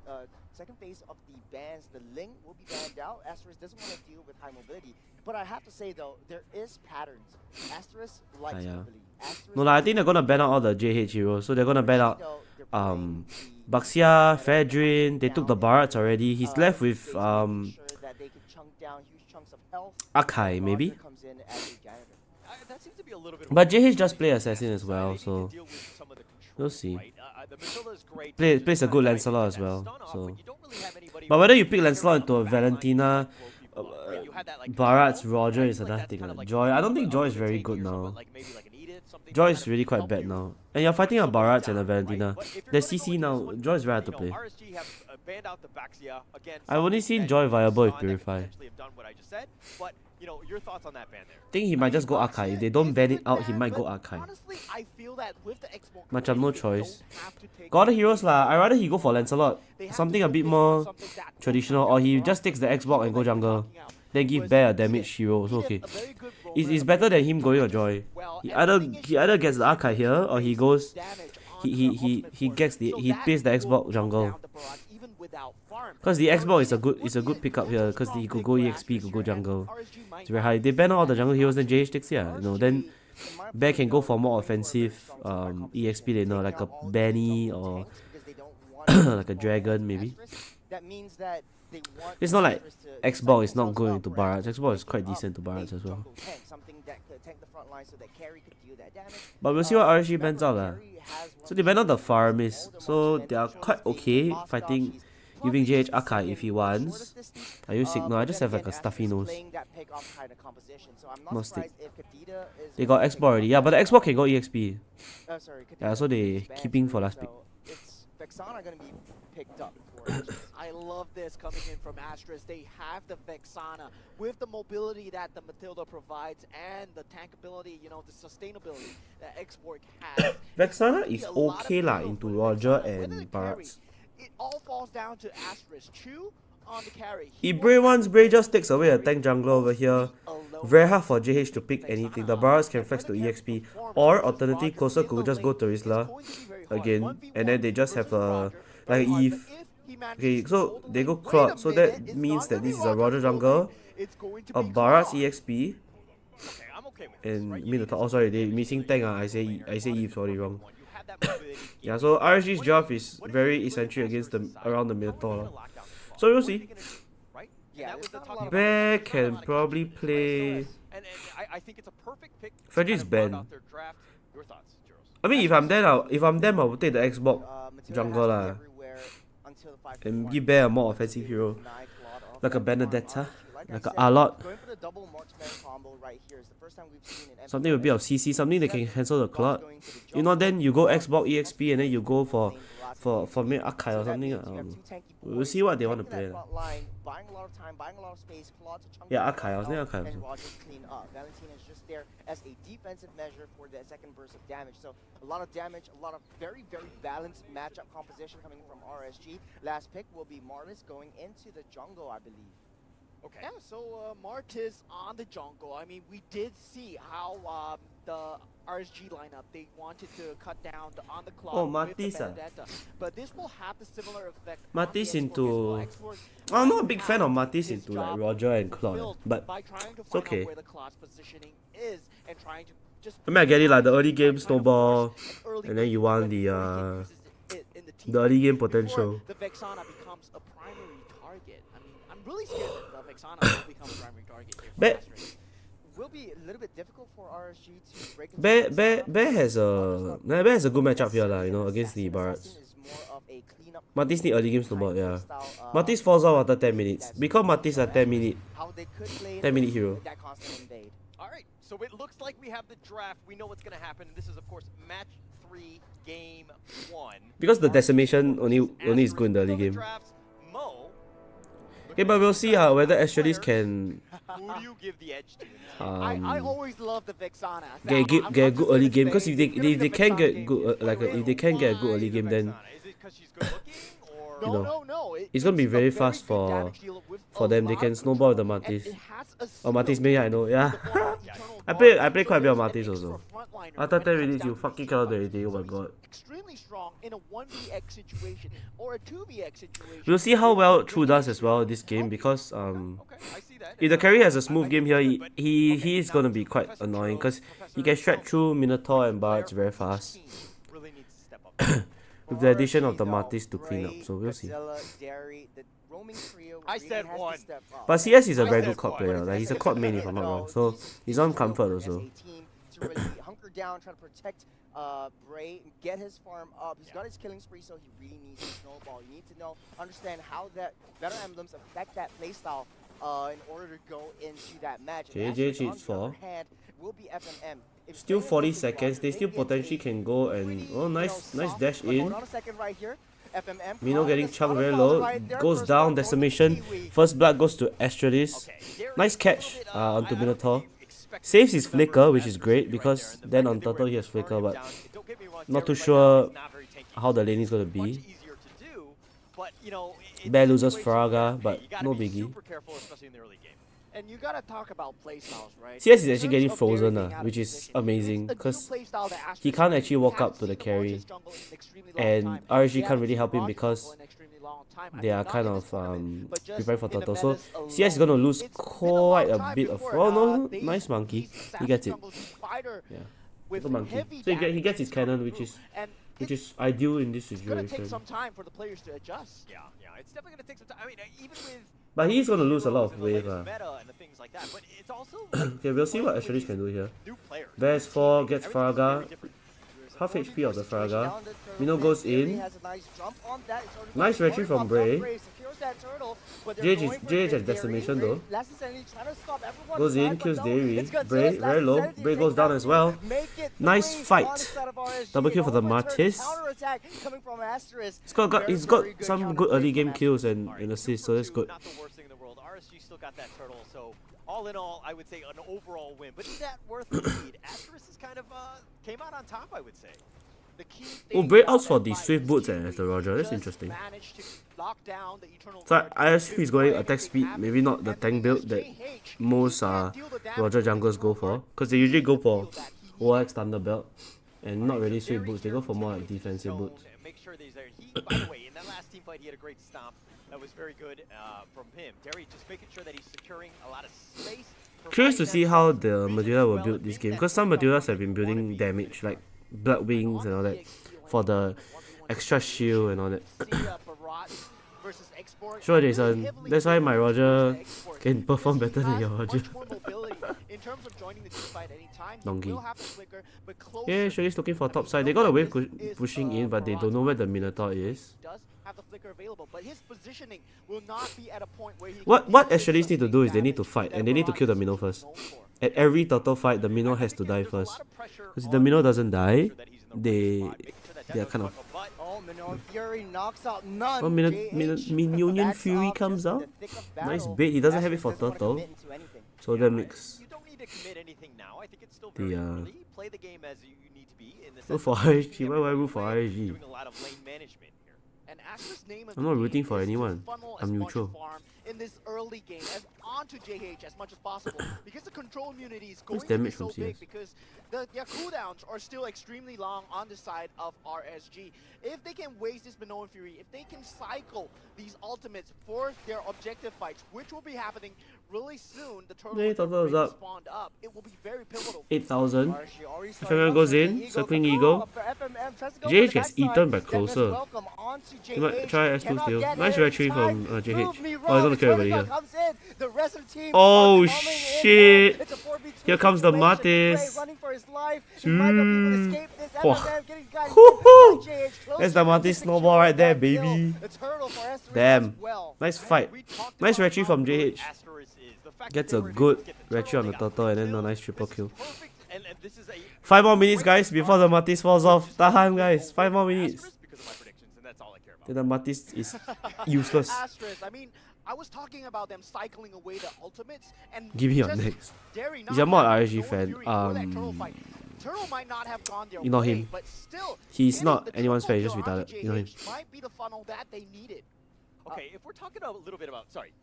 Yeah, I was meaning to say He's a fan that of talking cock. Asteris in the draft phase, I mentioned that Asteris needs to take control of that 5-minute. No, Blazing Duet comes out from CS, trying to clear out the way. CS caught in the middle with the Blazing Duet. Gets chunked really low actually. That BMI out to safety. I'm just retarded, yeah. No, not him, he's really stupid. So he went in for that one, but Head follower.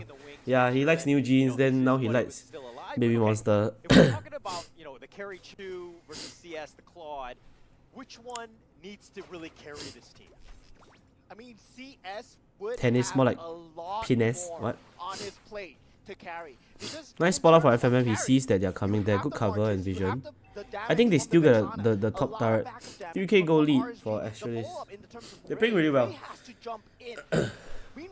I would say the only downside is that late game, they don't have an answer for the CS split push of the club because Matis can't really clear way fast and Xbox walks very slow. So I'm not sure who's going to be the one who's handling the side lanes late game, but I guess that's for them to figure out. Maybe the Matilda and the carry will do it together. JH is 5-0 and 2. He's been on point, making sure that his kill Second item for the really carry there. already. He's been in almost every single team fight. He's almost dictating the pace of the game. You have to respect where the Marcus is at all times. Yeah, and it falls down So early to flash the Mino. I think FMM Mino just first item is having flash, no easy man. rotations, Am I wrong? and now Nice the zoning fight from will be Bear. happening. Doing a good amount of damage to the 3 members of RSG. I thought first item for Mino is flash. I thought it's normal. Nice zoning as well. JH gets it. Last Insanity comes out from Bear. Nice pick off. Bray getting really low. Decimation comes out. Gets eaten by Closer. But I think he kind of saves him. Yeah, he saved JH from the turret shot. Red paper. No, E flash first. Oh, I don't play Mino, so I wouldn't know. Look at the top side though, Claw just chunking down on the top lane. First item is Jordan armor. Oh, is it? Asteris right there, they just had a house party in Maybe he wants to go for more utility, lor. Right? They took away their Maybe he thinks that the T1, Barrats they would. took 2 members down. That's Oh, nice exactly take from what you Kiwi. want to do with Asteris. Maybe he thinks the Barrats will get more And they stole priority the first. purple buff. They've taken everything. This is what you want to do. Like maybe he thinks the Barrats No matter at would home, take more of the playing damage ranked first. games, you want, when you're winning, you need to ensure that Not you sure. have map control. And this map control is all attributed to JH is level 12 of them. He's 3 levels. Is it 3? He's 3 levels ahead of Bray. Really tough for them to come back. 5,000 goal lead against RSG. On grab FMM at the moment. FMM is like the taxi Nice that poking just from drives FMM, around just trying to slow Closer down. All right. But let's look at this one closer here. You know, Yo, actually, might look for this, yo. the tank. Through popping the speedy like wheels. Where he can kind of engage, have that detonate as welcome, where the rest of the team can kind of blow them up. RSG have been on the defensive from minute 1. They've kind of almost been. Yeah, I think that play is the Dino to front line. Bear is quite no man's land. I think he will die here. Flicker comes out, but he still dies. Wow, okay, never mind. The lucky charm. I think they're gonna trade tier 2s lah. I don't think Bear can make it back in time to defend tier 2, so I think they're just gonna do tier 2 for tier 2. But overall, actually still benefit because they get the wave pyro at Turtle side. This is what happens in Actually no, maybe RSG benefits from this actually, sorry. Because they get the long lane, but we'll see how RSG is gonna play this out because the clock quite free actually. He can continuously push the bot lane and there's a very low chance he'll get punished because he has Purify. So we'll see. they kind of tend to Because throw the Xbox, lead. They think, oh, I got the lead, Xbox I'm cannot gonna play a little bit defend more a defensive, split but push. that's the wrong way to do it. His Faraga's too If you look squishy. at the previous matches, even from today, where they had the lead, and then all of a sudden they lost like the objective, it was a massive difference. CS also and picks that up was, his like, golden stuff already. And RSG are Bear going in, answering opening up the back bush, Closer gets stuck extremely together. well. We see a team Speed fight View comes out, nice Second, knockout onto certainly Dairy. Eagle onto Dairy the goes backside. down, Closer FMM goes down. way ahead of everyone So you get else. 2-for-1 Asteris, though, trade. chunking down front to back. They take out one Roam team for for Roam themselves. and No more EXP. Dairy, no more Closer. I think I should at least get the does not Lord. look like he wants to go for that Lord, though. Okay, FMM with the calculated. Good fight, though. Eagle. He was attracting the attention elsewhere, and they gave Asteris time to get this free Lord, essentially. And RSG, I was just saying that they were doing such a good job of answering this playstyle of them being behind. CS has to go for the split push, and Asteris, they have the Vexana. But I would say as the game goes longer, right, RSG's draft is getting better and better. As the game goes on longer lah, you'll get better and better for RSG because the clock at damage, Roger hits power spike, Mino will be very tanky, Bars will be very tanky, and Valentina will be very burst based, so I think it's good. What are you trying to do? What is the strategy now? You have a double marksman with a lot of mobility. Your Roger and your CS. Maybe Asteris can look for the tier 2s, mid and bottom, and then they can look for other things. Godzilla, Closer, and Bray. They have to play together as a unit. Bear already lost all his Fraga, but I think FMS going to top him up. Yeah. It's a situation where who should be prioritized if you could choose? Would it be CS, Bray? Yeah, they already cleared a lot. I'm not sure why they're not really reacting, but I think they understand that they can't push lah. Find the Vexana. And that's the It's a key Fraga. factor It's the that RSG needs right the now. fucking what's his name? The Xbox, the shield. Last Insanity comes out from Bear. Gets nothing. Blazing Duet comes out from CS. The rest of Team Asteris are pushing their 1-for-9 trade. in. Bear with the second lease of life gets out to safety. All right, Gary right now. 6,000 I know gold his for job is Asteris. to be in the thick of things. He wants to kill, but 5 deaths at this point is a little worrying, right? It's one of those situations where, yeah, the team fight happens, but I would think that maybe you want to initiate or start the fight with Closer, let him start things off, and then Derry kind of comes in on top with that, with the stomp in the middle and Fury. Oh, Sakingo comes in to Closer. They're diving for it. Flicker comes out from Closer as well. The way Asteris pops that flicker, so pretty worth it if I could say so myself. Bear getting chunked really low, has to get out, does. Bray gets knocked out by Vexana, goes in, Last Insanity, Blazing do it defensively. They're going all in onto Closer. Closer goes down. The push from Asteris is too strong. Mid lane's pushing in, they want to go for more, but they have no minions on their side. Yeah, but I mean, 40 seconds. Can Asteris look to do anything? They're almost 7k net worth lead at this point. The game is firmly Nearly 7,000 goal in their lead. control. It's just a matter of waiting out the next Lord, which is going to be about 30 seconds. And we talking about Asteris, right? Asteris, Kiwi, his positioning has been The clock got damage already. I can see when he pop people can see. never been caught again, and that's extremely worrying. The Jage is level 15, yeah. Because they can't touch the damage at all. So the Eternal Guard is going to come out for free every single time in these team fights. Bray's only And just 13. now we saw the Blazing It's Duet coming out from CS. It was nowhere near Winds of Nature purchase from for the Clouder. I actually might look to give this actually. I don't think they can actually fight Cause if they do, then they get knocked out by the Vex. Oh, CS trolling. CS is trolling. Oh my god. Ah, what the fuck? What the fuck was that? Goes down. The RG cover get a lot now lah. Guaranteed. I think Bray's building attack speed. So he's scratching very fast. But you gotta play a little bit more safer than that, right? That just getting caught out like that, you cannot put yourself in that situation. Now it's a very difficult situation considering you're down for another 15 seconds and you're not able to. I was saying yesterday, how do you know if you're losing? If your barrage is small. Look, the barrage so cute. It's like a little pet. Dexter will be available for Kalad to just teleport away, but Kiwi, he can just Eternal Guard him. Yeah, I gotta point out that Closer as well. Like, if you're playing Barrage, you want to be that big, chunky, scary Godzilla, no pun intended. But you're like a small, worthless little thing. And Okay, so they got a somewhat decent 3-lane push over here. So we'll see how many turrets they can get. Kiwi purchases the Winter Truncheon. It's good. They're playing ahead and they're playing very well while they're ahead.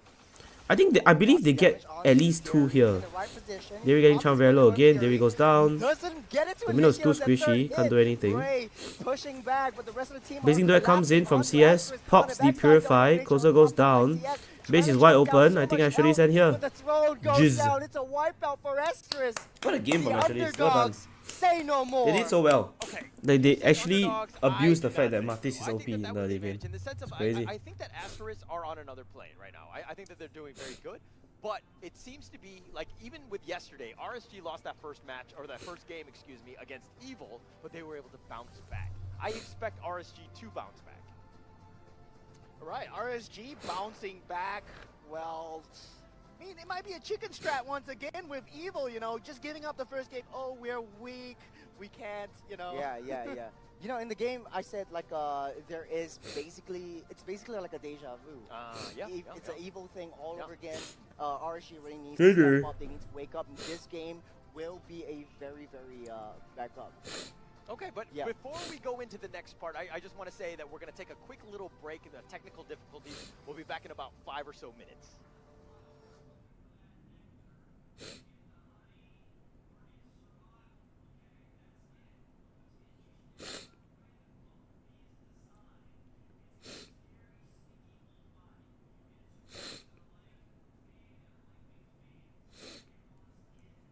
Huh? Stay tuned, we'll be right back. Abazi? Huh?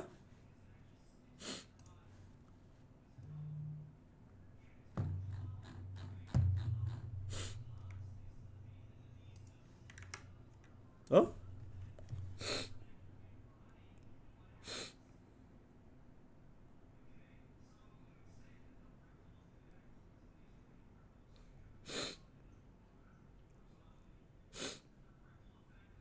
Oh, 5 minutes. Okay.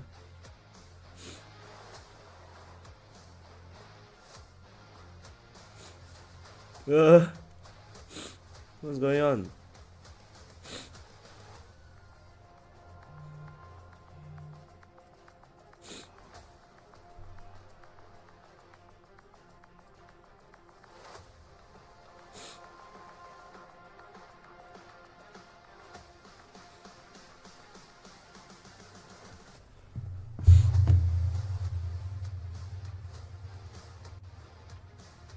Stay tuned.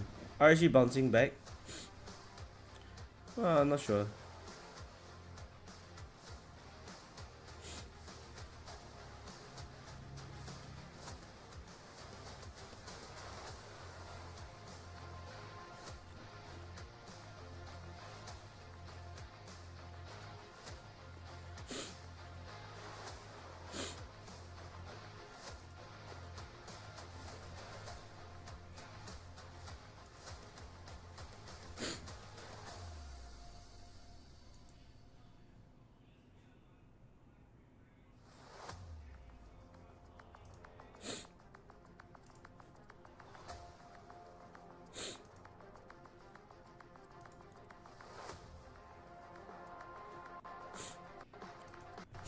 No far is this production, bro. Give them some slack. They've been good the whole season.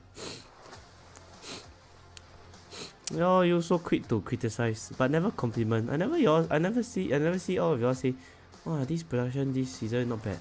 No, you always like to say, "No far is this production? Oh no, why RG so bad now? Well now MPL RG sucks." Can never make y'all Singaporeans satisfied, huh? Reset.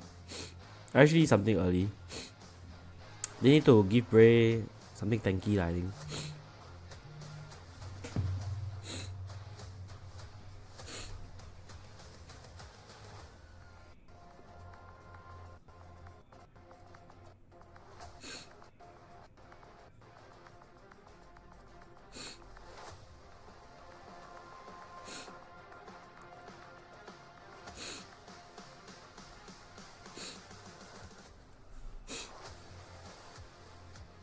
They went a lot, exactly. I say already, Singapore is very hard to satisfy one. Because it will never be good enough for y'all. Y'all don't appreciate what y'all have now. You know, if Zenway don't take up MPL SG, we won't even have MPL SG. So the fact that You guys are getting entertainment. Y'all should be nice. Encourage people. Talking down won't get you anywhere. It won't motivate anyone. Nobody be like, oh, you know what? You talk down on me. Oh, I'm gonna be better. No, they be like, fuck you all. I pump money into this for what? Cause I'm pretty sure Zenway is not making back any money from MPLSG. They're just doing it because they love esports. I'm pretty damn sure Zenway is not earning any money back. Just chill. If y'all think it's bad, then y'all go and do lah. Go and be a player. Go be a production team. Oh, fuck man, dumb Singaporeans really. Not directing this at anyone lah, huh? It's just in general. Like I'm sick and tired of fucking all Singaporeans being like a bunch of bratty little bastards. Never good enough for y'all. It's fucking sad. Exactly. At home, you sit down, enjoy aircon, then done already what? Relax ah. Just have to fix something, that's all. I don't care if like I offend people when I say something. I really don't give a fuck, bro. Like if y'all get offended, I mean y'all guilty. Like cut the fucking bullshit. Stop being kids.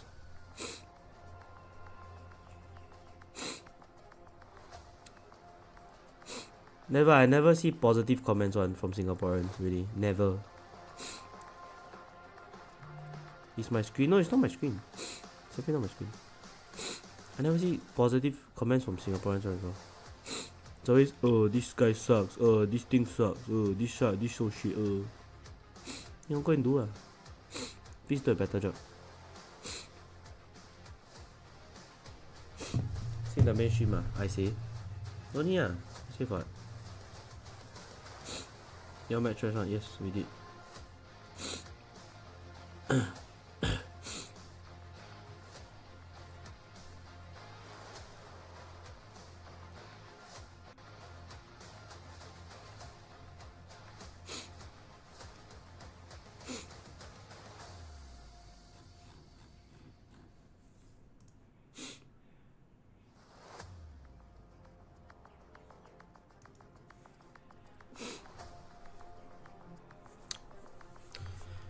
Oh, see, anyways, let's wait. Today's only day 2. I'm pretty sure next week will be better. Next week we have better chats as well, guys.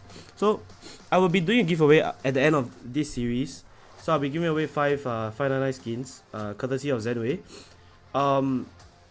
If I'm not mistaken, next week onwards we're gonna get 899. So Zenway is upping up the prices. However, I think there's less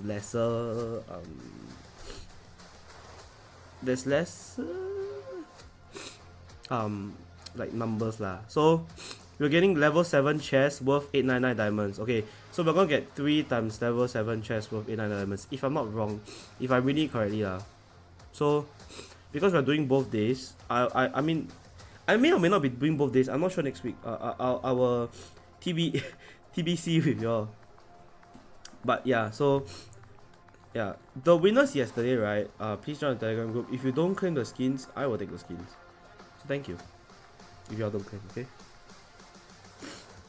I got 5 more that I will give out later, and then I will read out the winners. So if y'all don't claim, too bad.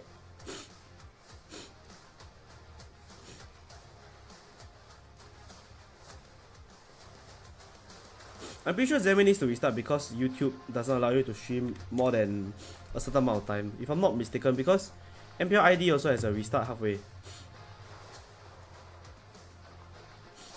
Yeah. Wait first. Yeah, they already say we'll be back right after a short intermission due to technical difficulties. So let's just wait.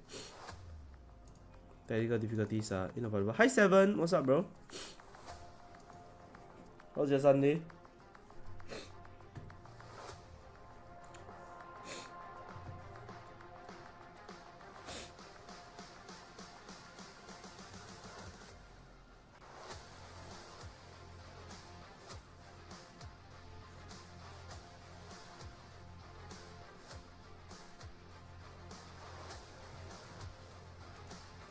Just came back from work. Hope you're doing good. I'm doing well. I don't think I'll be watching the last game. So I'll be doing a giveaway after this. Then I'm gonna dip. I actually will see like, I mean, because if the game ends really quick, assuming it ends at 4, maybe post credits, interview, mic check, all that, 4:30. I have to wait another 1 hour for the last game, and I'm not very interested in Vanguard, and Homeboys, so.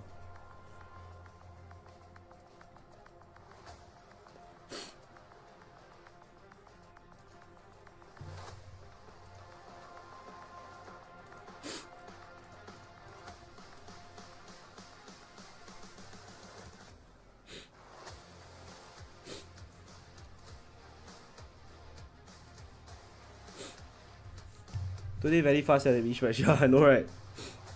First game was quite one-sided also. I think 10 minutes, 10 minutes. Maybe 15, 15. Second was... Yeah, second was really fast also. Second was like 10, 10, I think. This one was like, what, 12? We'll see lah. Maybe Asteris RG will go a game 3. Which is great. I hope they do.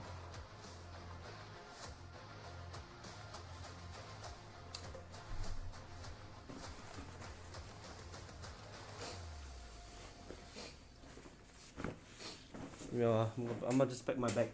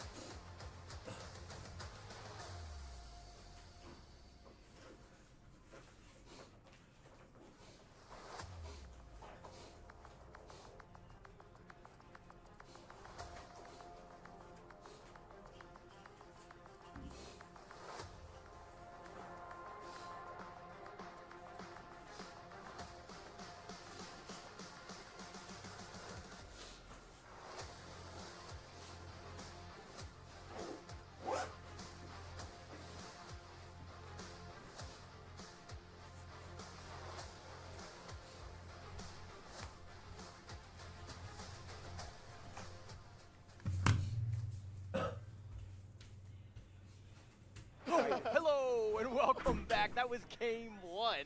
RSG and of course Asteris there. We saw Asteris come out with a win, but Churros, what were your thoughts on that game? Very, very well played, very well drafted by RO19. You know, fun fact, Smelly Cat is RO19's mentor.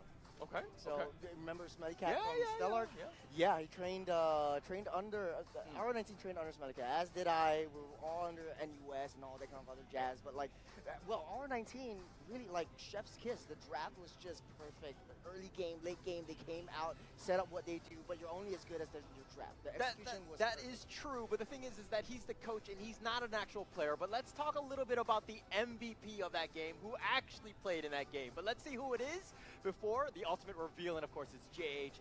Martis, Mo, give me your thoughts on this one. I feel that JH, he did a really good job of controlling the tempo of the game. As a Martis, what you want to do is you just want to run it down repeatedly and take away enemy objectives. Be in their jungle as much as possible.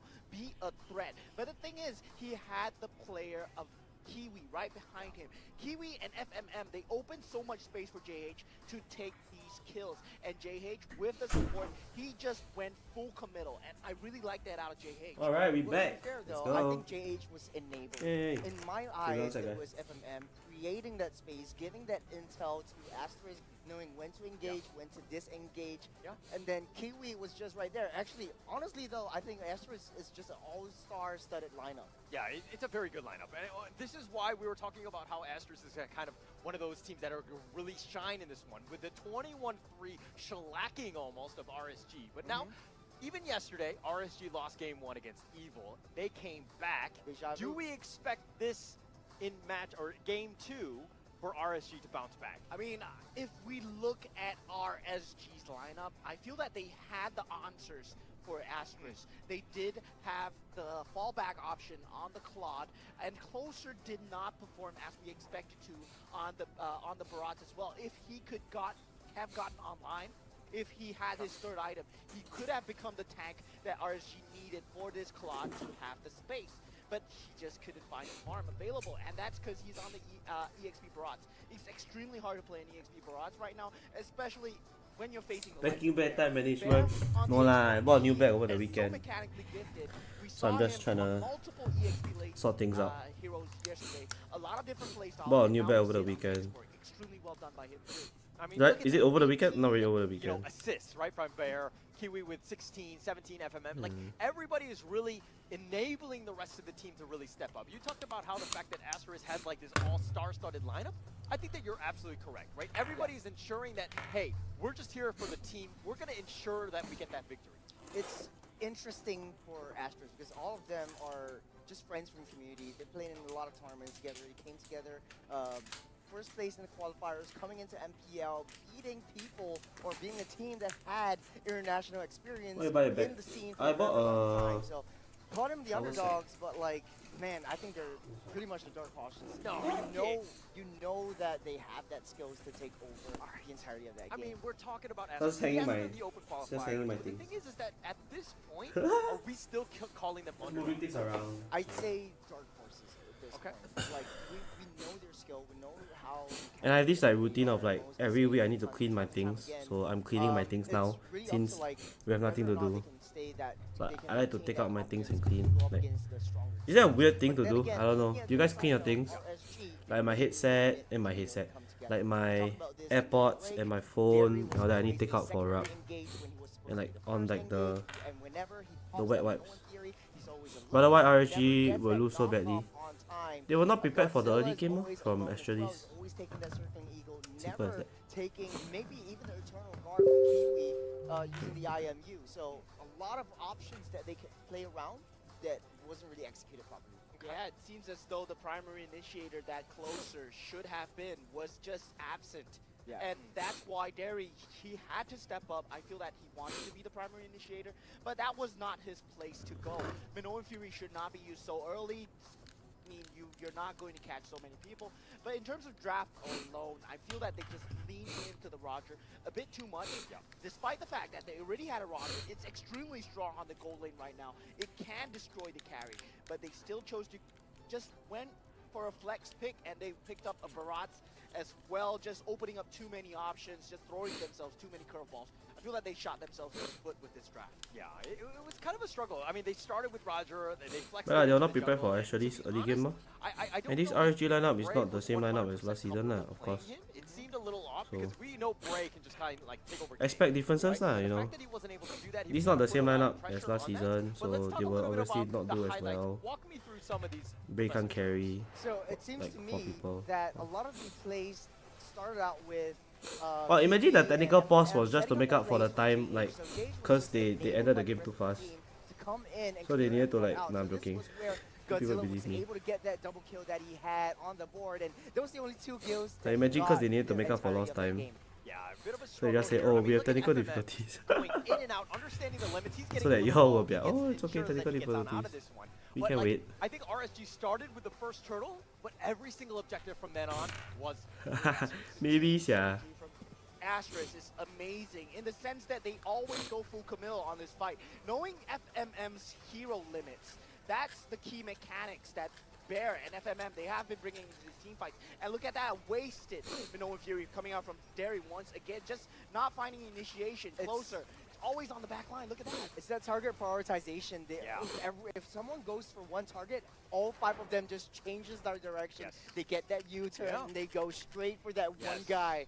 So it's really like, if I want to go yeah, I just want to vote for Marty Suba, I know, right? Everyone's going to go for that chicken McCrispy together. I see what you did there. I see what you now you're making me hungry, but it's all there. It's been there from the beginning. And of course, you give them a shout out, of course. Go to McDonald's, get your food, get your crispy chicken, and send us one as well.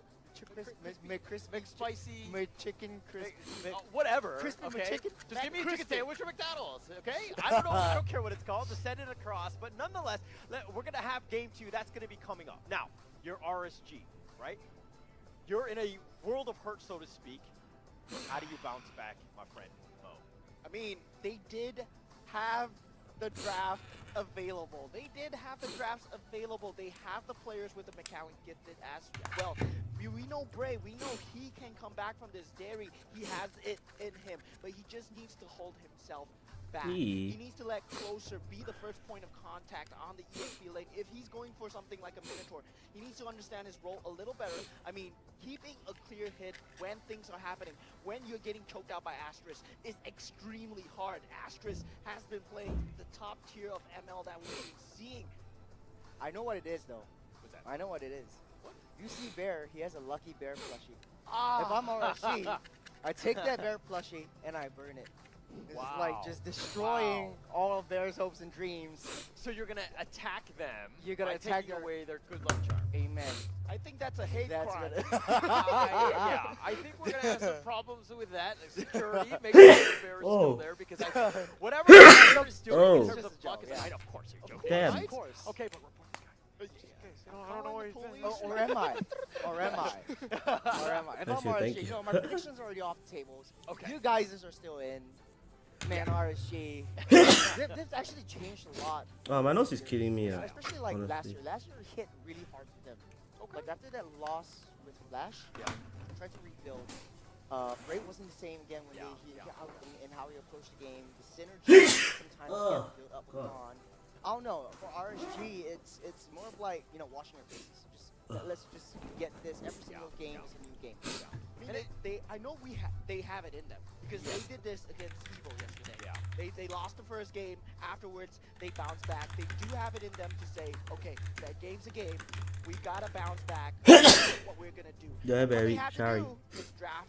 I know touch now. I believe the drafts are ready, so we can already head in towards the draft. Okay, well, we're going to find out. The draft is going to start. This is, of course, game 2. It's going to be RSG versus Asteris. Can RSG Singapore bounce back? Let's find out with this draft here. Man, okay, the draft has already started. Angela, Kaja, and Kajita. Actually, the Kajita combo has been banned out by Asteris. They don't want to face up against that. They know that if they are to go up against a pick option composition, Asteris will do well. RSG, on the other hand, banning out the high mobility, high versatility composition of that Loi chip and that Valentina. So for Asteris, though, Harris is wide open. They're going to snap pick that up. For RSG, though, I think one of the main win conditions is definitely Godzilla.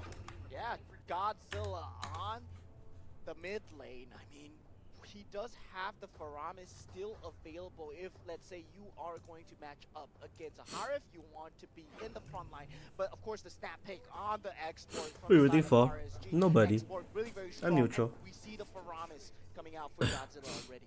So Very export neutral, actually. Faramis picked up by RSG. It does look like there is no counter. They could very well use the many well for themselves.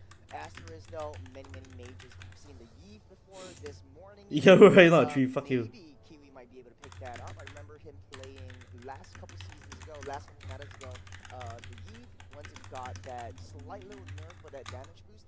The fact that I like that Yeeve within these fights is that it creates that zone of opportunity for Asteris to just fight in front, creating that space. Did Joe get kicked out RSG? No, he didn't. Throw down that Zaman Force and create a area of opportunity for Asteris to collapse onto RSG.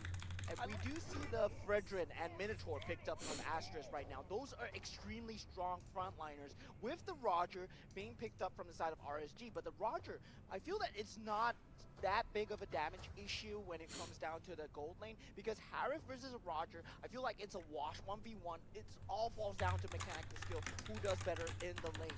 But still, he cannot jump into a Fredrin, he cannot jump into a Minotaur, and they still pick Roger going into this, so they are up to something, RSG, definitely. You know, it seems to me like for RSG, they want to play There's a follow. sort of like a football match, American football match, where you know you pull out all the stops and then you hit a certain yard and then you stop. But for Asteris, they want to play a rugby match, so even when there's a fight, they want to keep going, and they won't stop. So Asteris wants to go for something that has sort of like a cleanup kind of synergy. So Benedetta might be viable, but they banned out that Franco though. So it seems to me very high mobility. Benedetta definitely getting picked Game up. to Asteris, we'll see. I'm gonna call that. Yeah, Bear. Saw my chat when Joe played for RSG. I gotta say it's not looking good. What do you mean? Banned out, but I feel that with a Fredrin and Minotaur still available for them, Kiwi can actually go for the Vexana if they wanted to do so. I mean, in the Mekong region, when I was casting the Mekong region, Fredrin, Minotaur, and Vexana, these three were like the holy trinity when it came down to the entire region. That's right, chain stuns, knockups, stunned up, taunted up by Fredrin, and then the rest of the team just goes ham. RSG though, very weird ban here, Dyra. I don't know why that is. Brave flex the Roger and take the Fanny. No, just kidding. No, but I think if we're gonna talk about Asteris here, I really like the Fredrin. I mean, it's top tier. They banned the Dyra off. Interesting. It is the #1 pick. I think him being at the front line, making everybody jump in, and he's so tanky to survive that initial contact, where the Minotaur can kind of jump in. I think you'll see a little bit of a night and day compared to game 1 of how that one worked out. And the Alpha being taken out of the equation for Asteris, so Bray will not be able to pick up the Alpha this time, but I'm laughing because look at his face, like he's so stressed out. Now that Alpha, like, oh man, they know our trick, they know our but plan. they picked up yesterday, like, I don't know if you're paying attention at all. Oh, the Esmeralda! It's a debut for Esmeralda. Ooh, That's what I'm saying, man. They're Esmeralda. always coming up with these new strategies. Ooh. So Esmeralda, I think there is. Is it Esmeralda goal? Maybe it's Esme go. No, you need a box hit. Esme sucks. Down, so that I don't think so. Esme go. Maybe Esme go. Esme go. Roger meet. Benedetta. So Asteris, now it's back to the drawing board for them. Will they shift that position? Ooh, I like that. EXP. What do you think? very good pick from Esmeralda. Yeah. Esmeralda, I was in the toilet just now. I was in the toilet, and the bleed coach was in the other cubicle. Now you say a comment about Joe, then I ask you what do you mean you dodged my question. Then you say in the first place for what? 要讲东西讲好一点啦 so people will misunderstand 啦 I overheard how good the Esmeralda is. Moving on. Then with the Vexana available right now, they do pick up the Vexana, but Esmeralda provides a huge Sure. jump factor. No need to explain. Okay. We're back to season 3, ladies and gentlemen. It's fine. Zhong versus Esmeralda. That's the season 3 matchup right here, right I now. watched the match chat, you And know Roger already. too. Actually, But I yeah, don't even know what the fight is about. Flashback to reality. And okay, now the flashback to the If you got the balls to say something, then why you don't have the balls to explain? What do you mean? You say you saw mic chat when Joe played for RSG, I gotta say it's not looking good. So you're saying Joe sucks, is it? Or what? I say Joe Okay, on so, top. okay, this is What? interesting. So Esmeralda or Xborg in the jungle, it might be Esmeralda in the EXP lane, so facing up against that Yujong on a 1-to-1 dash battle. Xborg in the jungle and then Roger in the gold lane. So at RSG, they're swapping things around, experimenting. The Esmeralda pick used to be one of Diablo's most comfortable heroes, signature heroes, and I think it's an homage to like. RSG don't want Joe as their mage. Okay, and your point is. Knowing that Xborg has true damage, that's a counter, direct counter to the Minotaur, to the Fredericks, creating that space, that time for the back line, and the Damon, of course, that Chu really needs to go off on that team fights. RSG Singapore. I think Joe's good enough for RSG. This is, of course, a game to the third match of the day. But, okay, now I put Mo I think Joe's good enough for a lot of teams, you know actually. Churros, Professor. Totally not biased because he's my girlfriend. For Asteris though, they have an easier draft to execute. Draft good, draft looking good, yeah. I would say, actually draft is like, I like actually draft. How tanky you are, you're thick, you're able to survive a lot of those aggressive skirmishes. But for RSG, Oh, it's SME EXP. Oh, y'all got kinda psych, bro. Yeah, let's find out. Of course, this is No idea, they Joe. came back Oh. yesterday and they stormed back and they beat I know you But Mo, say starting, I just had to check one. He's not my best friend, he's my boyfriend. There's a fine difference in that, my guy. A bit later on the 5th pick to feel more of a surprise, but they went with the 4th pick. You build up that drama, right? That's why I give you a chance to explain what are you talking about. Hey, Bear! But here comes Godzilla trying to pull him back. Hey!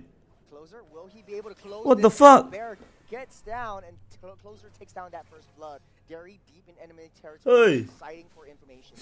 You dreaming ah? I really like Derry on the Grok now instead of the Minotaur. Fucking so high. As aggressive as he 不会打一中不要打啦 fuck. being the aggressive role. That's why last season kena bench, take flicker lor, normal. Oh, fuck. Siao one, play like that. Why now, nowadays nobody use hard MM? What's a hard MM? You mean like But because Grok, he does rooting for RG inside his heart? No, I'm not. I'm rooting for nobody. None of them are related to me, so I'm okay. I'm neutral. Hard MM as in like a proper MM, is it? No lah, it's just this season lah. It's just this. Because now all the MM are like what Truman say, HP kinda nerf, and because now only certain MMs can take Purify. So a lot of MMs cannot take Purify now. Because they will get run down. Why Purify is needed is because now there's a lot of CC. It's as simple as that. So that's why the only 3 goal laners you see most of the time is Nathan, Roger, Harith. Because those heroes got escape dashes after popping their Purify. You know?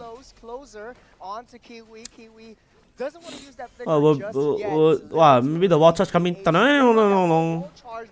Oh, Bear battery him! Wow, lanoi Bear. 击败不会打一中的这个 Manga, bro. Oh my god. Bichu got S2, yeah, but Bichu needs flicker. Bichu, oh my god. Hey, this bear do not play dragon ah. FMM, get him off the dragon. Are you friends with Bear? No, I'm just a hater. I'm a hater. I'm a toxic streamer. I like to shit on people. And I'm shitting on Bear now. Bear is my target today. Bear, just don't play ML, Bear. Quit the game. Serious. I rather I play EXP. You. Hey, hi Seku. What's up, bro? Benny guts. And then you see, go back to lane now. Kepo. Bomb. But still, there's a lot of information going towards RSG, knowing. Yeah, maybe got game 3. My Bear play like that. Condol. Okay, all jokes aside, RSG is doing well lah. All jokes aside, RSG is doing well. They have a good control of this mid game with the Grok and the Faramis. It's really good control. Both sides are strong. Actually, SME doesn't win Yizhong in lane, but because of how everything has gone, SME is now become the strong side. So now they have to emphasize a lot of Roger because SME is quite free now. They got very good mid to SME becomes strong side. It's not hard to play. He's okay lah. It's just unfortunately Bear didn't get the right assistance that he needed in the early game. And as the game goes on longer, RSG have a way better draft because the Xbox does true damage. Farah has Nether Realm. You got Minotaur on the pom pom pom. you know. And Roger, Roger is just Roger lah, huh? So I would say they are doing really well this game. Oh, nice flicker wall charge from Derry comes in. FMM goes in, try to save his members. They get popped very low. Here comes the Eternal Guard. Bear is here. Are you gonna do anything, Bear? Bear? What the fuck? Bear never die. I mean, tofu. Okay, nice try, Bear. Good job. But as I was saying, as the game goes on longer, it's harder for Asteris to play. What they need to do is they need to make sure that the game is like the first game. They're quick, they're decisive, they get objectives and they get out. Because they don't have they don't have the Martis for early game snowball now. They are relying heavily on the fact that the dragon would outscale.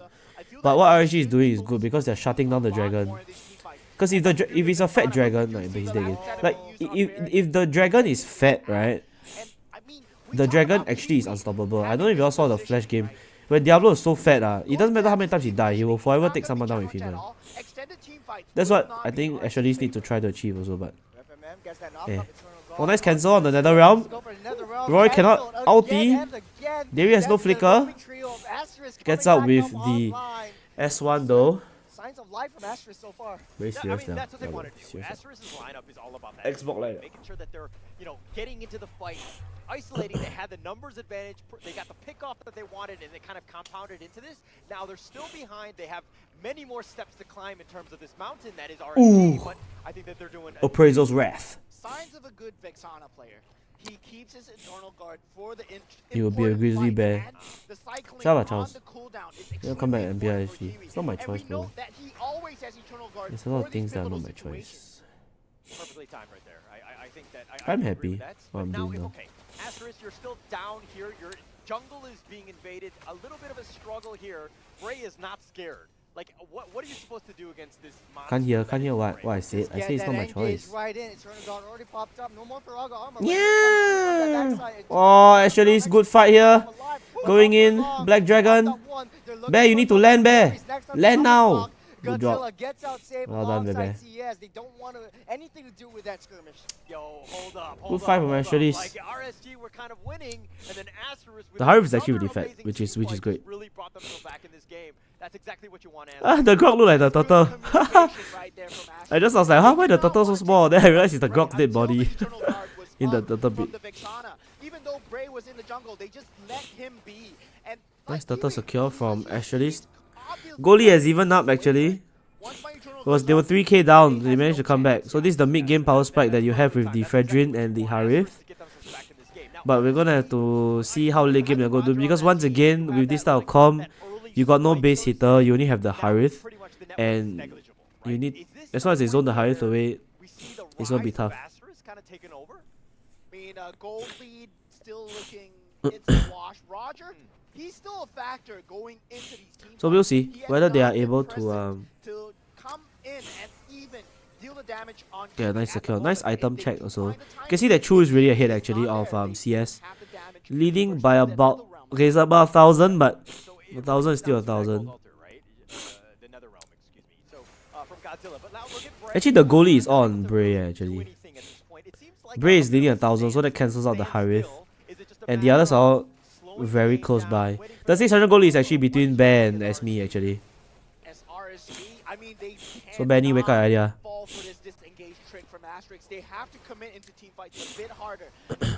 Reggie comes up from Bray. FMM gets chunked 50%. Bray is getting low as well. JH comes from behind. Eternal Guard comes down. RSG looking to retreat. Bear is getting poked by a fucking closer. One charge comes out from Derry and they get out. Purify though, that's me pop Purify, so. Still hasn't had that Esmeralda in any of these big team fights. Asteris has to watch out for that. Oh, Terry's really stepped it up this one. That was a really nice. But we'll see how the team fight goes lah. Over time, like I mentioned, yeah, I actually got a chance to lose. They got a chance to lose, but if they hold on until late game, like late game as in like late game, they got a chance lah. Because the SME will be unkillable late game. and Xbox and Roger and Faramis, they all get very annoying with him.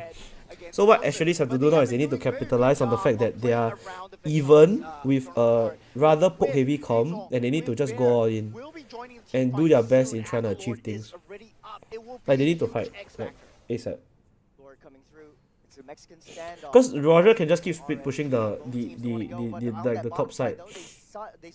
You see, they know that, oh, they're like, Izong is top now, so they're fighting now. I think Derry missed his flicker wall charge though. Nice from FMM, however the nether realm did cover. They're all here now, Last Insanity comes out, Retribution battle, Break gets it, JH 1 HP, here comes Bear, Black Dragon form, CS pops the Purify, I think he dies still, nice pick off from Bear. Yeah, it's a 50-51 the game, but the SB is unkillable. Look at the fucking SB! Holy shit, look at the SB guys. The SB are fucking dying lah. They shouldn't fight this anymore. Okay, so they got one kill. RSG that is. Bro, that bastard cannot die, look at him, oh my god. Look at the bottom lane is going to be pushing with that. Who invited SB to the party? Boo. I think the Esmeralda, we've seen the power of it. They need NODs and they need now. Because Haru cannot build NOD, I think Kiwi has to build it. I'm not sure if his NOD was first item. But Domice doesn't really affect Esme all that now because now Esme needs to hit you. Always managed to disengage from him at the correct timing. Kiwi has not been caught at all. His positioning has been immaculate so far. Eternal Guard always finding a knockup onto a key target, and we see Bray already being challenged. Okay, a little bit of a fray. You were sub NH, yeah, I ORD already actually. I would say in terms of a team fight there, but look, Kiwi. If his positioning was wrong this game, I already working. Kiwi is essentially keeping them in the game with his Eternal Guards. They've been on point, stopping the fight, getting that stun when you need to. So they put themselves on that. Now they're still losing. They're down about 3k net worth lead. Asteris still need to. I'm just quite lucky that I can do streaming as well. Like with the current, how everything is now. I'm just happy I can do streaming. Like I can still stream and got people still watch me, and I can still like do what I want to do and get paid for it. That's nice. Fights extremely hard, and RSG are just falling behind just ever so slightly. Once yeah, for pitch, of course. Can find the damage to get of course, if I'm not earning, I won't be doing it. I won't be doing it now. Like now that I got job and all that, I'm getting like decent amount of money. Like I won't stream if I don't have to. No, like, I mean, it's a weird one because I do enjoy streaming, and I have people that have been with me since my day one. Like Truman and the JH is there. Like Truman, Charles, Cal, Kenneth, Luca. Like I got people that are with me since day one. So, and they still watch me till now. And I see them go from O level to finish poly. So of course I still stream for them lah, because it's like a thing I do. The main job, yes, I do. They are playing to their strengths right now. They know that the Eternal Guard is going to be a key factor into these team fights, so they're cycling it through. They're forcing Kiwi to use the Eternal Guard in advance, so that Bray already has his immortality, so he's just trading his life for the Eternal Guard at the moment, and they somehow find the damage onto JH, which is extremely key for this Lord fight that will be ensuing really soon. I mean, this is like 8 to 6 in terms of like kills, right? But if we're talking about it in terms of objectives, RSG has been on point. I'm not sure if Asteris can walk up. David's getting total like fuck. Watchparty comes in, David figures out. Chu going in, gets a bit low, but the Last Insanity is stuck there. Chu going in with the chrono dashes. Out comes out. Chu doesn't have the dash anymore. CS goes down. Oh, this looks like a good fight for Asteris. Oh, here comes closer. Closer. Zaman falls out again. Yeah. Oh my god, Chu going crazy. Chu goes down. Oh, Brig gets a double. Backside though, Closer dealing so much damage, just splitting Asteris' attention apart. Closer is still standing in strong. He's proving us why he is student in the EXP lane of RSG, and there we go. It looks like a free enhanced Lord over the side of RSG. 3 to 2. Sorry, go on. RSG did a very good job of segmenting the fight. We saw 2 continuous fights, one on the top lane, one near the jungle of the purple buff. And I mean, reply already, baby. just getting caught out, they did not have the damage to clear out the rest of the RSG members at all. And RSG, if Koso is fucking monster on this SP. He's not dying. what Asteris they Chu did well. Chu did very well actually also, but unfortunate that the Xbox. I mean, this is what I was talking about. They are lacking the damage now. In this stage of the game, they're lacking the damage to really follow up with a lot of the engagers from Bear. Any chance to go straight to that back line. They're not too far ahead. 6,000 gold lead. That's 2 items ahead only. CS already getting his 4 power spike items. He's got 0 kills though. Dairy being a nuisance in the jungle. Asteris hunkering down.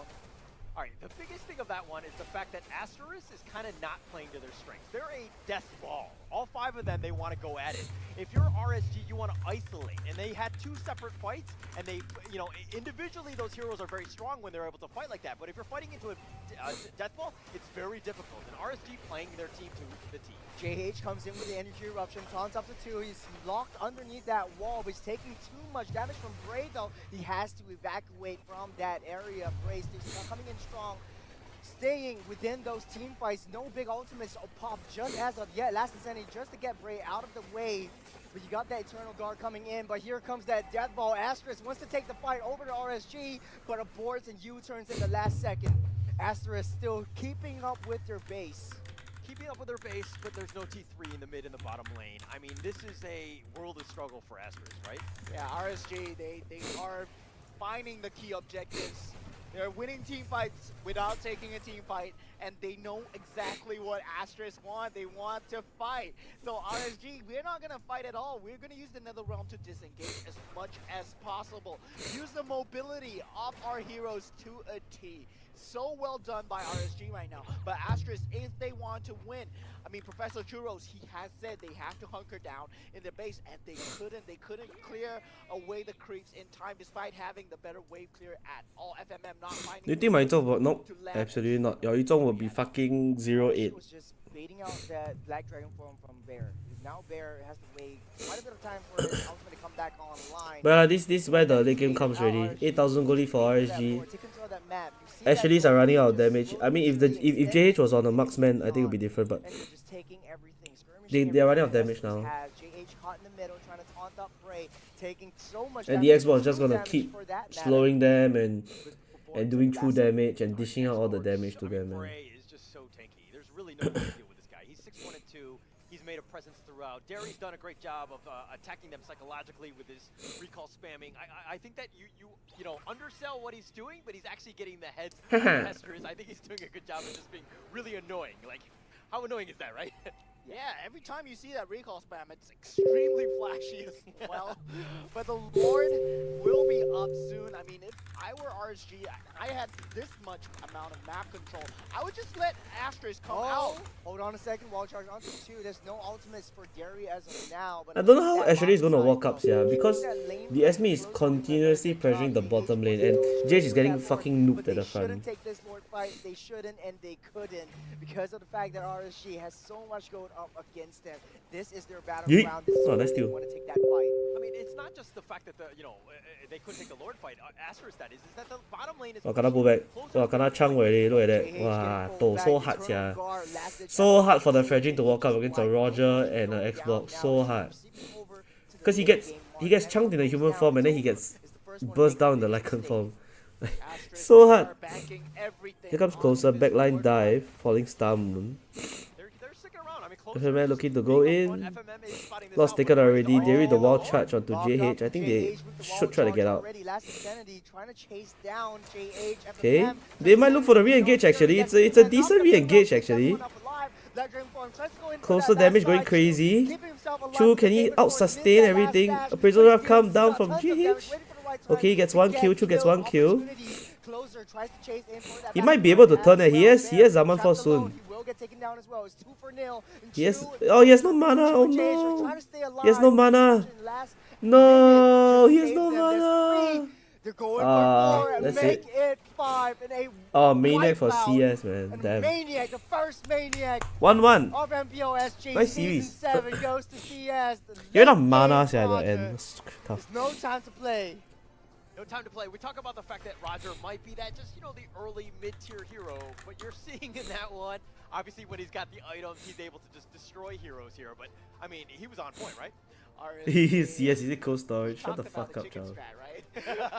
I think CS is his name, but I don't know what's his name. No, Yeah, I think it's a do Chinese come name. back and tie things up to 1-1, so both teams are already tied up. They will be Days like this, they do want to win once again. Asteris will have to bring themselves back to the drawing board.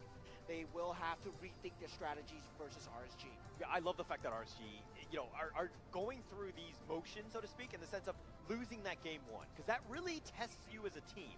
The fact that, hey, No I'm behind matter now, what do I I do? do, How do I step up? I What are think the about changes in my strategy going into game two? And they bounced back both times. I mean, we've seen this before. I mean, I said this time and time again. Deja vu, deja vu. I think I don't want this to be a trend over the rest of the regular season. But RSG losing first game, coming back super strong in the second game, and then going up in the third game. So my prediction might still be on point though. Okay. Go Roger, I nice. think you're so wrong. With your prediction. But I do want to say that I want to see, well, I want to contradict what you're saying in the sense of you don't want to see RSG do this. I want to see more of this, right? Because I think that this team, if you lose that first game, you bounce back, you're going to be better throughout the entire league. This is only going to really test you. It's one of those things where if you lose, you learn, and then I think that RSG is doing a lot of learning, and they're getting a lot better. Yeah, and they're taking the losses really well as well. But the thing is, Derry on the roaming hero that is Croc, a lot more aggressive, a lot more comfortable. Very annoying though. Yes, extremely annoying to deal with, but I feel that one of the highlights was closer on the Esmeralda. Yeah. We did see the surgeons of the Esmeralda. It is so fresh. It's coming in new to this season. Yeah, he's my MVP, honestly. Oh, really? Yeah, I feel that. Speaking of MVP, let's find out who they thought was the actual MVP of that game, and it looks like it was going to be Godzilla. You're wrong again. Godzilla I think MVP. this What is going on? This is going to be a pattern going through the rest of this game, but Godzilla played so well, created so much opportunity using that Phantom XT. Okay, BRB trying guys. to get in, trying to pull in heroes, trying to create opportunities for Bray to get a nice kill. So long extended team fights, hitting that Nether Realm on the right time, and facing up against FMM, one of the last time it used to be one of the best gold laners. Right now, one of the best roamers in the league. Yeah. Man, Godzilla. Yeah, no, he was on point, right? I think that RSG did a great job. They banned the Valentina, then they picked up the Feramis, and they set themselves up for this, right? This is the whole thing of, yeah, you want a team fight, yeah, you want a death ball, but we've got Cult Altar, the Nether Realm. We're going to keep ourselves alive so that it's not going to be an issue. It's a non-factor. Non-factor indeed, but with Closer jumping into the backline, having the Nether Realm for your team, having the Nether Realm for Closer to fall back to, it's always going to be an X factor because Closer has that just safety guard for him all the time. When he just jumps in, no problem, I'll just fall back into my Nether Realm. No problem, right? Okay, we talked highly of Closer here. Is he replacing Diablo? Is he doing a good enough job? Man, that's Boom, I'm going to put you on the spot. Go! That's a very huge statement, though. I don't think so, but it kind of seems like Bray is trying to groom his new teammate to kind of employ the strategies that Diablo use. In the post-game statistics, though, 4-0-5, I don't know why this Esmeralda wasn't the main MVP, created so much space on that backside. They know that Kiwi and Chu is one of the main Let it targets. go, man. Let it go. And it's not just Esmeralda as a supermodel, but like, man, he played a hell of a game. Yeah, they played a hell of a game, but I have to attribute it to Asteris as well. They did play a very good game. I mean, they put up a show versus RSG. It was a nail biter through and through because Kiwi, he only died 2 times, right? Yeah. Kiwi was so impossible to catch during the early game and the mid game. It made RSG just rethink their entire strategy. And RSG, they tempered themselves really well. I like the fact that they identified the win condition of getting Vexana out of the equation. They have to cycle through the Vexana as much as possible, make sure the Eternal Guard is not up. Just force it out. All right, that was not an easy game for RSG. I mean, towards the end, it was 16-10, and then, like, you know, it was very close throughout, right? They had a chance. Asteris are really formidable, right? It's still one of those things. I mean, if we're looking at KDAs, it looks a little bit bad. But the thing is that, to your point of Kiwi and Chu, both of those guys were on point in terms of their positioning. They did not die early, but it just so happened that RSG were able to take the objectives, and then, you know, Bray on the X-Borg, I thought he was very good. I know that it seemed like, oh, he's 6-1-4, but he took almost every objective. He was always tanky up front. If we're looking at the damage received, Bray's got to be tops. Yeah, I don't doubt that at all. The fact of the matter is he's always inside of all of these team fights, chunking down so much chunks of health or chips of health from JH that they couldn't do anything. Even JH went in, he tries to zone himself out. It's not enough for Asteris. Albeit they do have some moments of brilliance that they could have made, but I feel like it's not the draft issue. It's more of Asteris's communications. They shouldn't have fought that last Lord, because that was where RSG's playground was. They like to play within the jungle, and that put them in a very precarious position. You put that point very well, Professor Churros. I mean, you told them to hunker down in the base, right? They should have just listened to the professor and just be like, yeah, we should listen to the professor. We have our lineup already set. But the thing is, Chu did an extremely good job of dealing the damage output. You see, he did a 206,000 damage on the Harif. It's extremely insane to see. You know, we haven't seen these numbers. It's probably the highest number that we've seen. 200,000, man. That's 200,000 damage from the Harif. Yeah, that's a lot. I mean, it's putting yourselves in, but the thing is that it's not. He's not, you know, able to get the kills. Yeah, you can do all the damage in the world, but look at that lineup from RSG. Everybody's super tanky. Yeah, they can take it. It's one of those things where they weren't able to burst anybody down. They have I mean, they're tanky inherently, and the fact that you have the cult or the nether realm on top of that, but who are you going to blow up? How are you going to deal with this? RSG has 5 fighters. Yeah. There's basically 5 fighters playing against a slightly, I wouldn't say sticky kind of composition. You want to stay together. Closer, Bray was able to push everyone out of the way. They are able to do that damage, and they are able to take hits. So that is props to RSG. Good drafting. Okay. All right. So aside from good drafting, as Asteris though, what do you do? How do you bounce back going into game 3? With, you know, you lost that one. That was kind of tough. But how do you bounce back now as Asteris? They have the mechanical game sense. They did play their heroes extremely well. They just made a lot of bad micro decisions when it came down to the mid game, when it came down to the late game. They are taking fights that they should not have. They need to know what their strengths as a lineup are. And I feel that that's extremely important to identify the win conditions to win the game. All right, well, let's look at the highlights to see what those win conditions are. A lot of layering of teamfight opportunities, and this was where RSG had the upper hand. See how Closer moves around the map, trying to go straight for that backside, trying to go for that loose man, and I can say that now because they have someone to be able to chase to that loose man. So they always go for that pickoff strategy. This is a discombobulated kind of like, let's split apart that glue that holds Asteris together, and we'll play against these team fights. So a lot of nice little plays, but the props goes to Derry for that intel over to the side of RSG. Yeah, Derry was, like, he was very good, right? Let's be honest. It was a good bounce back game for him, putting themselves in that situation. But, I mean, it seemed like RSG have turned it up a bit, right? They were changing things up. They understand that they lost. It was a bounce back game, and that's perfectly what you want as RSG. And again, is this the rise of RSG as we move forward into the league? Or is it too early? It's still too early to tell. That game was extremely close coming in from both sides. I feel like it just boiled down to the decisions, boiled down to the experience. Then Bray just made a lot more better decisions into the late game. As an X-Borg, he knew to play with his HP. He was always up in front and making sure that the Eternal Guard was used on him and nobody else. I do agree with that. I think that Bray really set it up. I would have put him, you know, maybe MVP, but I think that the stats are a little skewed in that sense. But he was, he played it like you could feel his presence throughout the entire game. Right. There's a lot of things that we can learn about RSG, and Asteris is all about that. It's not only about that draft, but it's all about the micro mechanic gameplays. And here we have today off the desk is Jace. Take it away. Full little segment of knowledge.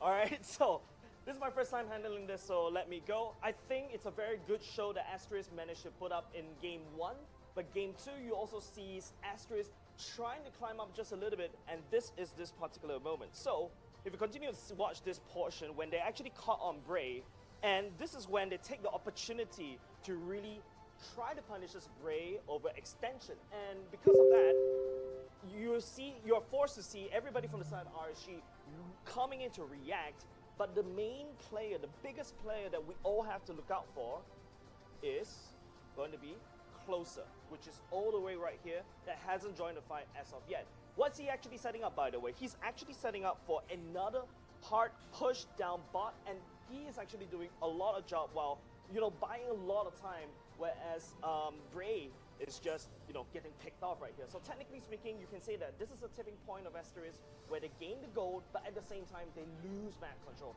and that's actually kind of bad. Alright, we're gonna let this play just a little bit more. Yes, Chu getting killed. In fact, this is also where Chu start to get, his power spike. But don't forget, this is a Harif going up against an Esmeralda. So technically speaking, in terms of draft, I think RSG put the final nail in the coffin. We basically forgot the existence of Esmeralda because, Harif came back into meta, right? So at the same time, here comes again. Once again, you see RSG members group up all together without the Esmeralda. So, 4 fighting right here, but Esmeralda is also doing some side pushes, so it is actually putting a lot of time pressure onto Asteris to get something done. Alright, so, roll this clip just a little bit more. We get to see Dairy coming in at a very crucial moment. This wall has been blocking everything that Asteris want to do. Asteris wants to fight as 5 because mainly they have Kiwi that wants to set up a no control zone.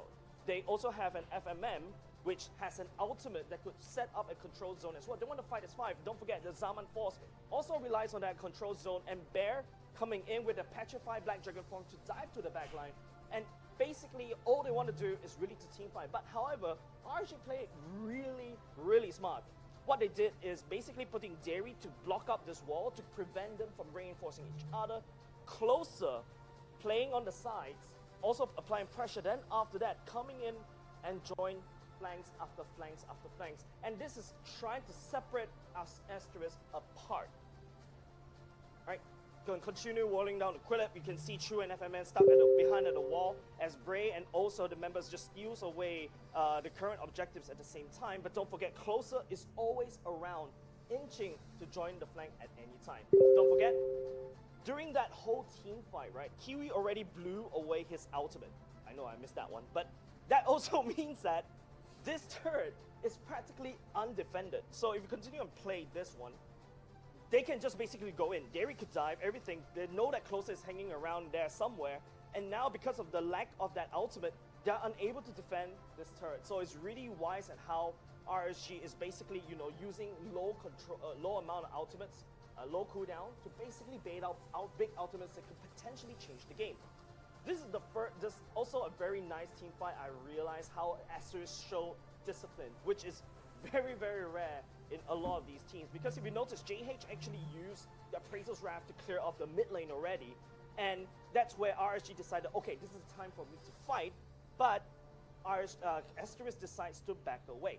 After RSG takes this down, they did not push on the pressure, so this is also discipline being shown by both sides. Chu burned the ultimate. You can see that even everybody wants to chase, but once Godzilla sets up this Nether Realm, they turn back. You can see this massive U-turn being done by the Black Dragon form already, so it's really lots of discipline being shown by both these two teams. And now, this is where Closer really splits the whole team fight apart.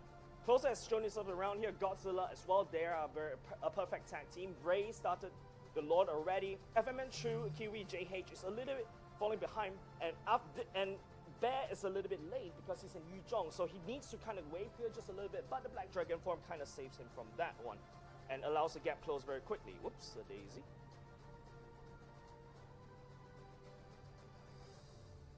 Wait, Yep, I'm lost. Alright, I'm really bad at technology. Okay, let's come back here. Okay, so if you notice what happened right here is Closer really setting up for this whole thing, right? This whole thing really well, especially when he's always there to try to cut. Bear also goes up and react to him, so this is also a very good decision coming up from Bear, whereas the whole main team fight is happening around here.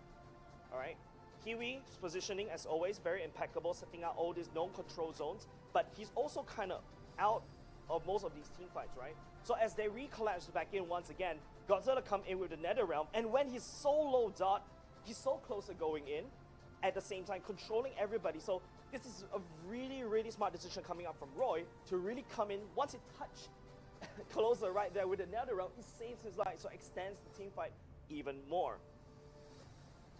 And now it's just closer, creating space, separating everybody from here. Now JH is a little bit confused. Do I defend Chu or do I defend Kiwi, as they're all split apart? And this is all done because of closer. And once Kiwi and Chu kind of come in together towards the middle, as closer just closes the gap all the way in. And you see Chu and JH just fighting for like closer, creating so much space for RSG to kind of reinforce each other. And then the worst case scenario is Chu came in with low mana after landing out the last summon force, and he's unable to dash away, and therefore it just led to a whole team wipe-up. So yeah, thank you very much. Back to you, Costas. Thank you, Ace, for breaking that one down. A lot of good team fights, a lot to learn from that one. I think that was one of those moments where, you know, if you break it down, like how can you get that perfect angle? The flank separating members of the enemy team, ensuring that you're there. I mean, he was a good, great breakdown, Jace. Yeah, you call me Jace? No, I'm saying Jace is over there. You just happen to be in my way, all right?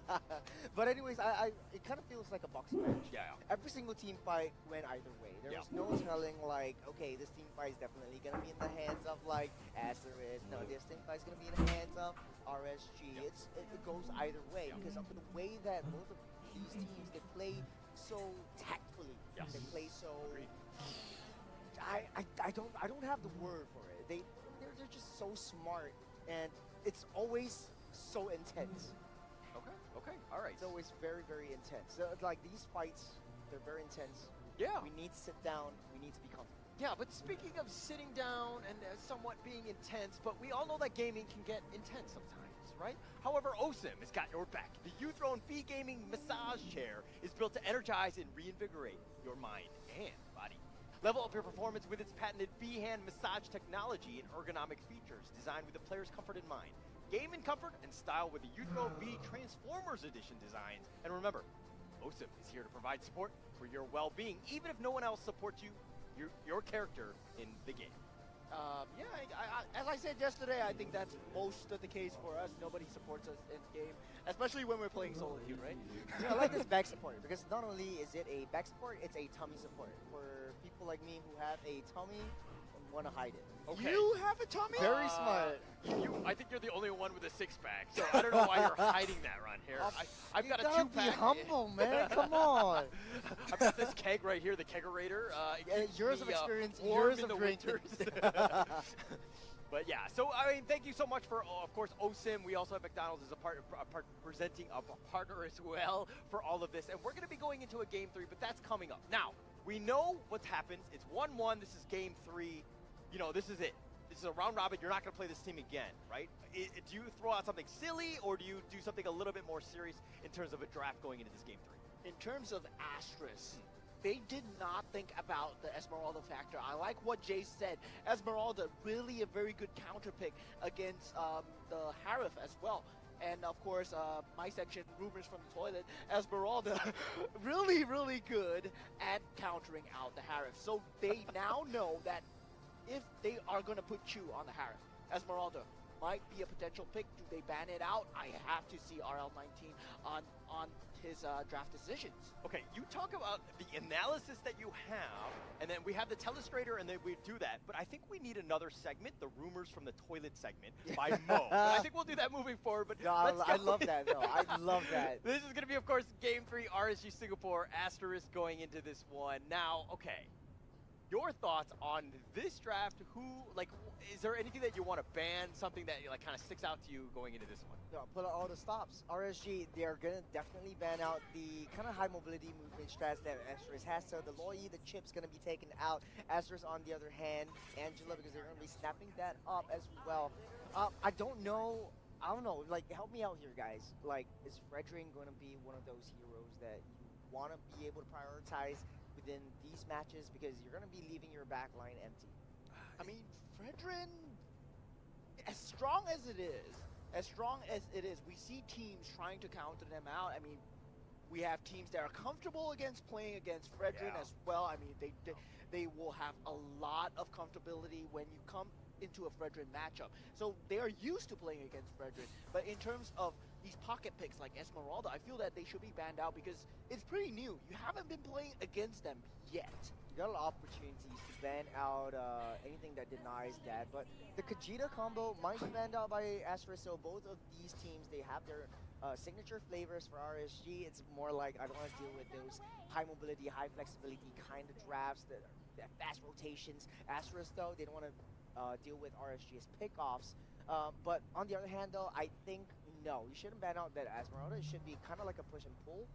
If you want to pick up the Harith, they pick up the Esmeralda, counter you, you counter her back with the box shot. I've said this in game number 2. They had that position to pick that up, but I don't know. Maybe they want to stick to their guns. They know that they can win with whatever draft they have. When a player's comfortable with a hero, just let him pick it. Yeah. I think it comes down to that, right? Game 3, you want to be in with the best position that you can be in, right? In the sense of having that hero that you're super comfortable on. Now, I don't think that they need to go out of their way to pick to ban the Esmeralda or anything like that, but it's one of those situations where your draft needs to be better. You can't rely on shields the entire time. You can be counter picks. Understand that it might still be in the pool, but look at what Asteris is doing. They're actually banning the export here, but the Fredrin is being picked up by RSG. I mean, if let's say you want our RSG side right now, if you have the Fredrin in the jungle, we know what RSG's win factor is. They have to put Derry on a hero that he is comfortable with. And the Grok that we saw just now, he was extremely comfortable on it. The blocks that he set up were extremely pivotal in these team fights. I mean, Jace showed you how these no control zones were set up by the Vexana. And then just Grok totally, with just one wall, countering everything. All right, I want to talk about the Fredrin here, because in MPL Indonesia, Fredrin is the #1 picked. And it's almost a 20-game difference from #2 in Baxia, right? It has a almost 60% win rate in Indonesia. So I don't think it's wrong to pick it here. Yes, I do feel like in MPL Singapore, they have ways to counter it, but it's still very strong, at least internationally. But in MPL Singapore, I mean, this is just still day 2. Fredrin has probably around 50%, 40% actually, 40% win rate as of now. So it's sort of like a coin toss. You pick that Fredrin, you might win, you might lose, so it's really an even Stevens kind of game. You pair it up with against a Barats and a Harith, it does seem like they want to go in full in front to back kind of clashes, and we'll see that a lot in this game. So RSG psyching up for that Valentina as well as the Roger. Asteris might very well pick up the Faramis. You want to be able to protect that, try to or deny that, ban it out in the next phase, and deny Valentina of a very, very useful ultimate. And the thing is, the previous 2 games, we have seen Kiwi on Vexana as well. Valentina will be a very good pick in terms of countering out the Vexana. But we do have the Vexana already picked up. So all 3 games, Kiwi will be on the Vexana. His positioning has been amazing. I mean, it all falls down to the micro decision, and that's what lost them the previous game. And the first game, they did so well on the Vexana. It's so just I wouldn't change it. I mean, if it ain't broke, don't change it. Asteris almost had game number 2 as well. They just fell a little bit far behind. If RSG picks up something that could go straight for that back line, either a Benedetta or a Yuzhong for themselves, or even the Esmeralda, but it's going to be banned out because they picked up the Harith. They don't want to deal with the Esmeralda anymore. It's because of that shield sapping kind of thing that Esmeralda has. So the Minotaur getting banned out by RSG. What RSG is lacking is... Hi friends, I went to take a shit. RSG though, they might be able to... You said watching for toilet? Wait, how do you know? Yes, I was. And I love the fact that, Thanks for the follow. got his Fredrin, I had to shit. I think it's a signature hero, or he plays it very well, especially lately. Definitely something that you need to recognize, right? So I think that they're in prime position. They want to go at you. They have a lot of flexibility in terms of what they want to do with those last 2 picks. But banning out that Minotaur, what about that Minotaur kind of is why RSG decided to ban it there? Oh, they banned me, Damn. Vexana are extremely good with each other. It's a wombo combo, man. You'll just be flying up in the air until there's no tomorrow. But what I'd like to see from Asteris, since the Minotaur is banned out right now, they can still go for a Grok themselves, denying it from Derry. They banned out the Kaja. It's definitely, they know that RSG is going for a pick off. I know for a fact that they want to do that. So RSG since Minotaur banned out, Kaja banned out, Kufa is wide open. It's one of Derry's more comfortable picks. I'm not sure if he wants to pick that up because it's sort of like a soft counter to this Harith. Yeah, it's a way to go, right? I think that it's they need to figure out how they're going to get to the Vexana. I mean, you talked about you know, it's very difficult to find. You need to figure out some way to jump on them. But is the Valentina enough to kind of you know, to counter the Vexana? You know, you can get the IMU, you can get the potential, because you definitely don't want to steal Barad's Detna's welcome and be in the heart of the enemy team. So it seems like, what are you trying to do with the Valentina pick? I mean, Detna This is the longest I streamed for a while, really yeah. good So at tired. countering the Harith away from the Zamon's It just looked like he just woke up. Was Ritz all this while over there, or did he just wake up? So he just woke up. It's pretty funny. Win the team fights, and they do pick up the Arlot. That final slash will be a factor coming through, but I don't like this pick from the side of Asteris. They don't have enough frontliners for Kiwi. It's FMM's Arlot. Ken has been saying this a lot. He wants to see FMM Arlot. Before the long break, he was there. Oh, okay. FMM will have to do a good job. But do you draft around it? Like, or is this one of those things where... No, it's just setup, man. Like, Arlot just sets up with the final slash, and then there comes Vexana. Harris just waits for that right time to go in. Barrage just tanks all of that damage. The only counter to that Barrage is a very, very reliable source of long damage. In this case, they are going for that Edith and that Yuzong. Very, very tanky lineup for RSG. Very thick boys that we have here. Asteris, though, their last pick. They're missing a EXP laner. Yeah, definitely an EXP laner. I think if they want to go through with this, maybe even Dyref, that's why RSG banned it out in game 2, or even a Benedetta. Yeah, Bear, very strong on this mechanical base. Heroes, we do see him destroying lineups once and once again.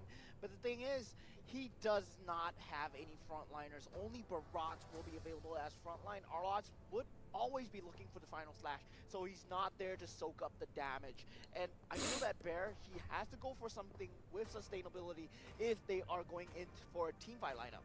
If they're not, if they're going for a solo unit, it's a Thamus debut. Oh, Tamus there. I mean, if Abstract, Tamus there. Abstract is Sheesh, an extreme fan. Okay, we'll see how the Tamus fares against the Yuzong in lane. It used to be Benedetta, then it shifted over Sheesh. to this Thamus as well. But yeah, you call for a tanky boy, you call for a thick boy, they give you a Thamus. So how do you like that? What do you think the draft is going to be, and how do you think they're going to play this out, Mo? Both teams have drafted a very, very strong lineups. Edith, Roger, very strong on the damage output on the marksman side. If you do not have enough damage as a Roger, Edith is there to follow up. Yuzong, really good counter pick against Vexana because you will be able to jump in unabated with your Black Dragon form. But the thing is, Team Asterix, they now have the Thamus and the final slash to worry about. Very worrying when you go into a team fight and you find yourself slightly out of position, that final slash will be there to catch you. Match 3, game 3. Asteris, RSG Singapore. Who wants it? Who's going to come out on top? This is one of those ones where, I'm going to answer my own question in terms of the draft. I like both teams, right? I think that they're both in a prime position to win. I think that they're very well rounded. And yeah, yesterday the Kiwi all games play Loi. Today he all play Vexana. Maybe he got some team going on. Every day can only play one hero. Yesterday he played two Loi. Today he played 3 Vexana. If I'm not wrong, he only played Vexana, right? Played 3 Vexana this game. Funny. But like in a good way lah, you know, he's doing well. Knowing where JH is at all times, knowing where FMM is at all times is going to be key to their victory. And one of the key conditions is Derry being on this comfortable roaming field, right? On the Edith, he's very comfortable. He can go aggressive, full aggressive as much as we want. But then again, Asteris, FMM is on the Arlot. We need to talk about Wah, it eat the S1, there's not going to be makan, much buset. tankiness to begin with, but it is FMM Oh, nice trade. Arlot after all. He managed to trade until back to the Harith got benefit. It's good. Right? It definitely needs to be played a little bit differently. I think FMM Wow, nice steal I think he got it also plays Wow. a wide variety of heroes, wide variety of roles. We've seen him, right? He's on point. So let's not worry too much about him. If I'm not wrong, if the Tamus brawl the Yuzong, the Tamus wins, right? Like surely he does, right, in lane. Pops the vengeance. I think he jumps onto the dragon. I think he wins, yeah. Kiwi now no longer has that purify. He has that flicker. So No wonder closer is like freezing the lane. Kiwi, get into his head and just face off. Avengers ulti, right? Yeah, he does, right? Why is Jay's small? Where's Jay's blue? Oh, he ran out. Understandable. Bit in trying for their, going for their success. Okay, okay. We'll find out how it plays out. But in terms Nice of clear. They get a good clear. Brace on his signature though. See value in me. Feel that RSG, they do need it more. Asteris, they have a Oh, kinda toss but stuck behind the wall. Black Dragon comes out. I think JH is dead here. Oh, maybe not. Maybe not. Maybe not. Maybe not. Maybe not. JH is out. Okay, he gets flickered by Godzilla, but I think Asteris win the fight and they get the turtle as well. Wow. The small boy is so cute. I know, right? We call it baby dick. You call it small dick. Yeah, I was saying that RSG really needs this confidence boost if they want to win this league here, because they will be fighting. So again, Asteris showing their class in the first Asteris is turtle. really prepared to do so. Oh man, this bear is actually doing a lot of that counter. Once it's hit level 4, it just stays in battle. Everyone's just like, percentage of HP just goes down and down and down. We're going back to the replay Final to slash. see Oh, what happens next. got But I instant saw replay. that final slash. I think that was quite unlucky from RSG. Like the bars didn't go over turret. Then he was healing up. CC immune. Speed together. Jeez. Damage after damage after damage is going in ham. It's just a very, very hard kind of clash to cast, because all of the all of the skills were just coagulated in one spot. Okay, RSG, you actually predicted them, Churros. Now, are you feeling the pressure of being wrong? A little bit. A little bit? But A little bit? I still stick to my guns. I mean, your stake, your reputation Yay. at stake here, huh? Man, okay, I see the look on Bray's face. Everyone's just doubting him, like whether Bray can do this without Diablo, and we had a little bit about that within the hip Let him be lah. videos and saying, Later like, people hate you ah. Bear, just saying ah. Later people hate you ah. Not my fault ah. But with Derry, maybe they could have a second lease of life. Maybe Bray really needs this confidence to just go through with this match. Damn you pulling at my heartstrings, pulling out the Bray. Wow, they very hard to gank the Harif leh. He got Purify, he got Zaman Force eh. I want to see him bounce back, so I do feel you on that one. I think they're gonna swap. I think you're gonna be Tamu's gonna go turtle, Harif gonna go top. I like to be proven wrong. I like the good underdog story. No, or he's just resetting for mana, is it? Are they both resetting for mana or are they swapping? Looks like a swap. However, Harif decided to go back to 5mm is denying the rotation there. Oh, nice stop back from 5mm. He's denying the Yuzhong rotation. Wow, it's very nice. She was still trying to stay with him though, taking tons of damage, giving a lot of zone potential over Asteris for that Lex Turtle fight. So they are swapping, but I think a bit of miscom from Chu.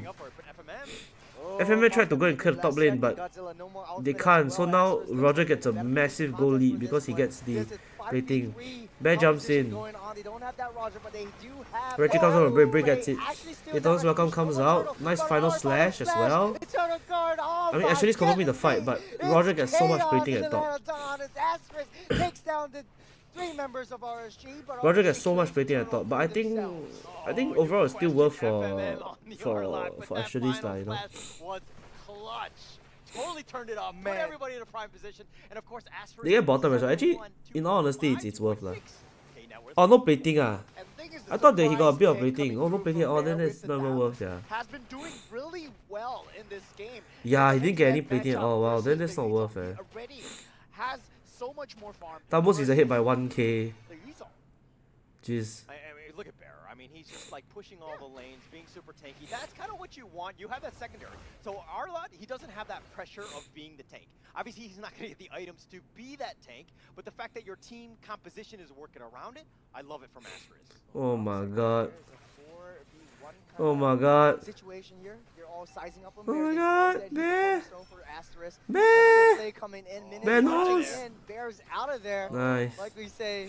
Good job, Bear. I mean, it's the spider sense, right? It is, Bear's it like, is. I don't see anybody on the mini-map. Tier 1 for tier 2 I'm leh. gonna flex it out. I've got my spider sense. I'm gonna back off, play this one perfectly. This is a huge commit from our Oh, there he goes in. He has to on his vengeance now lah. Into a jump. Oh my god, Bear! Oh my Bear, you monster! What a monster play leh! Oh my god, what a monster play eh. Here comes Asteris with the collapse. Daytona's welcome. CS pops the Purify, runs in the Lycan form. Wow, what a monster leh! For themselves, punishing Derry for getting a little bit too close for comfort. Oh, Bear was just like, Oh, oh, I'm not fucking trapped in here monster. with you. You're trapped in here Oh, with me. man. Pops We're the turning this vengeance, pops around. DLP, RSG, Camus on look at crack, RSG. normal Look at 306. Oh, man. Monster. Yeah, I'm a little Just the dumb eyes. maybe RSG crumbling, yeah. Call an ambulance, but not for me.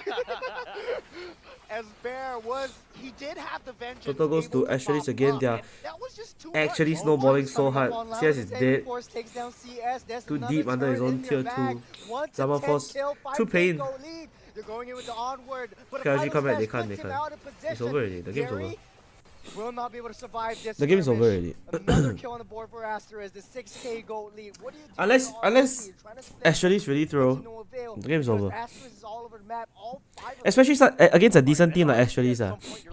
You cannot.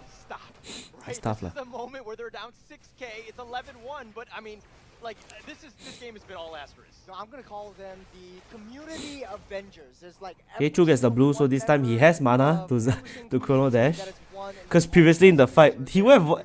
The issue with Harif, right, is that if you are in the fight long enough to use 2 ultis, you will run out of mana before the ult even expires.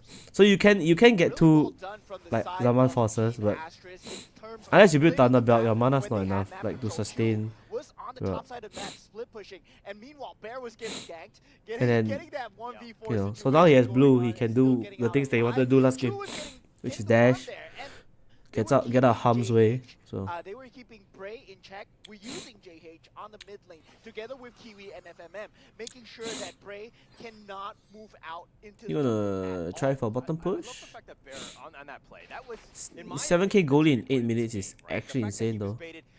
1 versus 4, you think, this is gonna be a freebie, but it's JH is waiting for the Lord to be closer so he gets the most amount of time the blue buff, which is very smart. all it was just a giant bait. Yeah, I learned this from Youngin. He said like there's a lot of things to pocket picks. Like people pick up things that do, or people like to play things that is in the meta, in the current meta. Yeah, the Harif, I think he's building Holy Crystal. He's really ahead. Maybe that is Blood Wings. I don't know. What does Harif build now? Blood Wings maybe. Definitely a wild card for Asteris. Okay, well it looks like it's gonna be a free lord. But anything you want to talk about in terms of the items? Double radiant armor coming through from No, the Harif blue ran already. Bear, which would mean that Valentina will not be doing as much damage. They can chunk down the rest of the heroes. Valentina Maybe it'd been better if Chu took the blue instead of JH. But then again, Baras needs blue as well. That's Holy Crystal. Oh no, it was Blood Wings. He built Blood Wings. Look, he got the Blood Wings thing already. The orange color little QQ one. We haven't really seen that impact, right? I think it's been a very difficult game for Godzilla/Roy. Okay, Tara has put at top already. We're like, what ult is he really looking to steal? I mean, Holy Crystal is like a BOD now, no? Like, it's like a BOD, it's like an all-in item. Gets you a lot of good stats, but 3,000 coins. I think one flicker final slash from FMM might just end the game. Not gonna lie. I mean, there's no exposure at top already, so. They gotta make sure that they clear the lanes, but there's still pressure throughout. You know, the top and the mid. Once again, same thing like last game. Chu is the only one that can hit the turret, so they're gonna have to shepherd. FMM, look at FMM. FMM is looking for something. RSG all dash out of harm's way. Chu trying to get mid turret. Lord's gonna destroy bottom. On the tier 3, mid side and bot side, they don't want to sound the horn just yet. They want to just go. Earth Shatter comes out from Edith. Top lane down, mid lane down. RSG are practically both up. 10k in what? Like, it's actually 10k in 10 minutes. That's crazy. 1k per minute. Showing the prowess from their first game, where they got the key objectives and just managed to back away. And extremely well done from both teams at this point. But FMM might try the flicker slash now. has not been able to find space to find the farm to be the tank that he is. I love the fact that Asteris are playing. Not sure if they'll try or they wait for Lord. I mean, the ideal situation is you wait for Lord lah. But if you wanna look good, you try to end now lah. But I think they're gonna go the discipline route. I think they just wait for Lord, which is like 1 minute away. So that's good. 10k gold lead. You're taking everything. It's basically a massacre at this point. Whenever there's a fight, Asteris is definitely. FMM has a good position though. Get that nice final slash. Doesn't look like RSG wants to get out of their base, out of their comfort zone. The next Lord pretty much looks like Asteris. Yeah, it looks like Asteris is, but okay, is RSG is the only play right now. Oh, Bray dashed the wrong side. Oh, Bray's dead. Bray gets the detonus well. Bray's confirmed dead. He dashed the wrong side. Onto the wall. Oh, damn. Nice Bray dies. combo from all the crowd controls from Asteris. A nice little recall spam from Bear as well to bag. Alright, so it's RSG's only play. Literally. They're gonna ask Bear to clear top wave and then they're gonna do Lord. The Bear. I think so. Okay, that's the only way. Would you do that, Mo? I mean, even if you take away the bear, I think that's a crime, right? Only if you get caught. Only if you get caught. Yeah. He'll make it one day, and then like his good luck charm. 10k goalie is Bear nuts, is not yeah. gonna be around anymore. So sizing themselves up for the next Lord of the game. This is an enhanced Lord for Asteris. Doesn't look like RSG is prepared to handle this one. They've got too much waves to handle. Too much. I mean, they have to fix everything. RSG needs to ensure that they get themselves out. This is going to be uncontested. This game has been all Asteris. Now with this Lord crashing in, what do? Is it thoughts and prayers at this point, Mo? I mean, Esmeralda is not in this game, not able to take away the shield for RSG. And I just don't see a way where RSG can come back into this game. They don't have a fallback factor. Everything is falling onto Bray and Closer. These two has to make these big AoE plays, but Closer hasn't Will been Asteris end here? Or will RSG make an insane like miracle play? Once he went into the farm, the entire team was waiting for him. Asteris We'll see, yeah. positioning to deny I think, personal opinion, I think they've lost already, but it's my personal opinion. Oh my god, Roy is caught in no man's land. Roy is... that was a fuck up by Roy, yeah. Eternal Oh Guard, yeah, they the end, they cover knockups end. are here. Damon Force coming through. RSG taking so much hits, but here comes a counter attack on GG. their own. Asteris, they're taking a little Their bit too body's much, dropping but like they're still going on. flies, Here comes yo. Bear and the base. Asteris takes the game against GG! RSG. Astralis. 3 Take games, down but RSG. Asteris definitely proved 2-1. themselves. David and Goliath. David finally won the fight this time around. Let me break that down with a simple ha ha. Man, it looks like Churros has Well lost that in done. the Well prediction. done. As predicted, Mo, how do you feel? You must feel amazing. Okay, knowing anyways, that you're on the correct side end of with the series, me. guys. That's all for me. I am gonna head off. I am like my mind is like fried. So I'm gonna rate vids and y'all can continue watching him. I think he's gonna do all the way. So go and talk out with him and all that. But Teddy, I didn't say Teddy. I think it needs to be not just within the game, but outside of the game. Outside of the game. But we Sleep don't first. Hi, I wanna go sleep. really steal stuff. Let's be honest. Let's be honest. No stealing, kids. Stream 3 or Lana? I stream since 10 you crazy Well, you were asking me whether I was happy about Asteris winning. Of course, I'm happy about Asteris. Well done to everybody. Statistically, Never mind. they did a very Yeah, good job. wait. Never mind, just Very wait. good, but my hearts are with RSG. Wait for what? I do find The them mic check good. is it? I Okay, find wait. them as the underdogs of this competition. And Asteris, I mean RSG as an underdog. I mean, where did it all go? RSG becoming an underdog. I feel that they have Steve, yeah, not I need Dylan lived first. up to their former glory anymore. With only Bray left, it's extremely Also need to hard decide for what's them for dinner. to come back and My face these my parents are giants not that in they today. used to fight on a regular basis. It's going to take a little bit of time for the team to gel, right? Let's be completely honest. I think RSG is a team that's still growing. I expect to see them winning later down the road. It just so happened in this one I did predict them that way. But now that I've seen RSG play, they can do a great job. But let's talk up a little bit about Asteris here. In terms of the MVP, who do you think is that MVP? Definitely Bear. Bear. Okay. Bear's such the stuffed animal or the player? He's created so much opportunities for the rest of the team to come in, and I think, it's his lucky Bear. It's his lucky charm that he brings around his desk.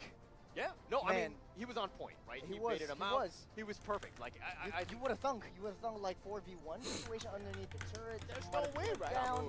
He's just pop the Counter Inferno, pop the Vengeance, and you're not stuck in here with me. Yes. I'm not stuck in here with you. You're stuck in here. Yeah. And I love the fact. I mean, it was a perfect last pick.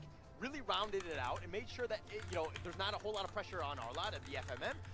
He doesn't have to make that play. Damos can be that guy up front, and he was on point with his 81% kill participation. He was everywhere that you had to be like, you have to. How about we go dinner? Sure. In your face. Right now? I really like that. Like right now?